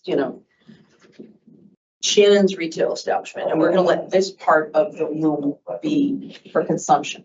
Don't we want to tell the customer, stay over here, don't be walking over there? Should you be bringing your seltzer over to go look at the T-shirts that they're selling? Can they do that?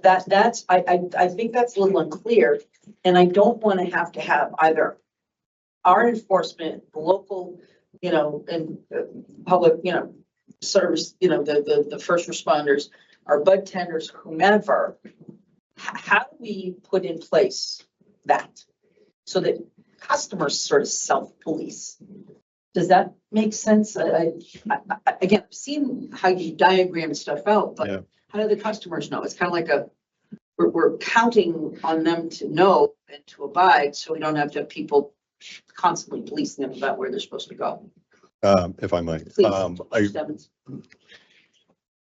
I think we're ending the responsibility right now with the licensee, like designate your space. But I think to your point is, how do you let the consumer, how does the consumer know, either through signage or the velvet rope or whatever, what that consumption area is? Unless you're right, you're going to have an agent there saying, and I think it's over here. It's not defined, it could be the parking lot. Right. If it's not defined, right? So I think we need to say in a defined designated area, because someone could say, well, I'm gonna go in my car. This is a social premises area, Right. So. Attorney Baker. Thank you. I'm just a little confused because we do have consumption areas as the defined areas within the premises where consumption is the only place that consumption is allowed to occur. Commissioner Stebbins. But that's what the licensee gives us, so we know where the space is. I think we're trying to get to, how does the consumer know I can go over there, be where the couches are around a rope, or they paint it on the floor, like consumption area.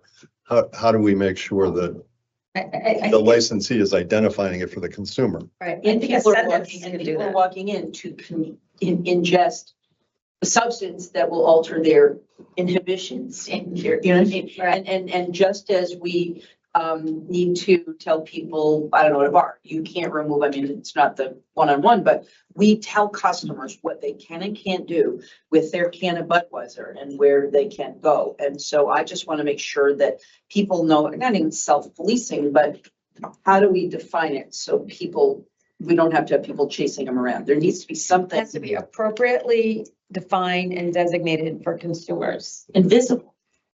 Yeah. So I don't know what that looks like.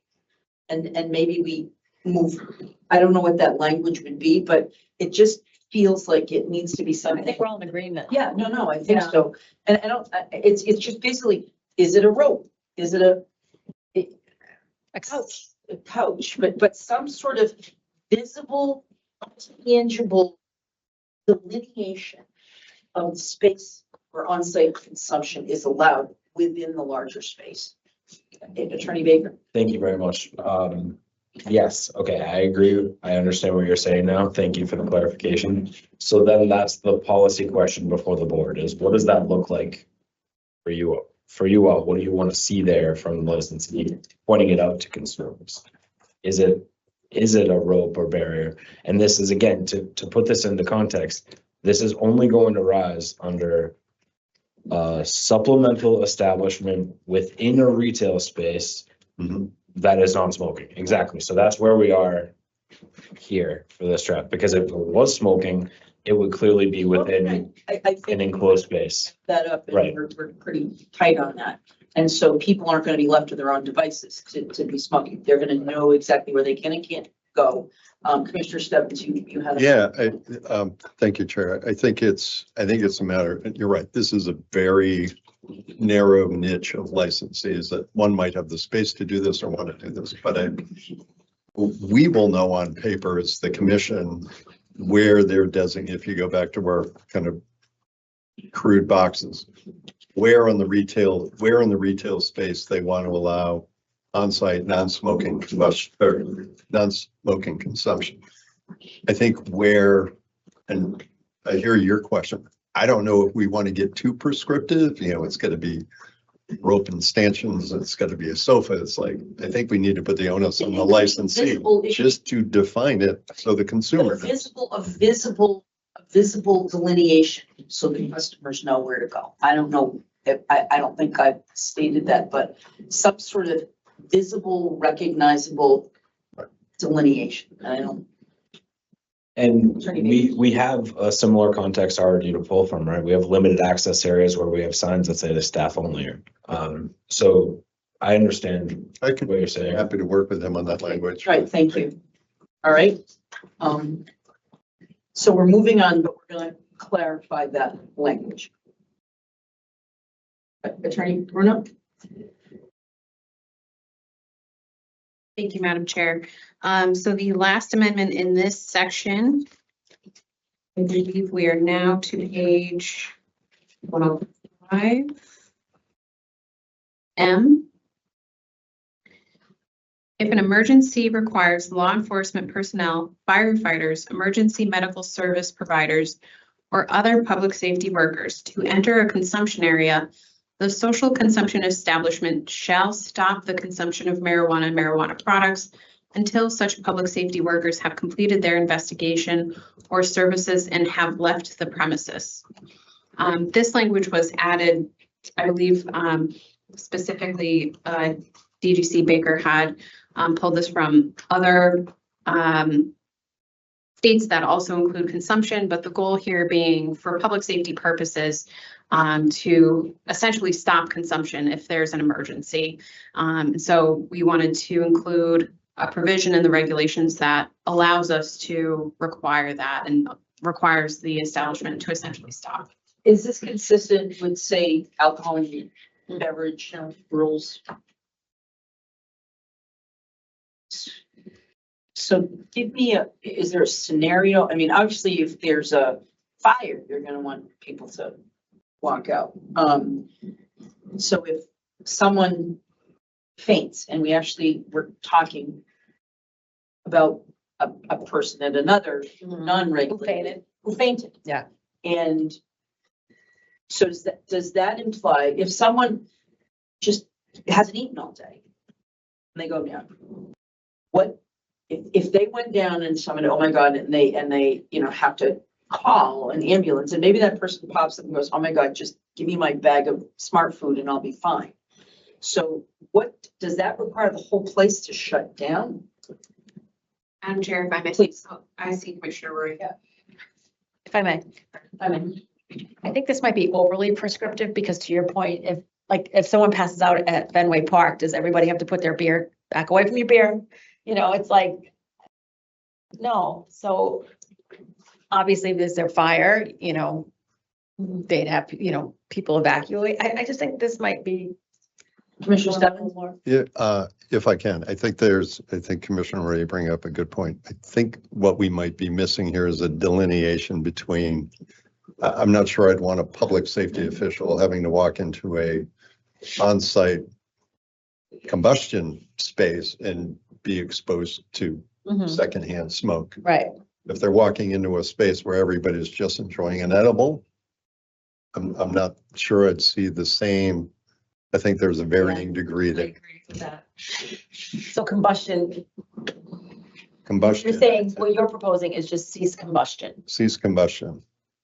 Because I don't think we want any of our, they start to jeopardize their job Well, if they. but also thinking about cannabis smell ceasing combustion, right? So, I just want to, They'll stop. but if we're also, think about this practically, if we stop, and then all of a sudden people who have been ingesting, they have to walk out.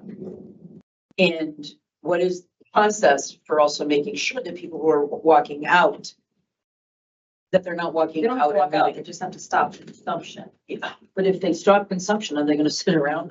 That's, I think we're trying to find something that is not overly prescriptive, but that also, if you stop, if I were at a bar and they go, oh, I've stopped serving your Chardonnay, I'm not gonna stick around waiting, if someone, and I was at a restaurant a couple weeks ago, absolutely happened. Person went down, wasn't feeling good. They came in, they took her out, she was fine, right? So if in a bar, we had to tell everybody to stop serving alcohol, you're not gonna have people in mid-consumption are walking out, I would assume. So how do we address this? And where did you say, Attorney Burnham, where did this language come from? I think I might have pulled it from a California regulation. I can't say how. I think I may have pulled it from a California regulation. Commissioner Stebbins, how do you feel about this? You think this is overly prescriptive? It might be a little overly prescriptive. I go back to, I see the value of, I don't need public safety officials walking into a combustion area. Because again, we don't want them exposed to secondhand smoke. We don't want them exposed to being suspected of when they go back to their headquarters of having been somewhere else. So I could see maybe a tailor to combustion, but maybe not to the other forms of consumption. Attorney Baker? Thank you. A simple amendment to get at this would just be to add indoor smoking consumption area before consumption area here, and then you couch it in just the combustion smoke that you're seeking, I think. Are you both comfortable with that? Commissioner, are you comfortable with that? Commissioner Stebbins? I am, yeah, yeah. I also think that this could be an enforcement. I think that we are comfortable with that, so we can move on. Madam Chair, if I may. Thank you.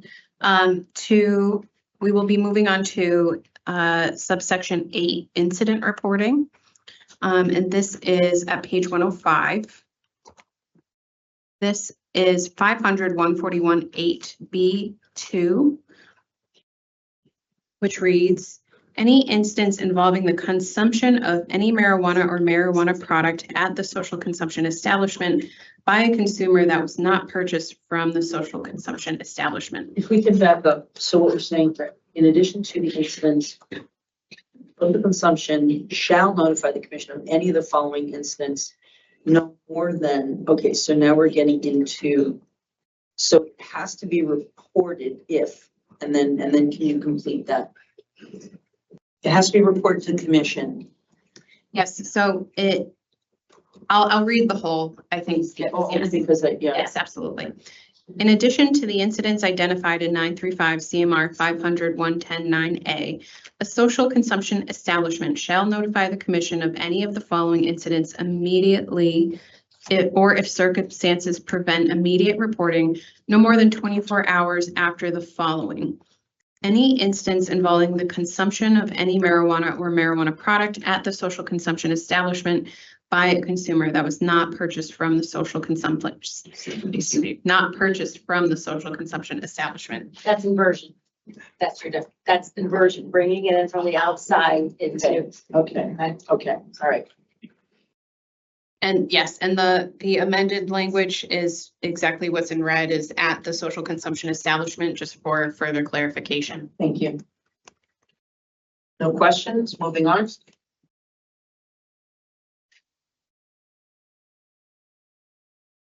We'll be reading subsection 3, any instance involving the consumption of any marijuana or marijuana product from the social consumption establishment being consumed in any area outside the designated consumption area and on the premises. Or, again, this is a clarification change. What we had done is replace a designated sales area or other with any area outside of the designated consumption area and on the premises. Or, oh, I apologize, I'm misreading my own notes. I'm sorry, this is a much, much simpler amendment. It's to add or at the end because that was missing. So I apologize. Thank you. All right. Makes it much easier. Questions or comments, Commissioner Roy? In the incident reporting, what about service to a minor? Did we account for that? Report to the Meaning if commission? there's service to a minor? Yeah, service to a minor. I'm wondering if we should do that here, that should be reported to the commission. I think that, Commissioner Dowds, I think that makes sense. Do you think that that makes sense? I think it makes sense. I would go a little bit beyond service because service is an actual transaction. Yeah. It's just access to the premises. You want to be mindful of getting that reported. Sales, service, or consumption? Yes. He's saying, And this is also sort of a practical issue, and this is also, it begs the question for later on when we have to enforce this. It begs the question about our enforcement. Oops, no, someone dropped it off for me.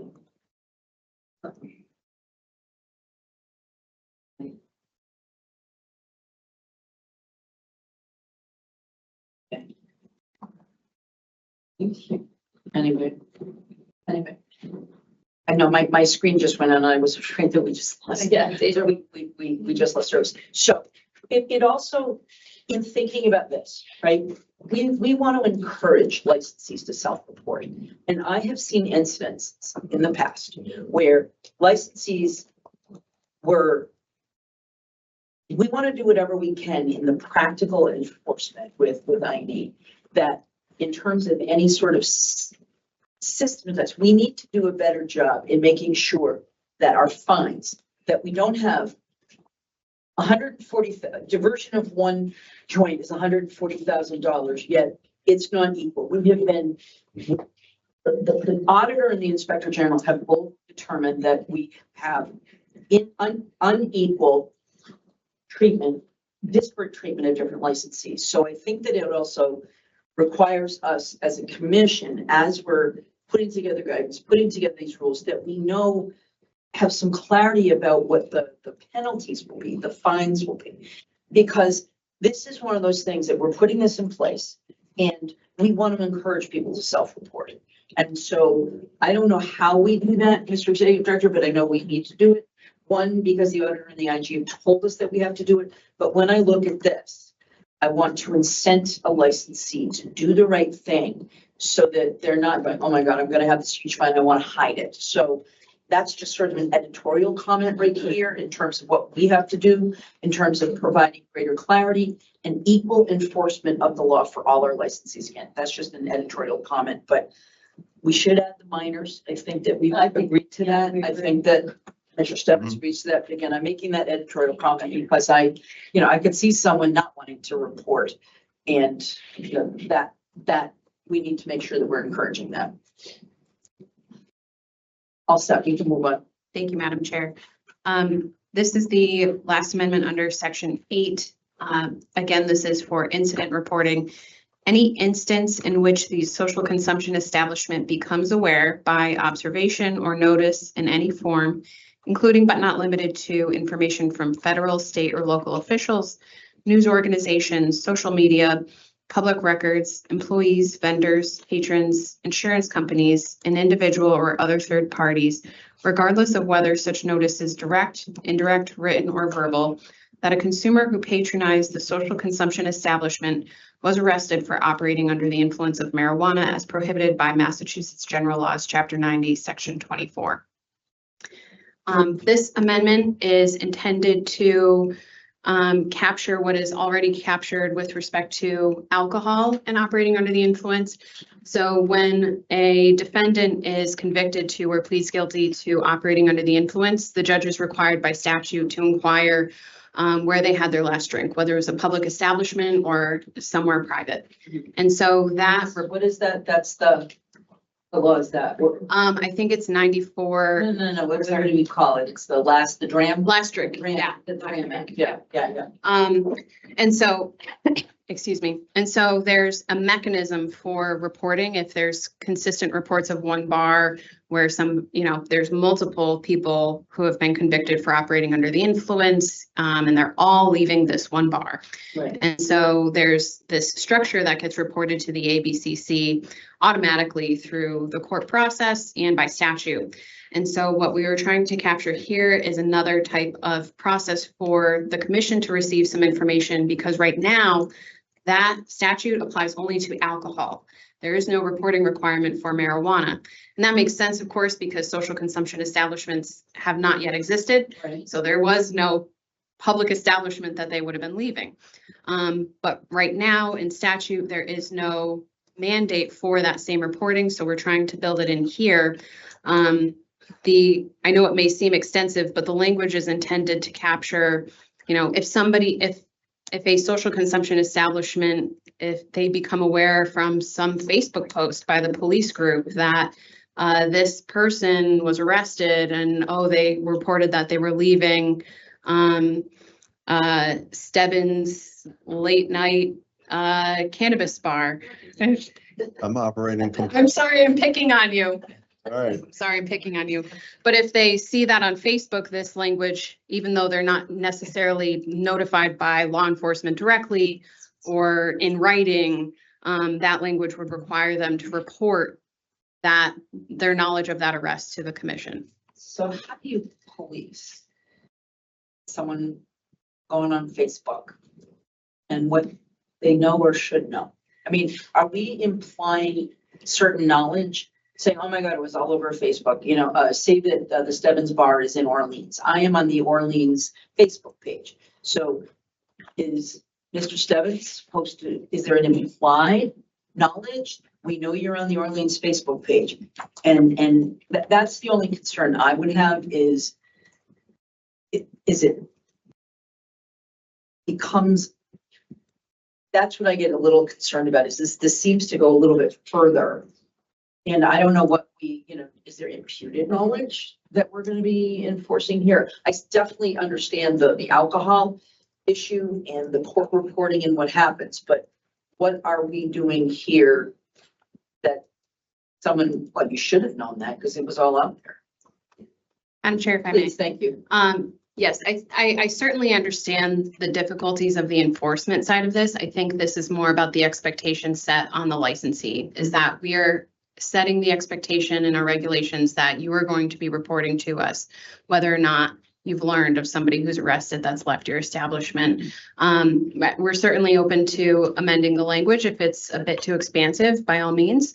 I think that, there's in the world today, social media and things of that nature are just so popular. We were trying to capture some of those ways, but I'll certainly let Commissioner Roy. Yeah, again, this is incident reporting. It's just reporting to us. Yeah. No further.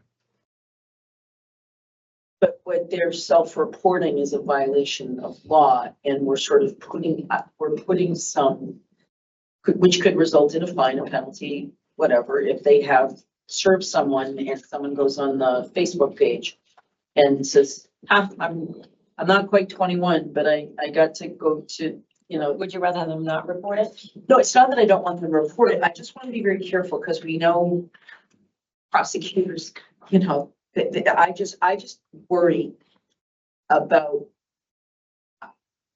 as long as here I see notice.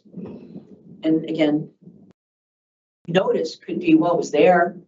You should have, and so the only thing I just want to make sure is that there is no implied responsibility through social media and these other things, that there has to be actual knowledge that in the course of doing business, they know this. I just get worried that a prosecutor could, or we could say, we're going to come down hard on you because we saw this Facebook post. And I know for a fact that all of our people in the I&E team are all over media, all across the country when we have to do certain background investigations. So I wouldn't want someone to get in trouble because we had an investigator who said, wow, I saw this and you didn't report it to us. So that's my only concern, is what's the level of imputed knowledge that we're going to be. I agree that we have to have them report, but what protects them from overzealous? You should have known that. So Commissioner Stebbins? Thank you. I appreciate us having a chance to think about this language. I think this might be aligned with what you're talking about, Chair. I start to get a little anxious when they hear from an individual, so-and-so got stopped and they were at your place last. I mean, we'll start having incident reports come in just because anybody maybe wants to do damage to my, establishment, starts laying on these complaints. Now we're reporting all these complaints. If there was a way to limit it to, they get a notice from a federal, state, or local official, or a public record, or something that just kind of takes the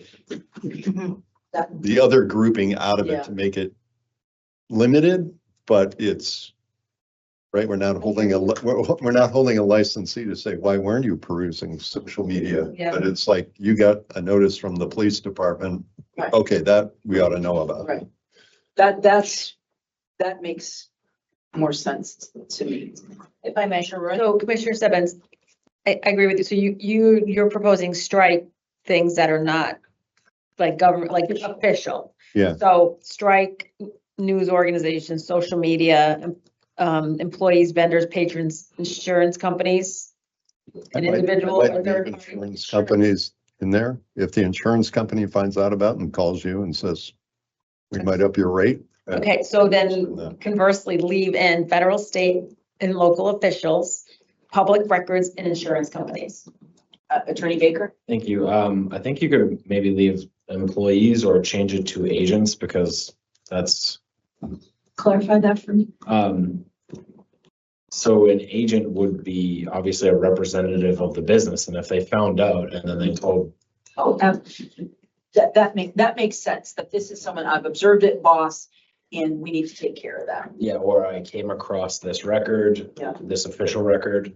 So I think, I mean, maybe instead of employee, it could be agent, but. Yeah, I think agent is probably a better word. I do too. And again, it's really, I just don't want to, at some point in time, say, this was all over the Orleans Facebook page. How did you miss it? And I just don't want to hold them accountable to something like that. That's not official, because I've seen a lot of stuff on the Orleans Facebook page that is not necessarily actionable. So people complaining about different things. So. If I may, that's very helpful policy input. So we presented something very broad. It's very helpful to have the narrowing. So thank you. Thank you. Commissioner Roy? But so they could take into account, if they happen to see it on the Orleans page. Yeah. What if we just leave it included but not limited to? And then we say federal, state, local, insurance. So if they come into additional information outside of those buckets, they can report it. My only issue is I want them to have knowledge, and I just don't want there to be, you should have known. And I agree, but so that, I think it accomplishes that. Okay. So we leave in including but not limited to what we all agreed on. That I think accomplishes both. Yeah, and we'll have, and obviously if there is some incident that we become aware of, and we, did you know about that? And they're gonna have to be truthful, so. Okay. Any other comments or questions? If not, moving on. Madam Chair. Attorney Brew. We are on page 106 under section 9 prohibitions.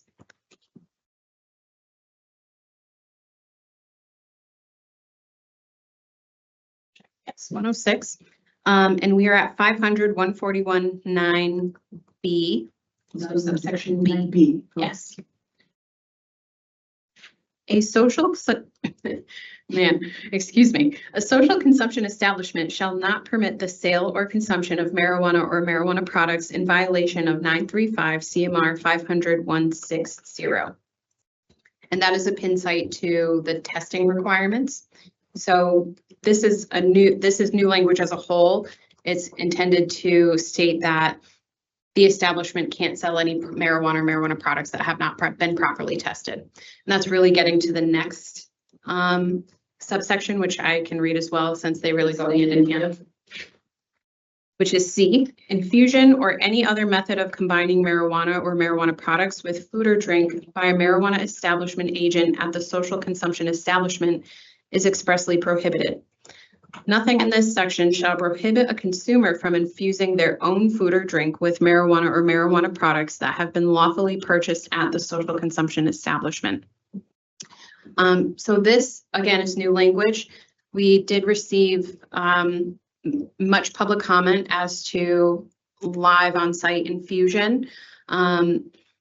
Because of the testing requirements that are mandated before any marijuana or marijuana products are sold or consumed, that live infusion process is just something we can't accomplish under the regs as drafted. And so we felt, the legal team, in response, there was a request for clarification on both sides, for and against. And so we thought it appropriate at this place to include that express language, just for better clarification as a whole. Yes, and she's looking at B and C, so it's for the top of the page right there. Okay, thank you. She's read the two.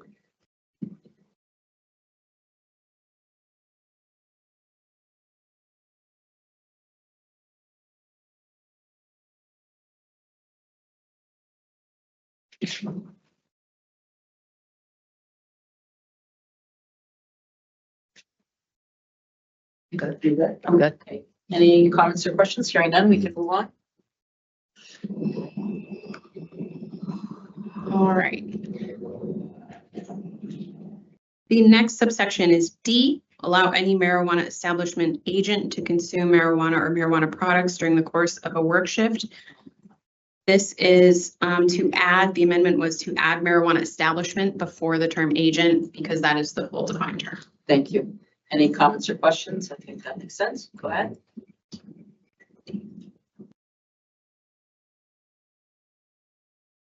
The next subsection is E, allow the sale or consumption. Oh, you know what? I'll skip this one because it was to capitalize tobacco. Oh, okay. So all you're saying is there's just capital T. Yes. Okay. Mr. Stem, do you have any comments on that? No, you're good. Sorry. The next subsection is J. And again, we're under prohibitions. A social consumption establishment may not permit marijuana or marijuana products to be sold or served to an intoxicated consumer. The amendment here to the change in language is to mirror the dram shop statute, which is a statute that applies to in the alcohol world, where bars and those types of establishments are prohibited from essentially over-serving their consumers. And so this language was changed to mirror that language in that statute to clearly show that the intent is to have the language be applicable in the same way. Mr. Stebbins? Thank you, Chair. And correct me if I'm wrong, this ties back to language that all licensees, at least retailers, have right now, that they can deny sales to a person that they feel is exhibiting impairment regardless. No test, just like we think you're impaired, we're not selling you anything else. If I may. Please. Yes, that's exactly correct, Commissioner Simmons. And this is one of the things in practice that I do get a little bit nervous about, given your background, in alcohol and, understanding I have a skepticism about theory, or it's theories. Yes, series. So and understanding what impairment is. And again, this is just a little bit of editorial. I know that I can go to my local restaurant and I can have my dinner and have 1 or 2 glasses of wine, and I know what impairment is. And given, sort of within 90 minutes, I've probably been able to ingest and my body will metabolize the alcohol in there. So this is the one thing that I do get a little bit nervous about, is that I like wine, I'll drink it alcohol free. I just like the taste of it. So I don't know. And I think that this is really going to be under our RVT and when we get there, but just understanding that I think that this is going to be difficult for a lot of licensees to do, but we need to do. I don't know what the status or standard is across the country, but I don't know if you have any comments about that, how impairment will be determined, because we know that the tolerance levels, especially when it comes to cannabis, can vary widely. So how are we going to do that? Not that I'm asking you, because we still got to figure it out, but it's just, I don't know if you have any commentary, not an answer. Just. Yes, Madam Chair. Thank you. So I kind of see this as a differentiation from impairment and intoxication. I see impairment as being a scale. How impaired are you? Are you so impaired that you're intoxicated? Because if you're consuming, you're probably going to be impaired in some way, shape, or form, and it's a matter of how impaired have you become. I know with law enforcement, they are looking for the standard things in their training. They go through a training where they're looking for things like bloodshot and glassy eyes and slurred speech, and if they're unsteady on their feet. So those are the types of things that they're looking for. I don't have personal experience in what the RVT training looks like, or even without, even beyond social consumption. But I know that this is something certainly, the country is working to understand as a whole, whether that's beyond drug recognition experts. I know that those protocols and procedures are not necessarily adopted across the country by courts. And so, there is a big push to find a standard as to what is going to be helpful for these agents and bud tenders and police and law enforcement as a whole. And as a defense attorney. Certainly, yes. My background is, I have a concern about how we're going to do it. But again, we don't need to get into that here. We can move on unless there are any comments or questions. Commissioner Roy. I have a question unrelated to. Please. Okay, so you were on J, right? So if we go to I, and it says allow, so the prohibitions, we are prohibiting someone to allow consumption outside of the designated consumption area. So let's go back to the page before, page 105, where I have a big pin. The commissioner at the top of the page on the hard copy, number 2, Commissioner Stebbins was going to work offline. So 2, as it's in a plain reading of 2, is at odds with I, because we're saying a prohibition is allowing consumption outside of a designated consumption. And unless you say my whole sales floor is a designated consumption space. Number 2 is we're saying we need to be a little more prescriptive into and saying a designated space for consumers to know, right? A supplemental on-site consumption license that operates in a marijuana retailer and operates an indoor non-smoking consumption area may continue its retail and operations and may allow social consumption on the sales and service to occur at the same time. But I says only within a designated consumption area can you do it. So this is why I feel we have to go back and say designated consumption area. Does that make sense? I know, Madam Chair. Convoluted. I think that's helpful, Commissioner Roy. And what's funny is I'm reading it a little bit differently. So I think that goes to the point that maybe some clarification is helpful. Oh, yeah. I'm reading subsection 2. In the context of that entire section, we discussed how there needs to be a separation of sales and service from smoking consumption areas. And so this particular subsection is stating that there doesn't have to be that separation because there isn't smoking. And so that I'm reading it to mean that that doesn't necessarily mean that. Yeah, so it's, I mean, there's Yeah. ambiguity. Right. So I think that goes to the point is we can certainly clarify. Okay. If I could, Attorney Schreffler had his hand raised, but I don't know if we've already covered, if Attorney Schreffler, I saw you raising your hand and there you are.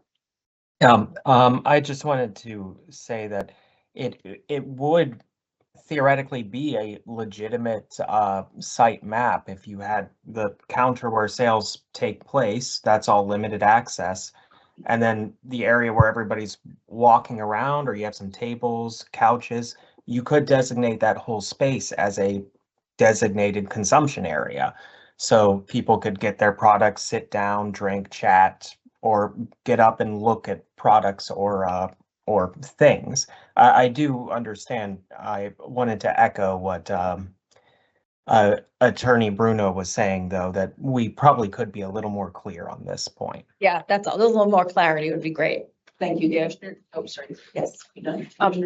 Yeah, Are you done? well, yes, I'm done. I'm done on that. And thank you, Attorney Bruno, and thank you, Attorney Schreffler. I had a email from a constituent, and so before we adjourn today, I just wanna, I think we're good. It should take like literally less than a minute to go over, but I don't know if you want to save it to the end or. What do you? Well, I heard from our friend Devin Alexander, like we all know Devin, and when we talked about the shelf stable products, and we have it in there that a marijuana establishment may sell non-infused water, food, drink items repackaged. We discussed this before, that delivery operators can be able to do that. And so my understanding is they do fall within a marijuana establishment, so delivery operators.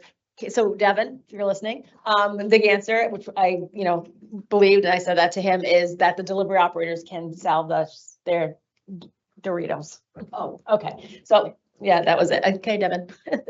Commissioner Simmons? Sure. Quick note to Devin, not yet, but you will be able to, like, don't start tonight. And just going back to this conversation between that section 2 and allowing consumption outside the designated consumption areas. Again, I think this gets back to the licensee is going to tell us where that designated area is. It's conveying that to the consumer that we need to just marry that language. Yes. And thank you for saying that immediately. That's the Grenville's example. So we were talking about the place that was the subject of a Supreme Court decision, and all of law students said, yay, good decision. And we all showed up thinking they would have a liquor license the following week. So anyway, it didn't happen. No, it didn't happen. We didn't do very well in constitutional law or local law. So anyway, all right, moving on. If I may, Thank Madam you, Chair. Thank you. So we are on now page 106. We have made it all the way to section 10, indoor smoking consumption area requirements. So the first subsection that we'll go through here, because we've already covered tobacco, is subsection D. Excuse me. This reads, access to indoor smoking consumption areas are restricted to consumers, marijuana establishment agents, and commission staff. This was again to add marijuana establishment prior to the term agents for that full definition. Commissioner Roy? I think we need to broaden this because we're gonna have air handling systems and you might need an emergency HVAC guy to come in, gal to come in. And, so, right, and they're not necessarily a registered agent. So I don't know how we can address that. So would you like to, how would we address this, Attorneys Baker and Bruno? Do you want to think about it and we can, I know that I'm getting tired right now. So, Yeah. I left my house at like 7 this morning. So, it's getting to be a long day and we get a lot through. I'd like to make sure that we can get as much here done so that, and we have some time. So do you want to think about that and we can come back with some language? Commissioner Stebbins, did you have a point? Thank you, Chair. I was just going to say, designated vendors, invited vendors. I mean, Integrated business, what is it called now? that term. But I mean, that's just under the SAP program. But I mean, we could say contracted vendors. That would cover it? Are you good with that, Commissioner? Right, contract? Yeah, because and they have to sign in anyway, and we need their ID. They have, that all needs to be completed. So, yeah, I think contracted. Okay, we're good with that language that Commissioner? Is the attorneys, we're, yeah, good, okay. All right, thank you. All right, no more comments. Thank you, Commissioner Stebbins. Moving on. Thank you, Madam Chair. Subsection E, marijuana establishment agents shall receive adequate personal protective equipment and the legal amendment will be, shall be provided options to marijuana establishment agent. I'm sorry. Let me back up. I apologize. Oh, here, I'm looking at the wrong place. Thank you. Glad you're back. Thank you. See, I knew that I was. Yeah, You saw I was looking at Yes. it. E, marijuana establishment agents shall receive adequate personal protective equipment and shall provide options to marijuana establishment agents to view the indoor smoking consumption areas in a smoke-free and vapor-free area. A social consumption establishment shall not prohibit or restrict a marijuana establishment agent from wearing or using personal protective equipment while working in or around an indoor smoking consumption area. That second sentence is new language. We did receive some public comment in regards to this, and we thought that'd be appropriate so that any ME agent who would like to wear PPE who's working in these areas can't be prohibited from doing so. Hearing no comments, let's move on. The next subsection is F, and just to preface, these are the requirements for the ventilation and filtration systems. Social consumption establishments with an indoor smoking consumption area shall include 1, a ventilation system with the indoor smoking consumption area that shall maintain negative air pressure relative to adjacent spaces at all times of operation. I can speak to this. Please, yeah. So the negative air pressure within the indoor smoking area is meant to kind of keep the smoke going through the ventilation system and pulling it in towards the indoor smoking area. So if there's adjacent areas and smoke is escaping through the doorway or whatnot, think of it sort of like the fan in your bathroom and it's sucking up the steam. And so it's pulling that smoke into the filtration system, the negative pressure aspect. Thank you. Any questions or comments? Hearing none, moving on. 2, a separate ventilation system within the indoor smoking consumption area capable of 20 complete air changes per hour at a minimum. Excess air required to create negative air pressure volume must be directly exhausted to the outdoors in compliance with all applicable building codes and fire codes and environmental regulations. Excuse me. Commissioner Wright, hold on. Commissioner Wright. Attorney Bruno, Yes. I'm wondering if we should add shall be in front of capable to be consistent because we have shall and number 1, shall maintain negative air pressure. So number 2, a separate ventilation system with indoor smoking consumption areas shall be capable of 20 complete air changes per hour at a minimum.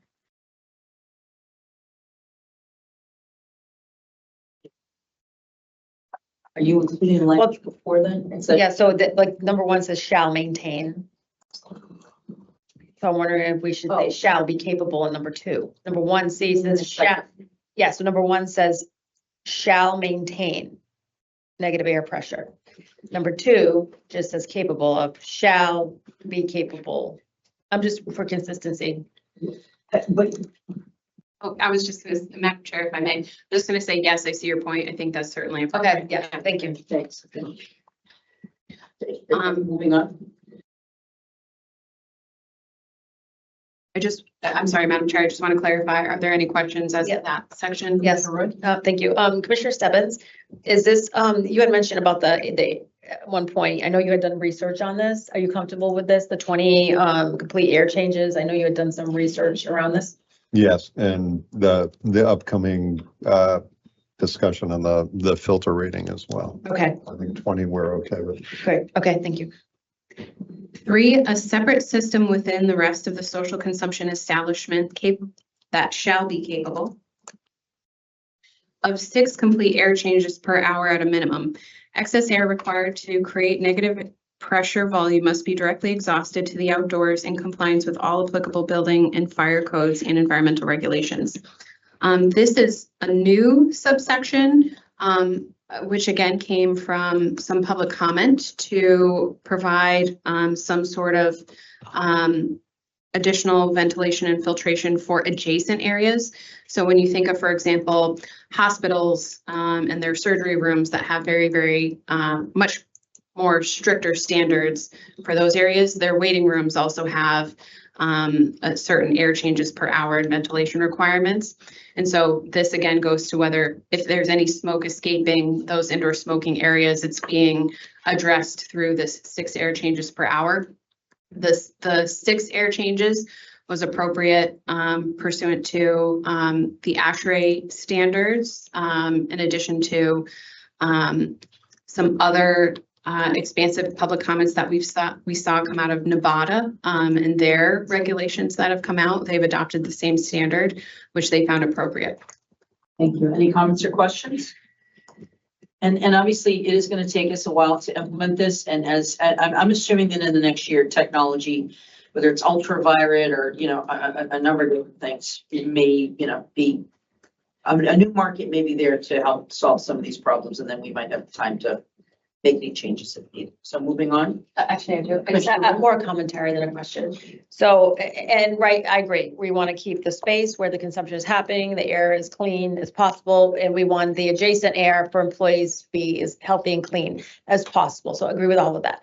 And we all know that these air handling systems are not free and they are expensive. And so now we just added the burden of another air handling system. So what I would say is when we get to partnerships and joint venture agreements. And so just keep an open mind when, I'm going to propose around general partnerships, what that could look like to increase access to capital. So everybody just kind of keep an open mind when we get to that point, because now we have an additional air handling requirement, which is not going to be cheap. So that's just kind of greasing the skids for that. And again, given all the time and attention looking at this, we don't want this to be crap cooperative. No. We know how many people have gone through our social equity program. We know how many social equity licenses are in commence operations. So we want to make sure that it is something for people to make money. That's the whole point, making money. So. Thank you. Attorney Bruno, moving on. Thank you. So we'll be moving on to number 4, and Commissioner Roy, with that in mind, this next language will certainly help affect or try to reduce the cost. A minimum efficiency reporting value, MERV, 14 or higher filtration system capable of handling the entire volume of air within the indoor smoking consumption area, or an equivalent system pursuant to 935 CMR 500 14110H, which is a pin site to an alternate ventilation and filtration option, which we can discuss more in a moment. So this language, previously in the prior draft, there was technical standards housed under written policies and procedures that were different from the location and the regs that we are right now. So the prior draft had a HEPA standard versus this MERV standard. HEPA is like the absolute highest high standard. HEPA is all we were talking about 5 years ago. Yes. Right.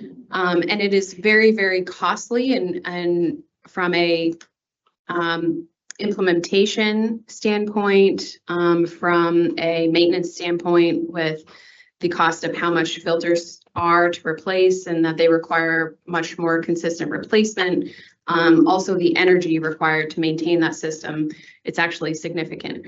And so in researching this section and with the public comment significantly, the MERV, which was the other standard that was already within the regulation, what we've proposed is the MERV standard of 14 or higher, which is still incredibly protective of public health, but it is a much more cost-effective program or standard that we hope will be more accessible for people who are hoping to have an indoor smoking consumption area.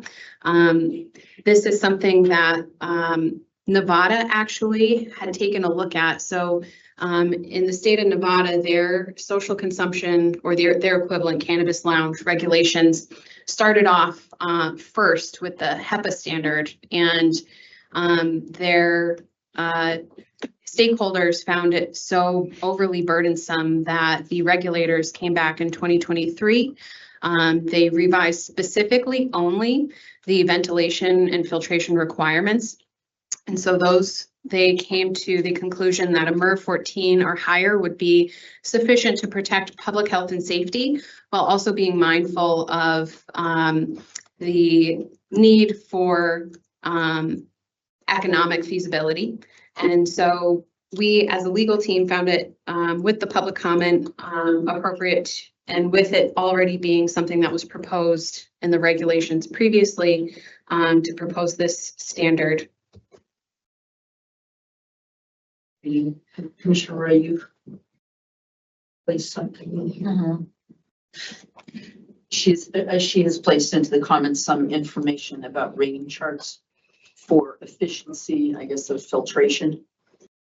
Is there anything you want to comment here? You're just sharing that with her? Well, yeah, I'm just sharing that, and it says the MERV filters are effective for capturing cannabis dust and other particulates, with higher MERV ratings offering better efficiency for finer particles. For cannabis grow, MERV 11 through 13 is often recommended. We have MERV 14. Does that mean it's less efficient than an 11 through 13? If I may, Madam Chair. Please, thank you. 14 is higher, so it's one step above. Better. Yes. More stringent. Yes. More, okay. Yep. Okay. And then just Attorney Bruno, if we could add shall be. Oh, yes. Cool. Thank you. Thank you.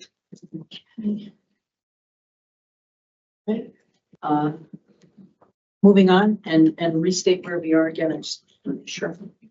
Excuse me. Thank you, Madam Chair. Yes, we are at the bottom of 106. We are at section 10 F5. Okay, here we go. Yep, I see it.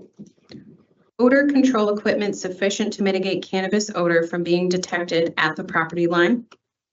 This language was previously under the written policies and procedures where there were technical standards housed, and we've just brought it down to the actual technical standards section. Thank you. And also, Go ahead, Attorney Baker. thank you, sorry.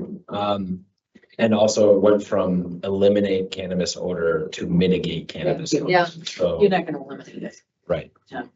But this is also, and as a former town manager, this is a municipal issue, and they're going to figure out where this is, how people, I mean, you know, how this is going to impact the community. So it's something that we will be providing wide latitude for the local officials to do that. Okay, moving on. So we are now at subsection G, which will go past into page 107. Prior to final licensure, a social consumption establishment with an indoor smoking consumption area shall demonstrate compliance with 935 CMR 500 140 110 by submitting a ventilation and filtration compliance letter prepared by a Massachusetts licensed mechanical engineer with supporting documentation. This subsection as a whole is new language. With the ventilation and filtration requirements set forth and with the public comment, we thought it appropriate to include a way for the commission to see that the ventilation and filtration system setup is actually in compliance with the regulations. So a professional who does this type of work, a licensed mechanical engineer, is going to be signing a letter that this complies. That's their license on the line, so they would be responsible for that certification. This is somewhat of a policy decision for the board if that's something you would like to require. I'll leave it at that.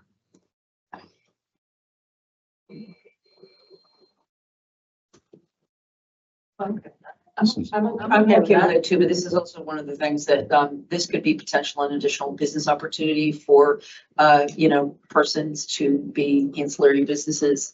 That this is something that not that we have to do this obviously right now, but it's also making sure that if we are requiring certain vendors and expertise, it might be a good idea in 12 or 18 months that we create some of those opportunities for people to find those people that appropriately. So I don't know, in terms of this definition of what that established expertise is, I'm assuming that there's some standard out there, but that would be the one thing I would want to make sure that in the long term, Executive Director.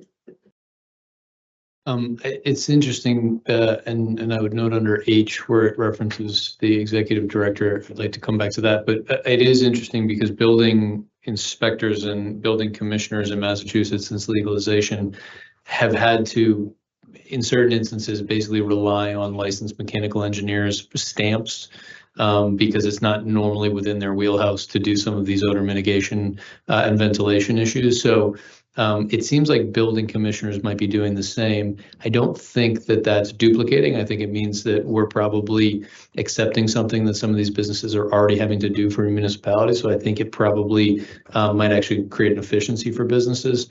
But it is something that has kind of become a standard at the municipal level where building commissioners are looking for these stamps from these engineers as well.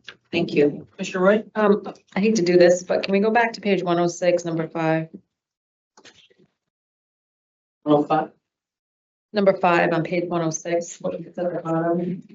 Where it says odor control equipment sufficient to mitigate cannabis odor from being detected at the property line.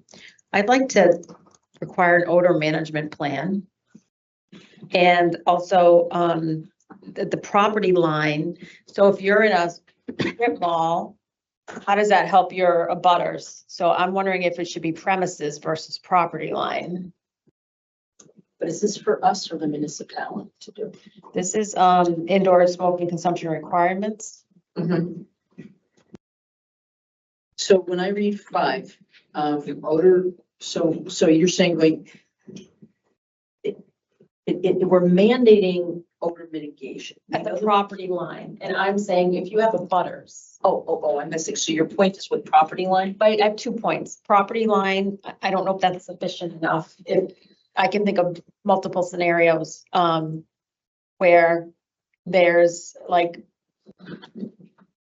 carpet store next to a cannabis, like, and they share the property line. So I'm shopping for carpets and carpets ain't gonna stink like weed.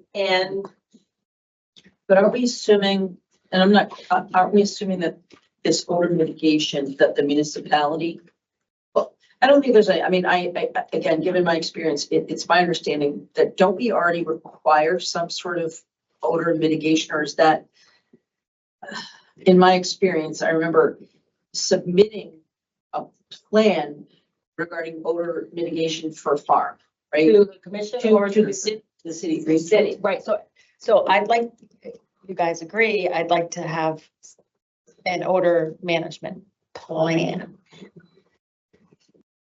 Attorney Baker? Thank you very much. Friendly amendment would be just that we have all the SOPs under 141.2. Yeah. And if you're thinking about this, I would just recommend putting it in there, but I also see agency Striffler. Yes. There's a consent. Attorney Scheffler, sorry, and I am trying to keep an eye out for you. Sorry about that.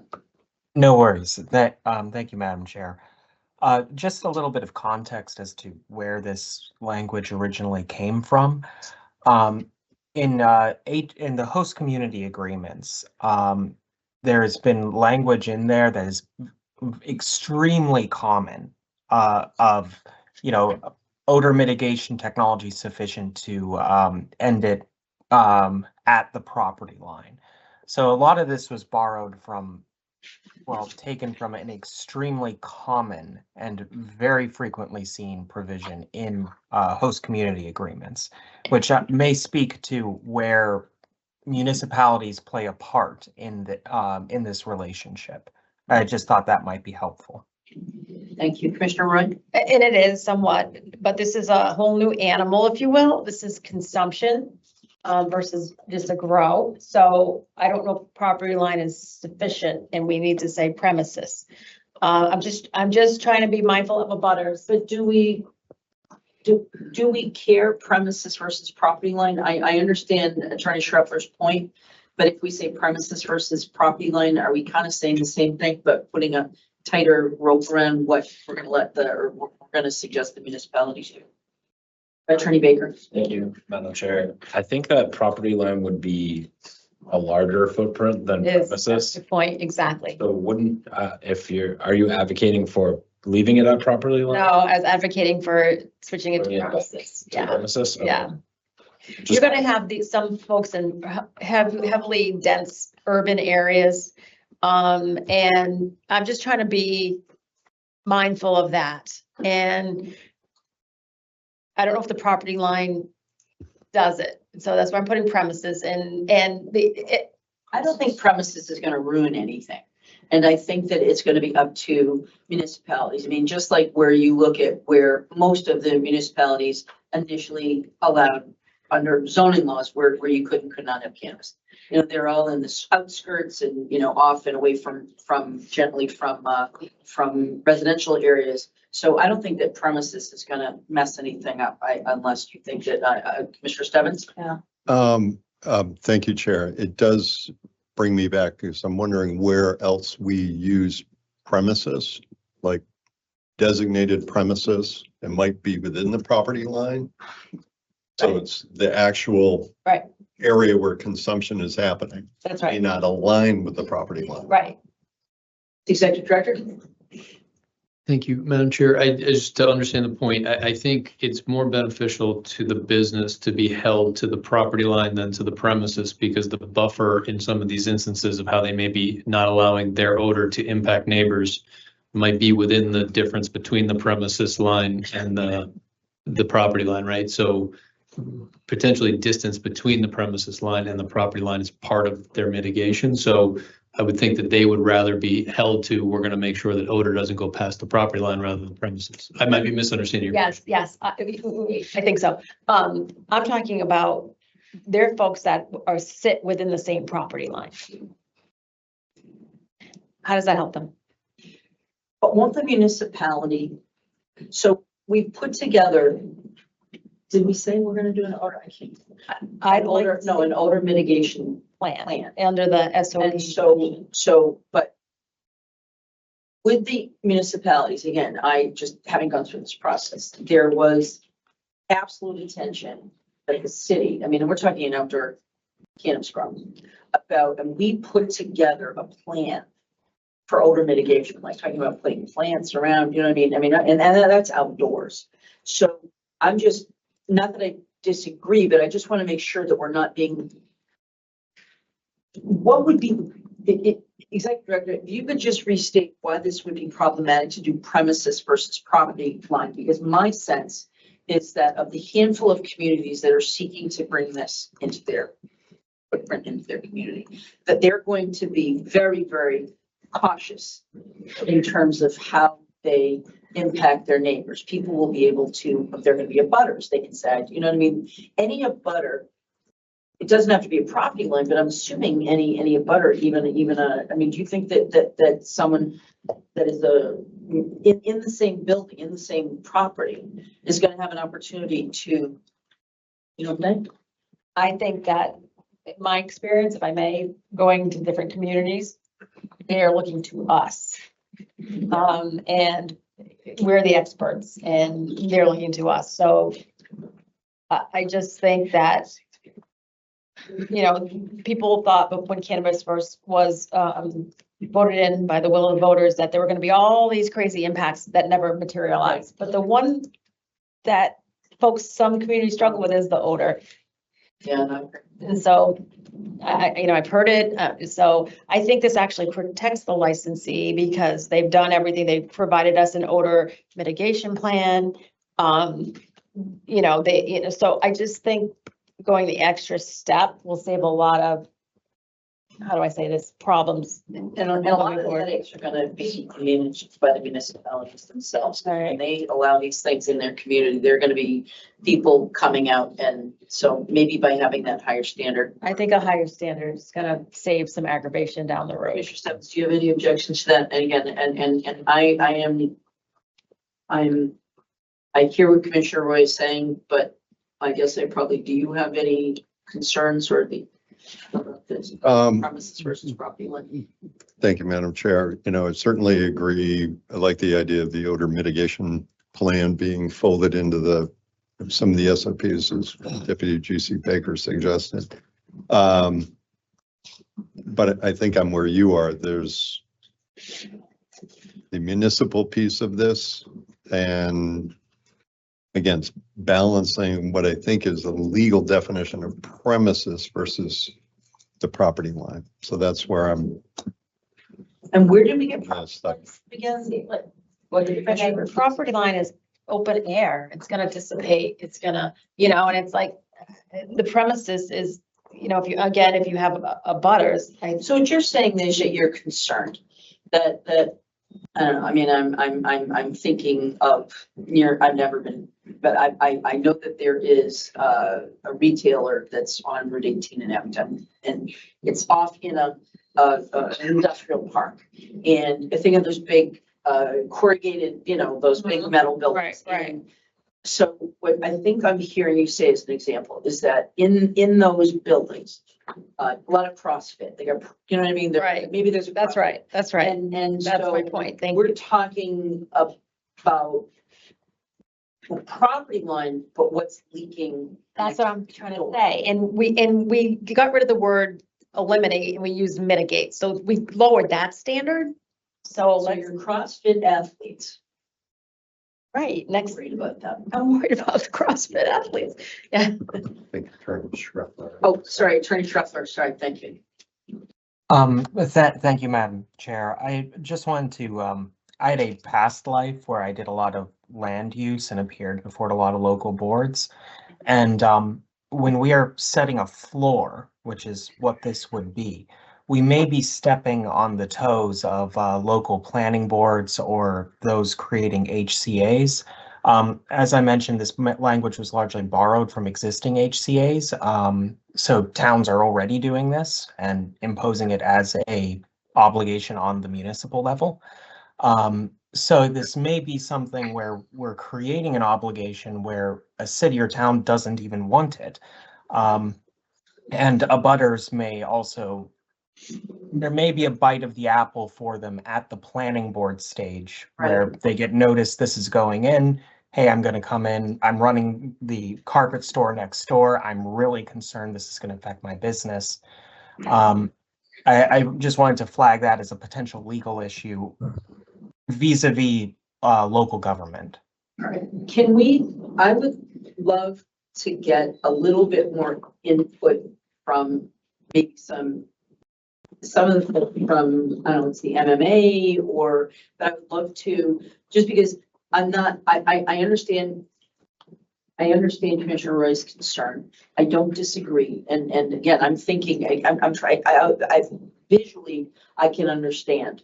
But I also think that having been through and listening to Attorney Schroepfer, having been through, I know that the city of Greenfield at least was very prescriptive, in an open air setting about odor mitigation. So I'd love to, only because it is getting late and I want to see if we can get through this. Can we maybe get a little bit of feedback from the MMA or from, some larger communities to make sure that we're not going to be stepping on their ability to do that, and whether they would welcome this, or is this part of guidance where we can say to municipalities, hey, you really need to be thinking not only about the property line, but making sure that you do this. So can we get some? And I agree with, and I said, well, the other thing in my mind is mixed use property. And maybe there are residents that can't afford to get an attorney to fight odor, or, so,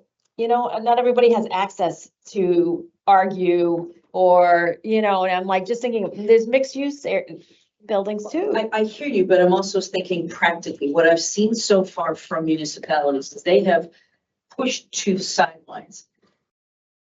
Most of our cannabis, not most, but a significant, they're pushed into the urban, the parks, the industrial. The outskirts. Right, the outskirts. So they've already done that by their zoning in many instances. So could we just, I do think I want to take into consideration your concern, but I also hear the executive directors. Just one more point, if I may. Sorry, thank you, and I won't belabor this anymore.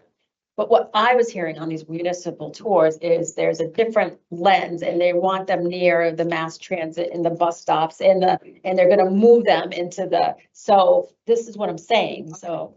All right, could we move on? Could we ask our legal team to maybe get some feedback from the MMA about how practically this would work and to make sure that if indeed we are with an eye towards not having intoxicated people out of driving and needing that transportation plan, it's obviously going to be potentially near to probably more densely populated areas and cheap to gel with other tenants. So if we could just get some feedback and then we can move forward. So anyway, I appreciate that's what we're here for. That's right. To make sure. We can't do this behind closed doors, right? With the law, so it gets Okay. long. But if we can move on, and I do think that this is one of those things that if we get a little bit more information, it'll help color our conversation. Go ahead, Commissioner, Attorney Bruno. Absolutely, Madam Chair. I just want to reorient us. And we are, I need that a lot sometimes. I guess I'm reorienting myself. I didn't realize that. That's while you're reorienting. So looking at the clock at 5:10, what is your informed opinion? You know, so we're sort of finishing. What is your informed opinion about how much longer you think this could take? And again, I just want to be mindful if anybody's needs to get on the road, get dinner, if you haven't had lunch. So.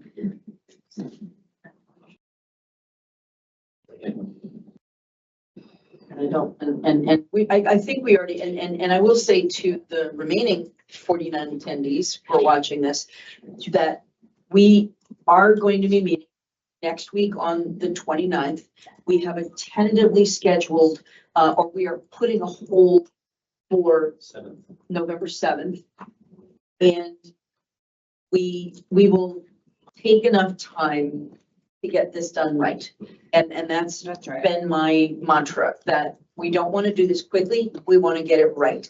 So just letting the public know, you know, we'd initially thought that this could be done in 2 days, and I see where we're going now. We're not even getting to the meat of things. So just letting people know, we definitely are having one more meeting. We have already put a rope around an additional day, and if we need another day to tie everything up, what we're gonna do. I don't want any pressure from people getting this done fast, because we've been waiting for years to get this done. We're gonna get it done as not perfect, but as good as we possibly can. So recognizing that. Mike Baker. To that point. DGC Baker. Just gonna say, hey, Mike. Yeah, no problem. I know it's a long day. I think this is a good place to wrap. Yeah. So I'm really tired right now, and I know that the staff, and again, I went lunch, and I don't know about anybody else, although I appreciate Kate Flanagan giving me some wonderful sun chips. So Those are good. Yeah. Those are the best. So, and they were shelf stable, and they were awesome. And not infused. Not infused. Shelf stable. Awesome. So, and if I may, I just want to thank everybody. A long day. Attorney Bruno, you did fabulous. Thank you so much. And DGC, we must be because I felt it always fell on you, all of it. And so this must be great feeling for you to have such an incredible colleague here. And you guys put so much work into this. And this little map key was so helpful again. And I've said it multiple times, but thank you for all of your work to help us work through this. So gaining consensus, I think that we if we need to add additional meetings in November, we will do that. And there are other items that we need to address. So obviously there's a lot going on. There are licensees that are certainly waiting in the queue to either get approved or, reapproved, or renewed. So Executive Director. Thank you, Madam Chair. Just to note, we had a motion earlier today that we will be having a listening session on November 6th, and we'll get information on that as soon as possible, just to note that for what's on the screen. And everything's in person, right? Yes, there obviously it's hybrid, so there may be, some opportunities, but it will be in person, but obviously people can, I know that there are some folks that have different, because we are just trying to see if we can get this done. It's no promise that this is going to be a Christmas present, but it is our intent that we would like to get this wrapped up certainly before the, the end of the year, before the holidays. And there is a process that we have to get this done, then we get it to the Secretary of State's office, but that is our intent to get that done. All right. If there are any comments or questions from my fellow commissioners, and if there are not, I will entertain a motion, Commissioner Stebbins, to adjourn. So moved. Will you second that motion? Second. Having been moved and seconded, I'll say call the roll. Chair votes aye to adjourn. Commissioner Stebbins? Aye. Commissioner Roy? Aye. We are adjourned. Great job, everybody.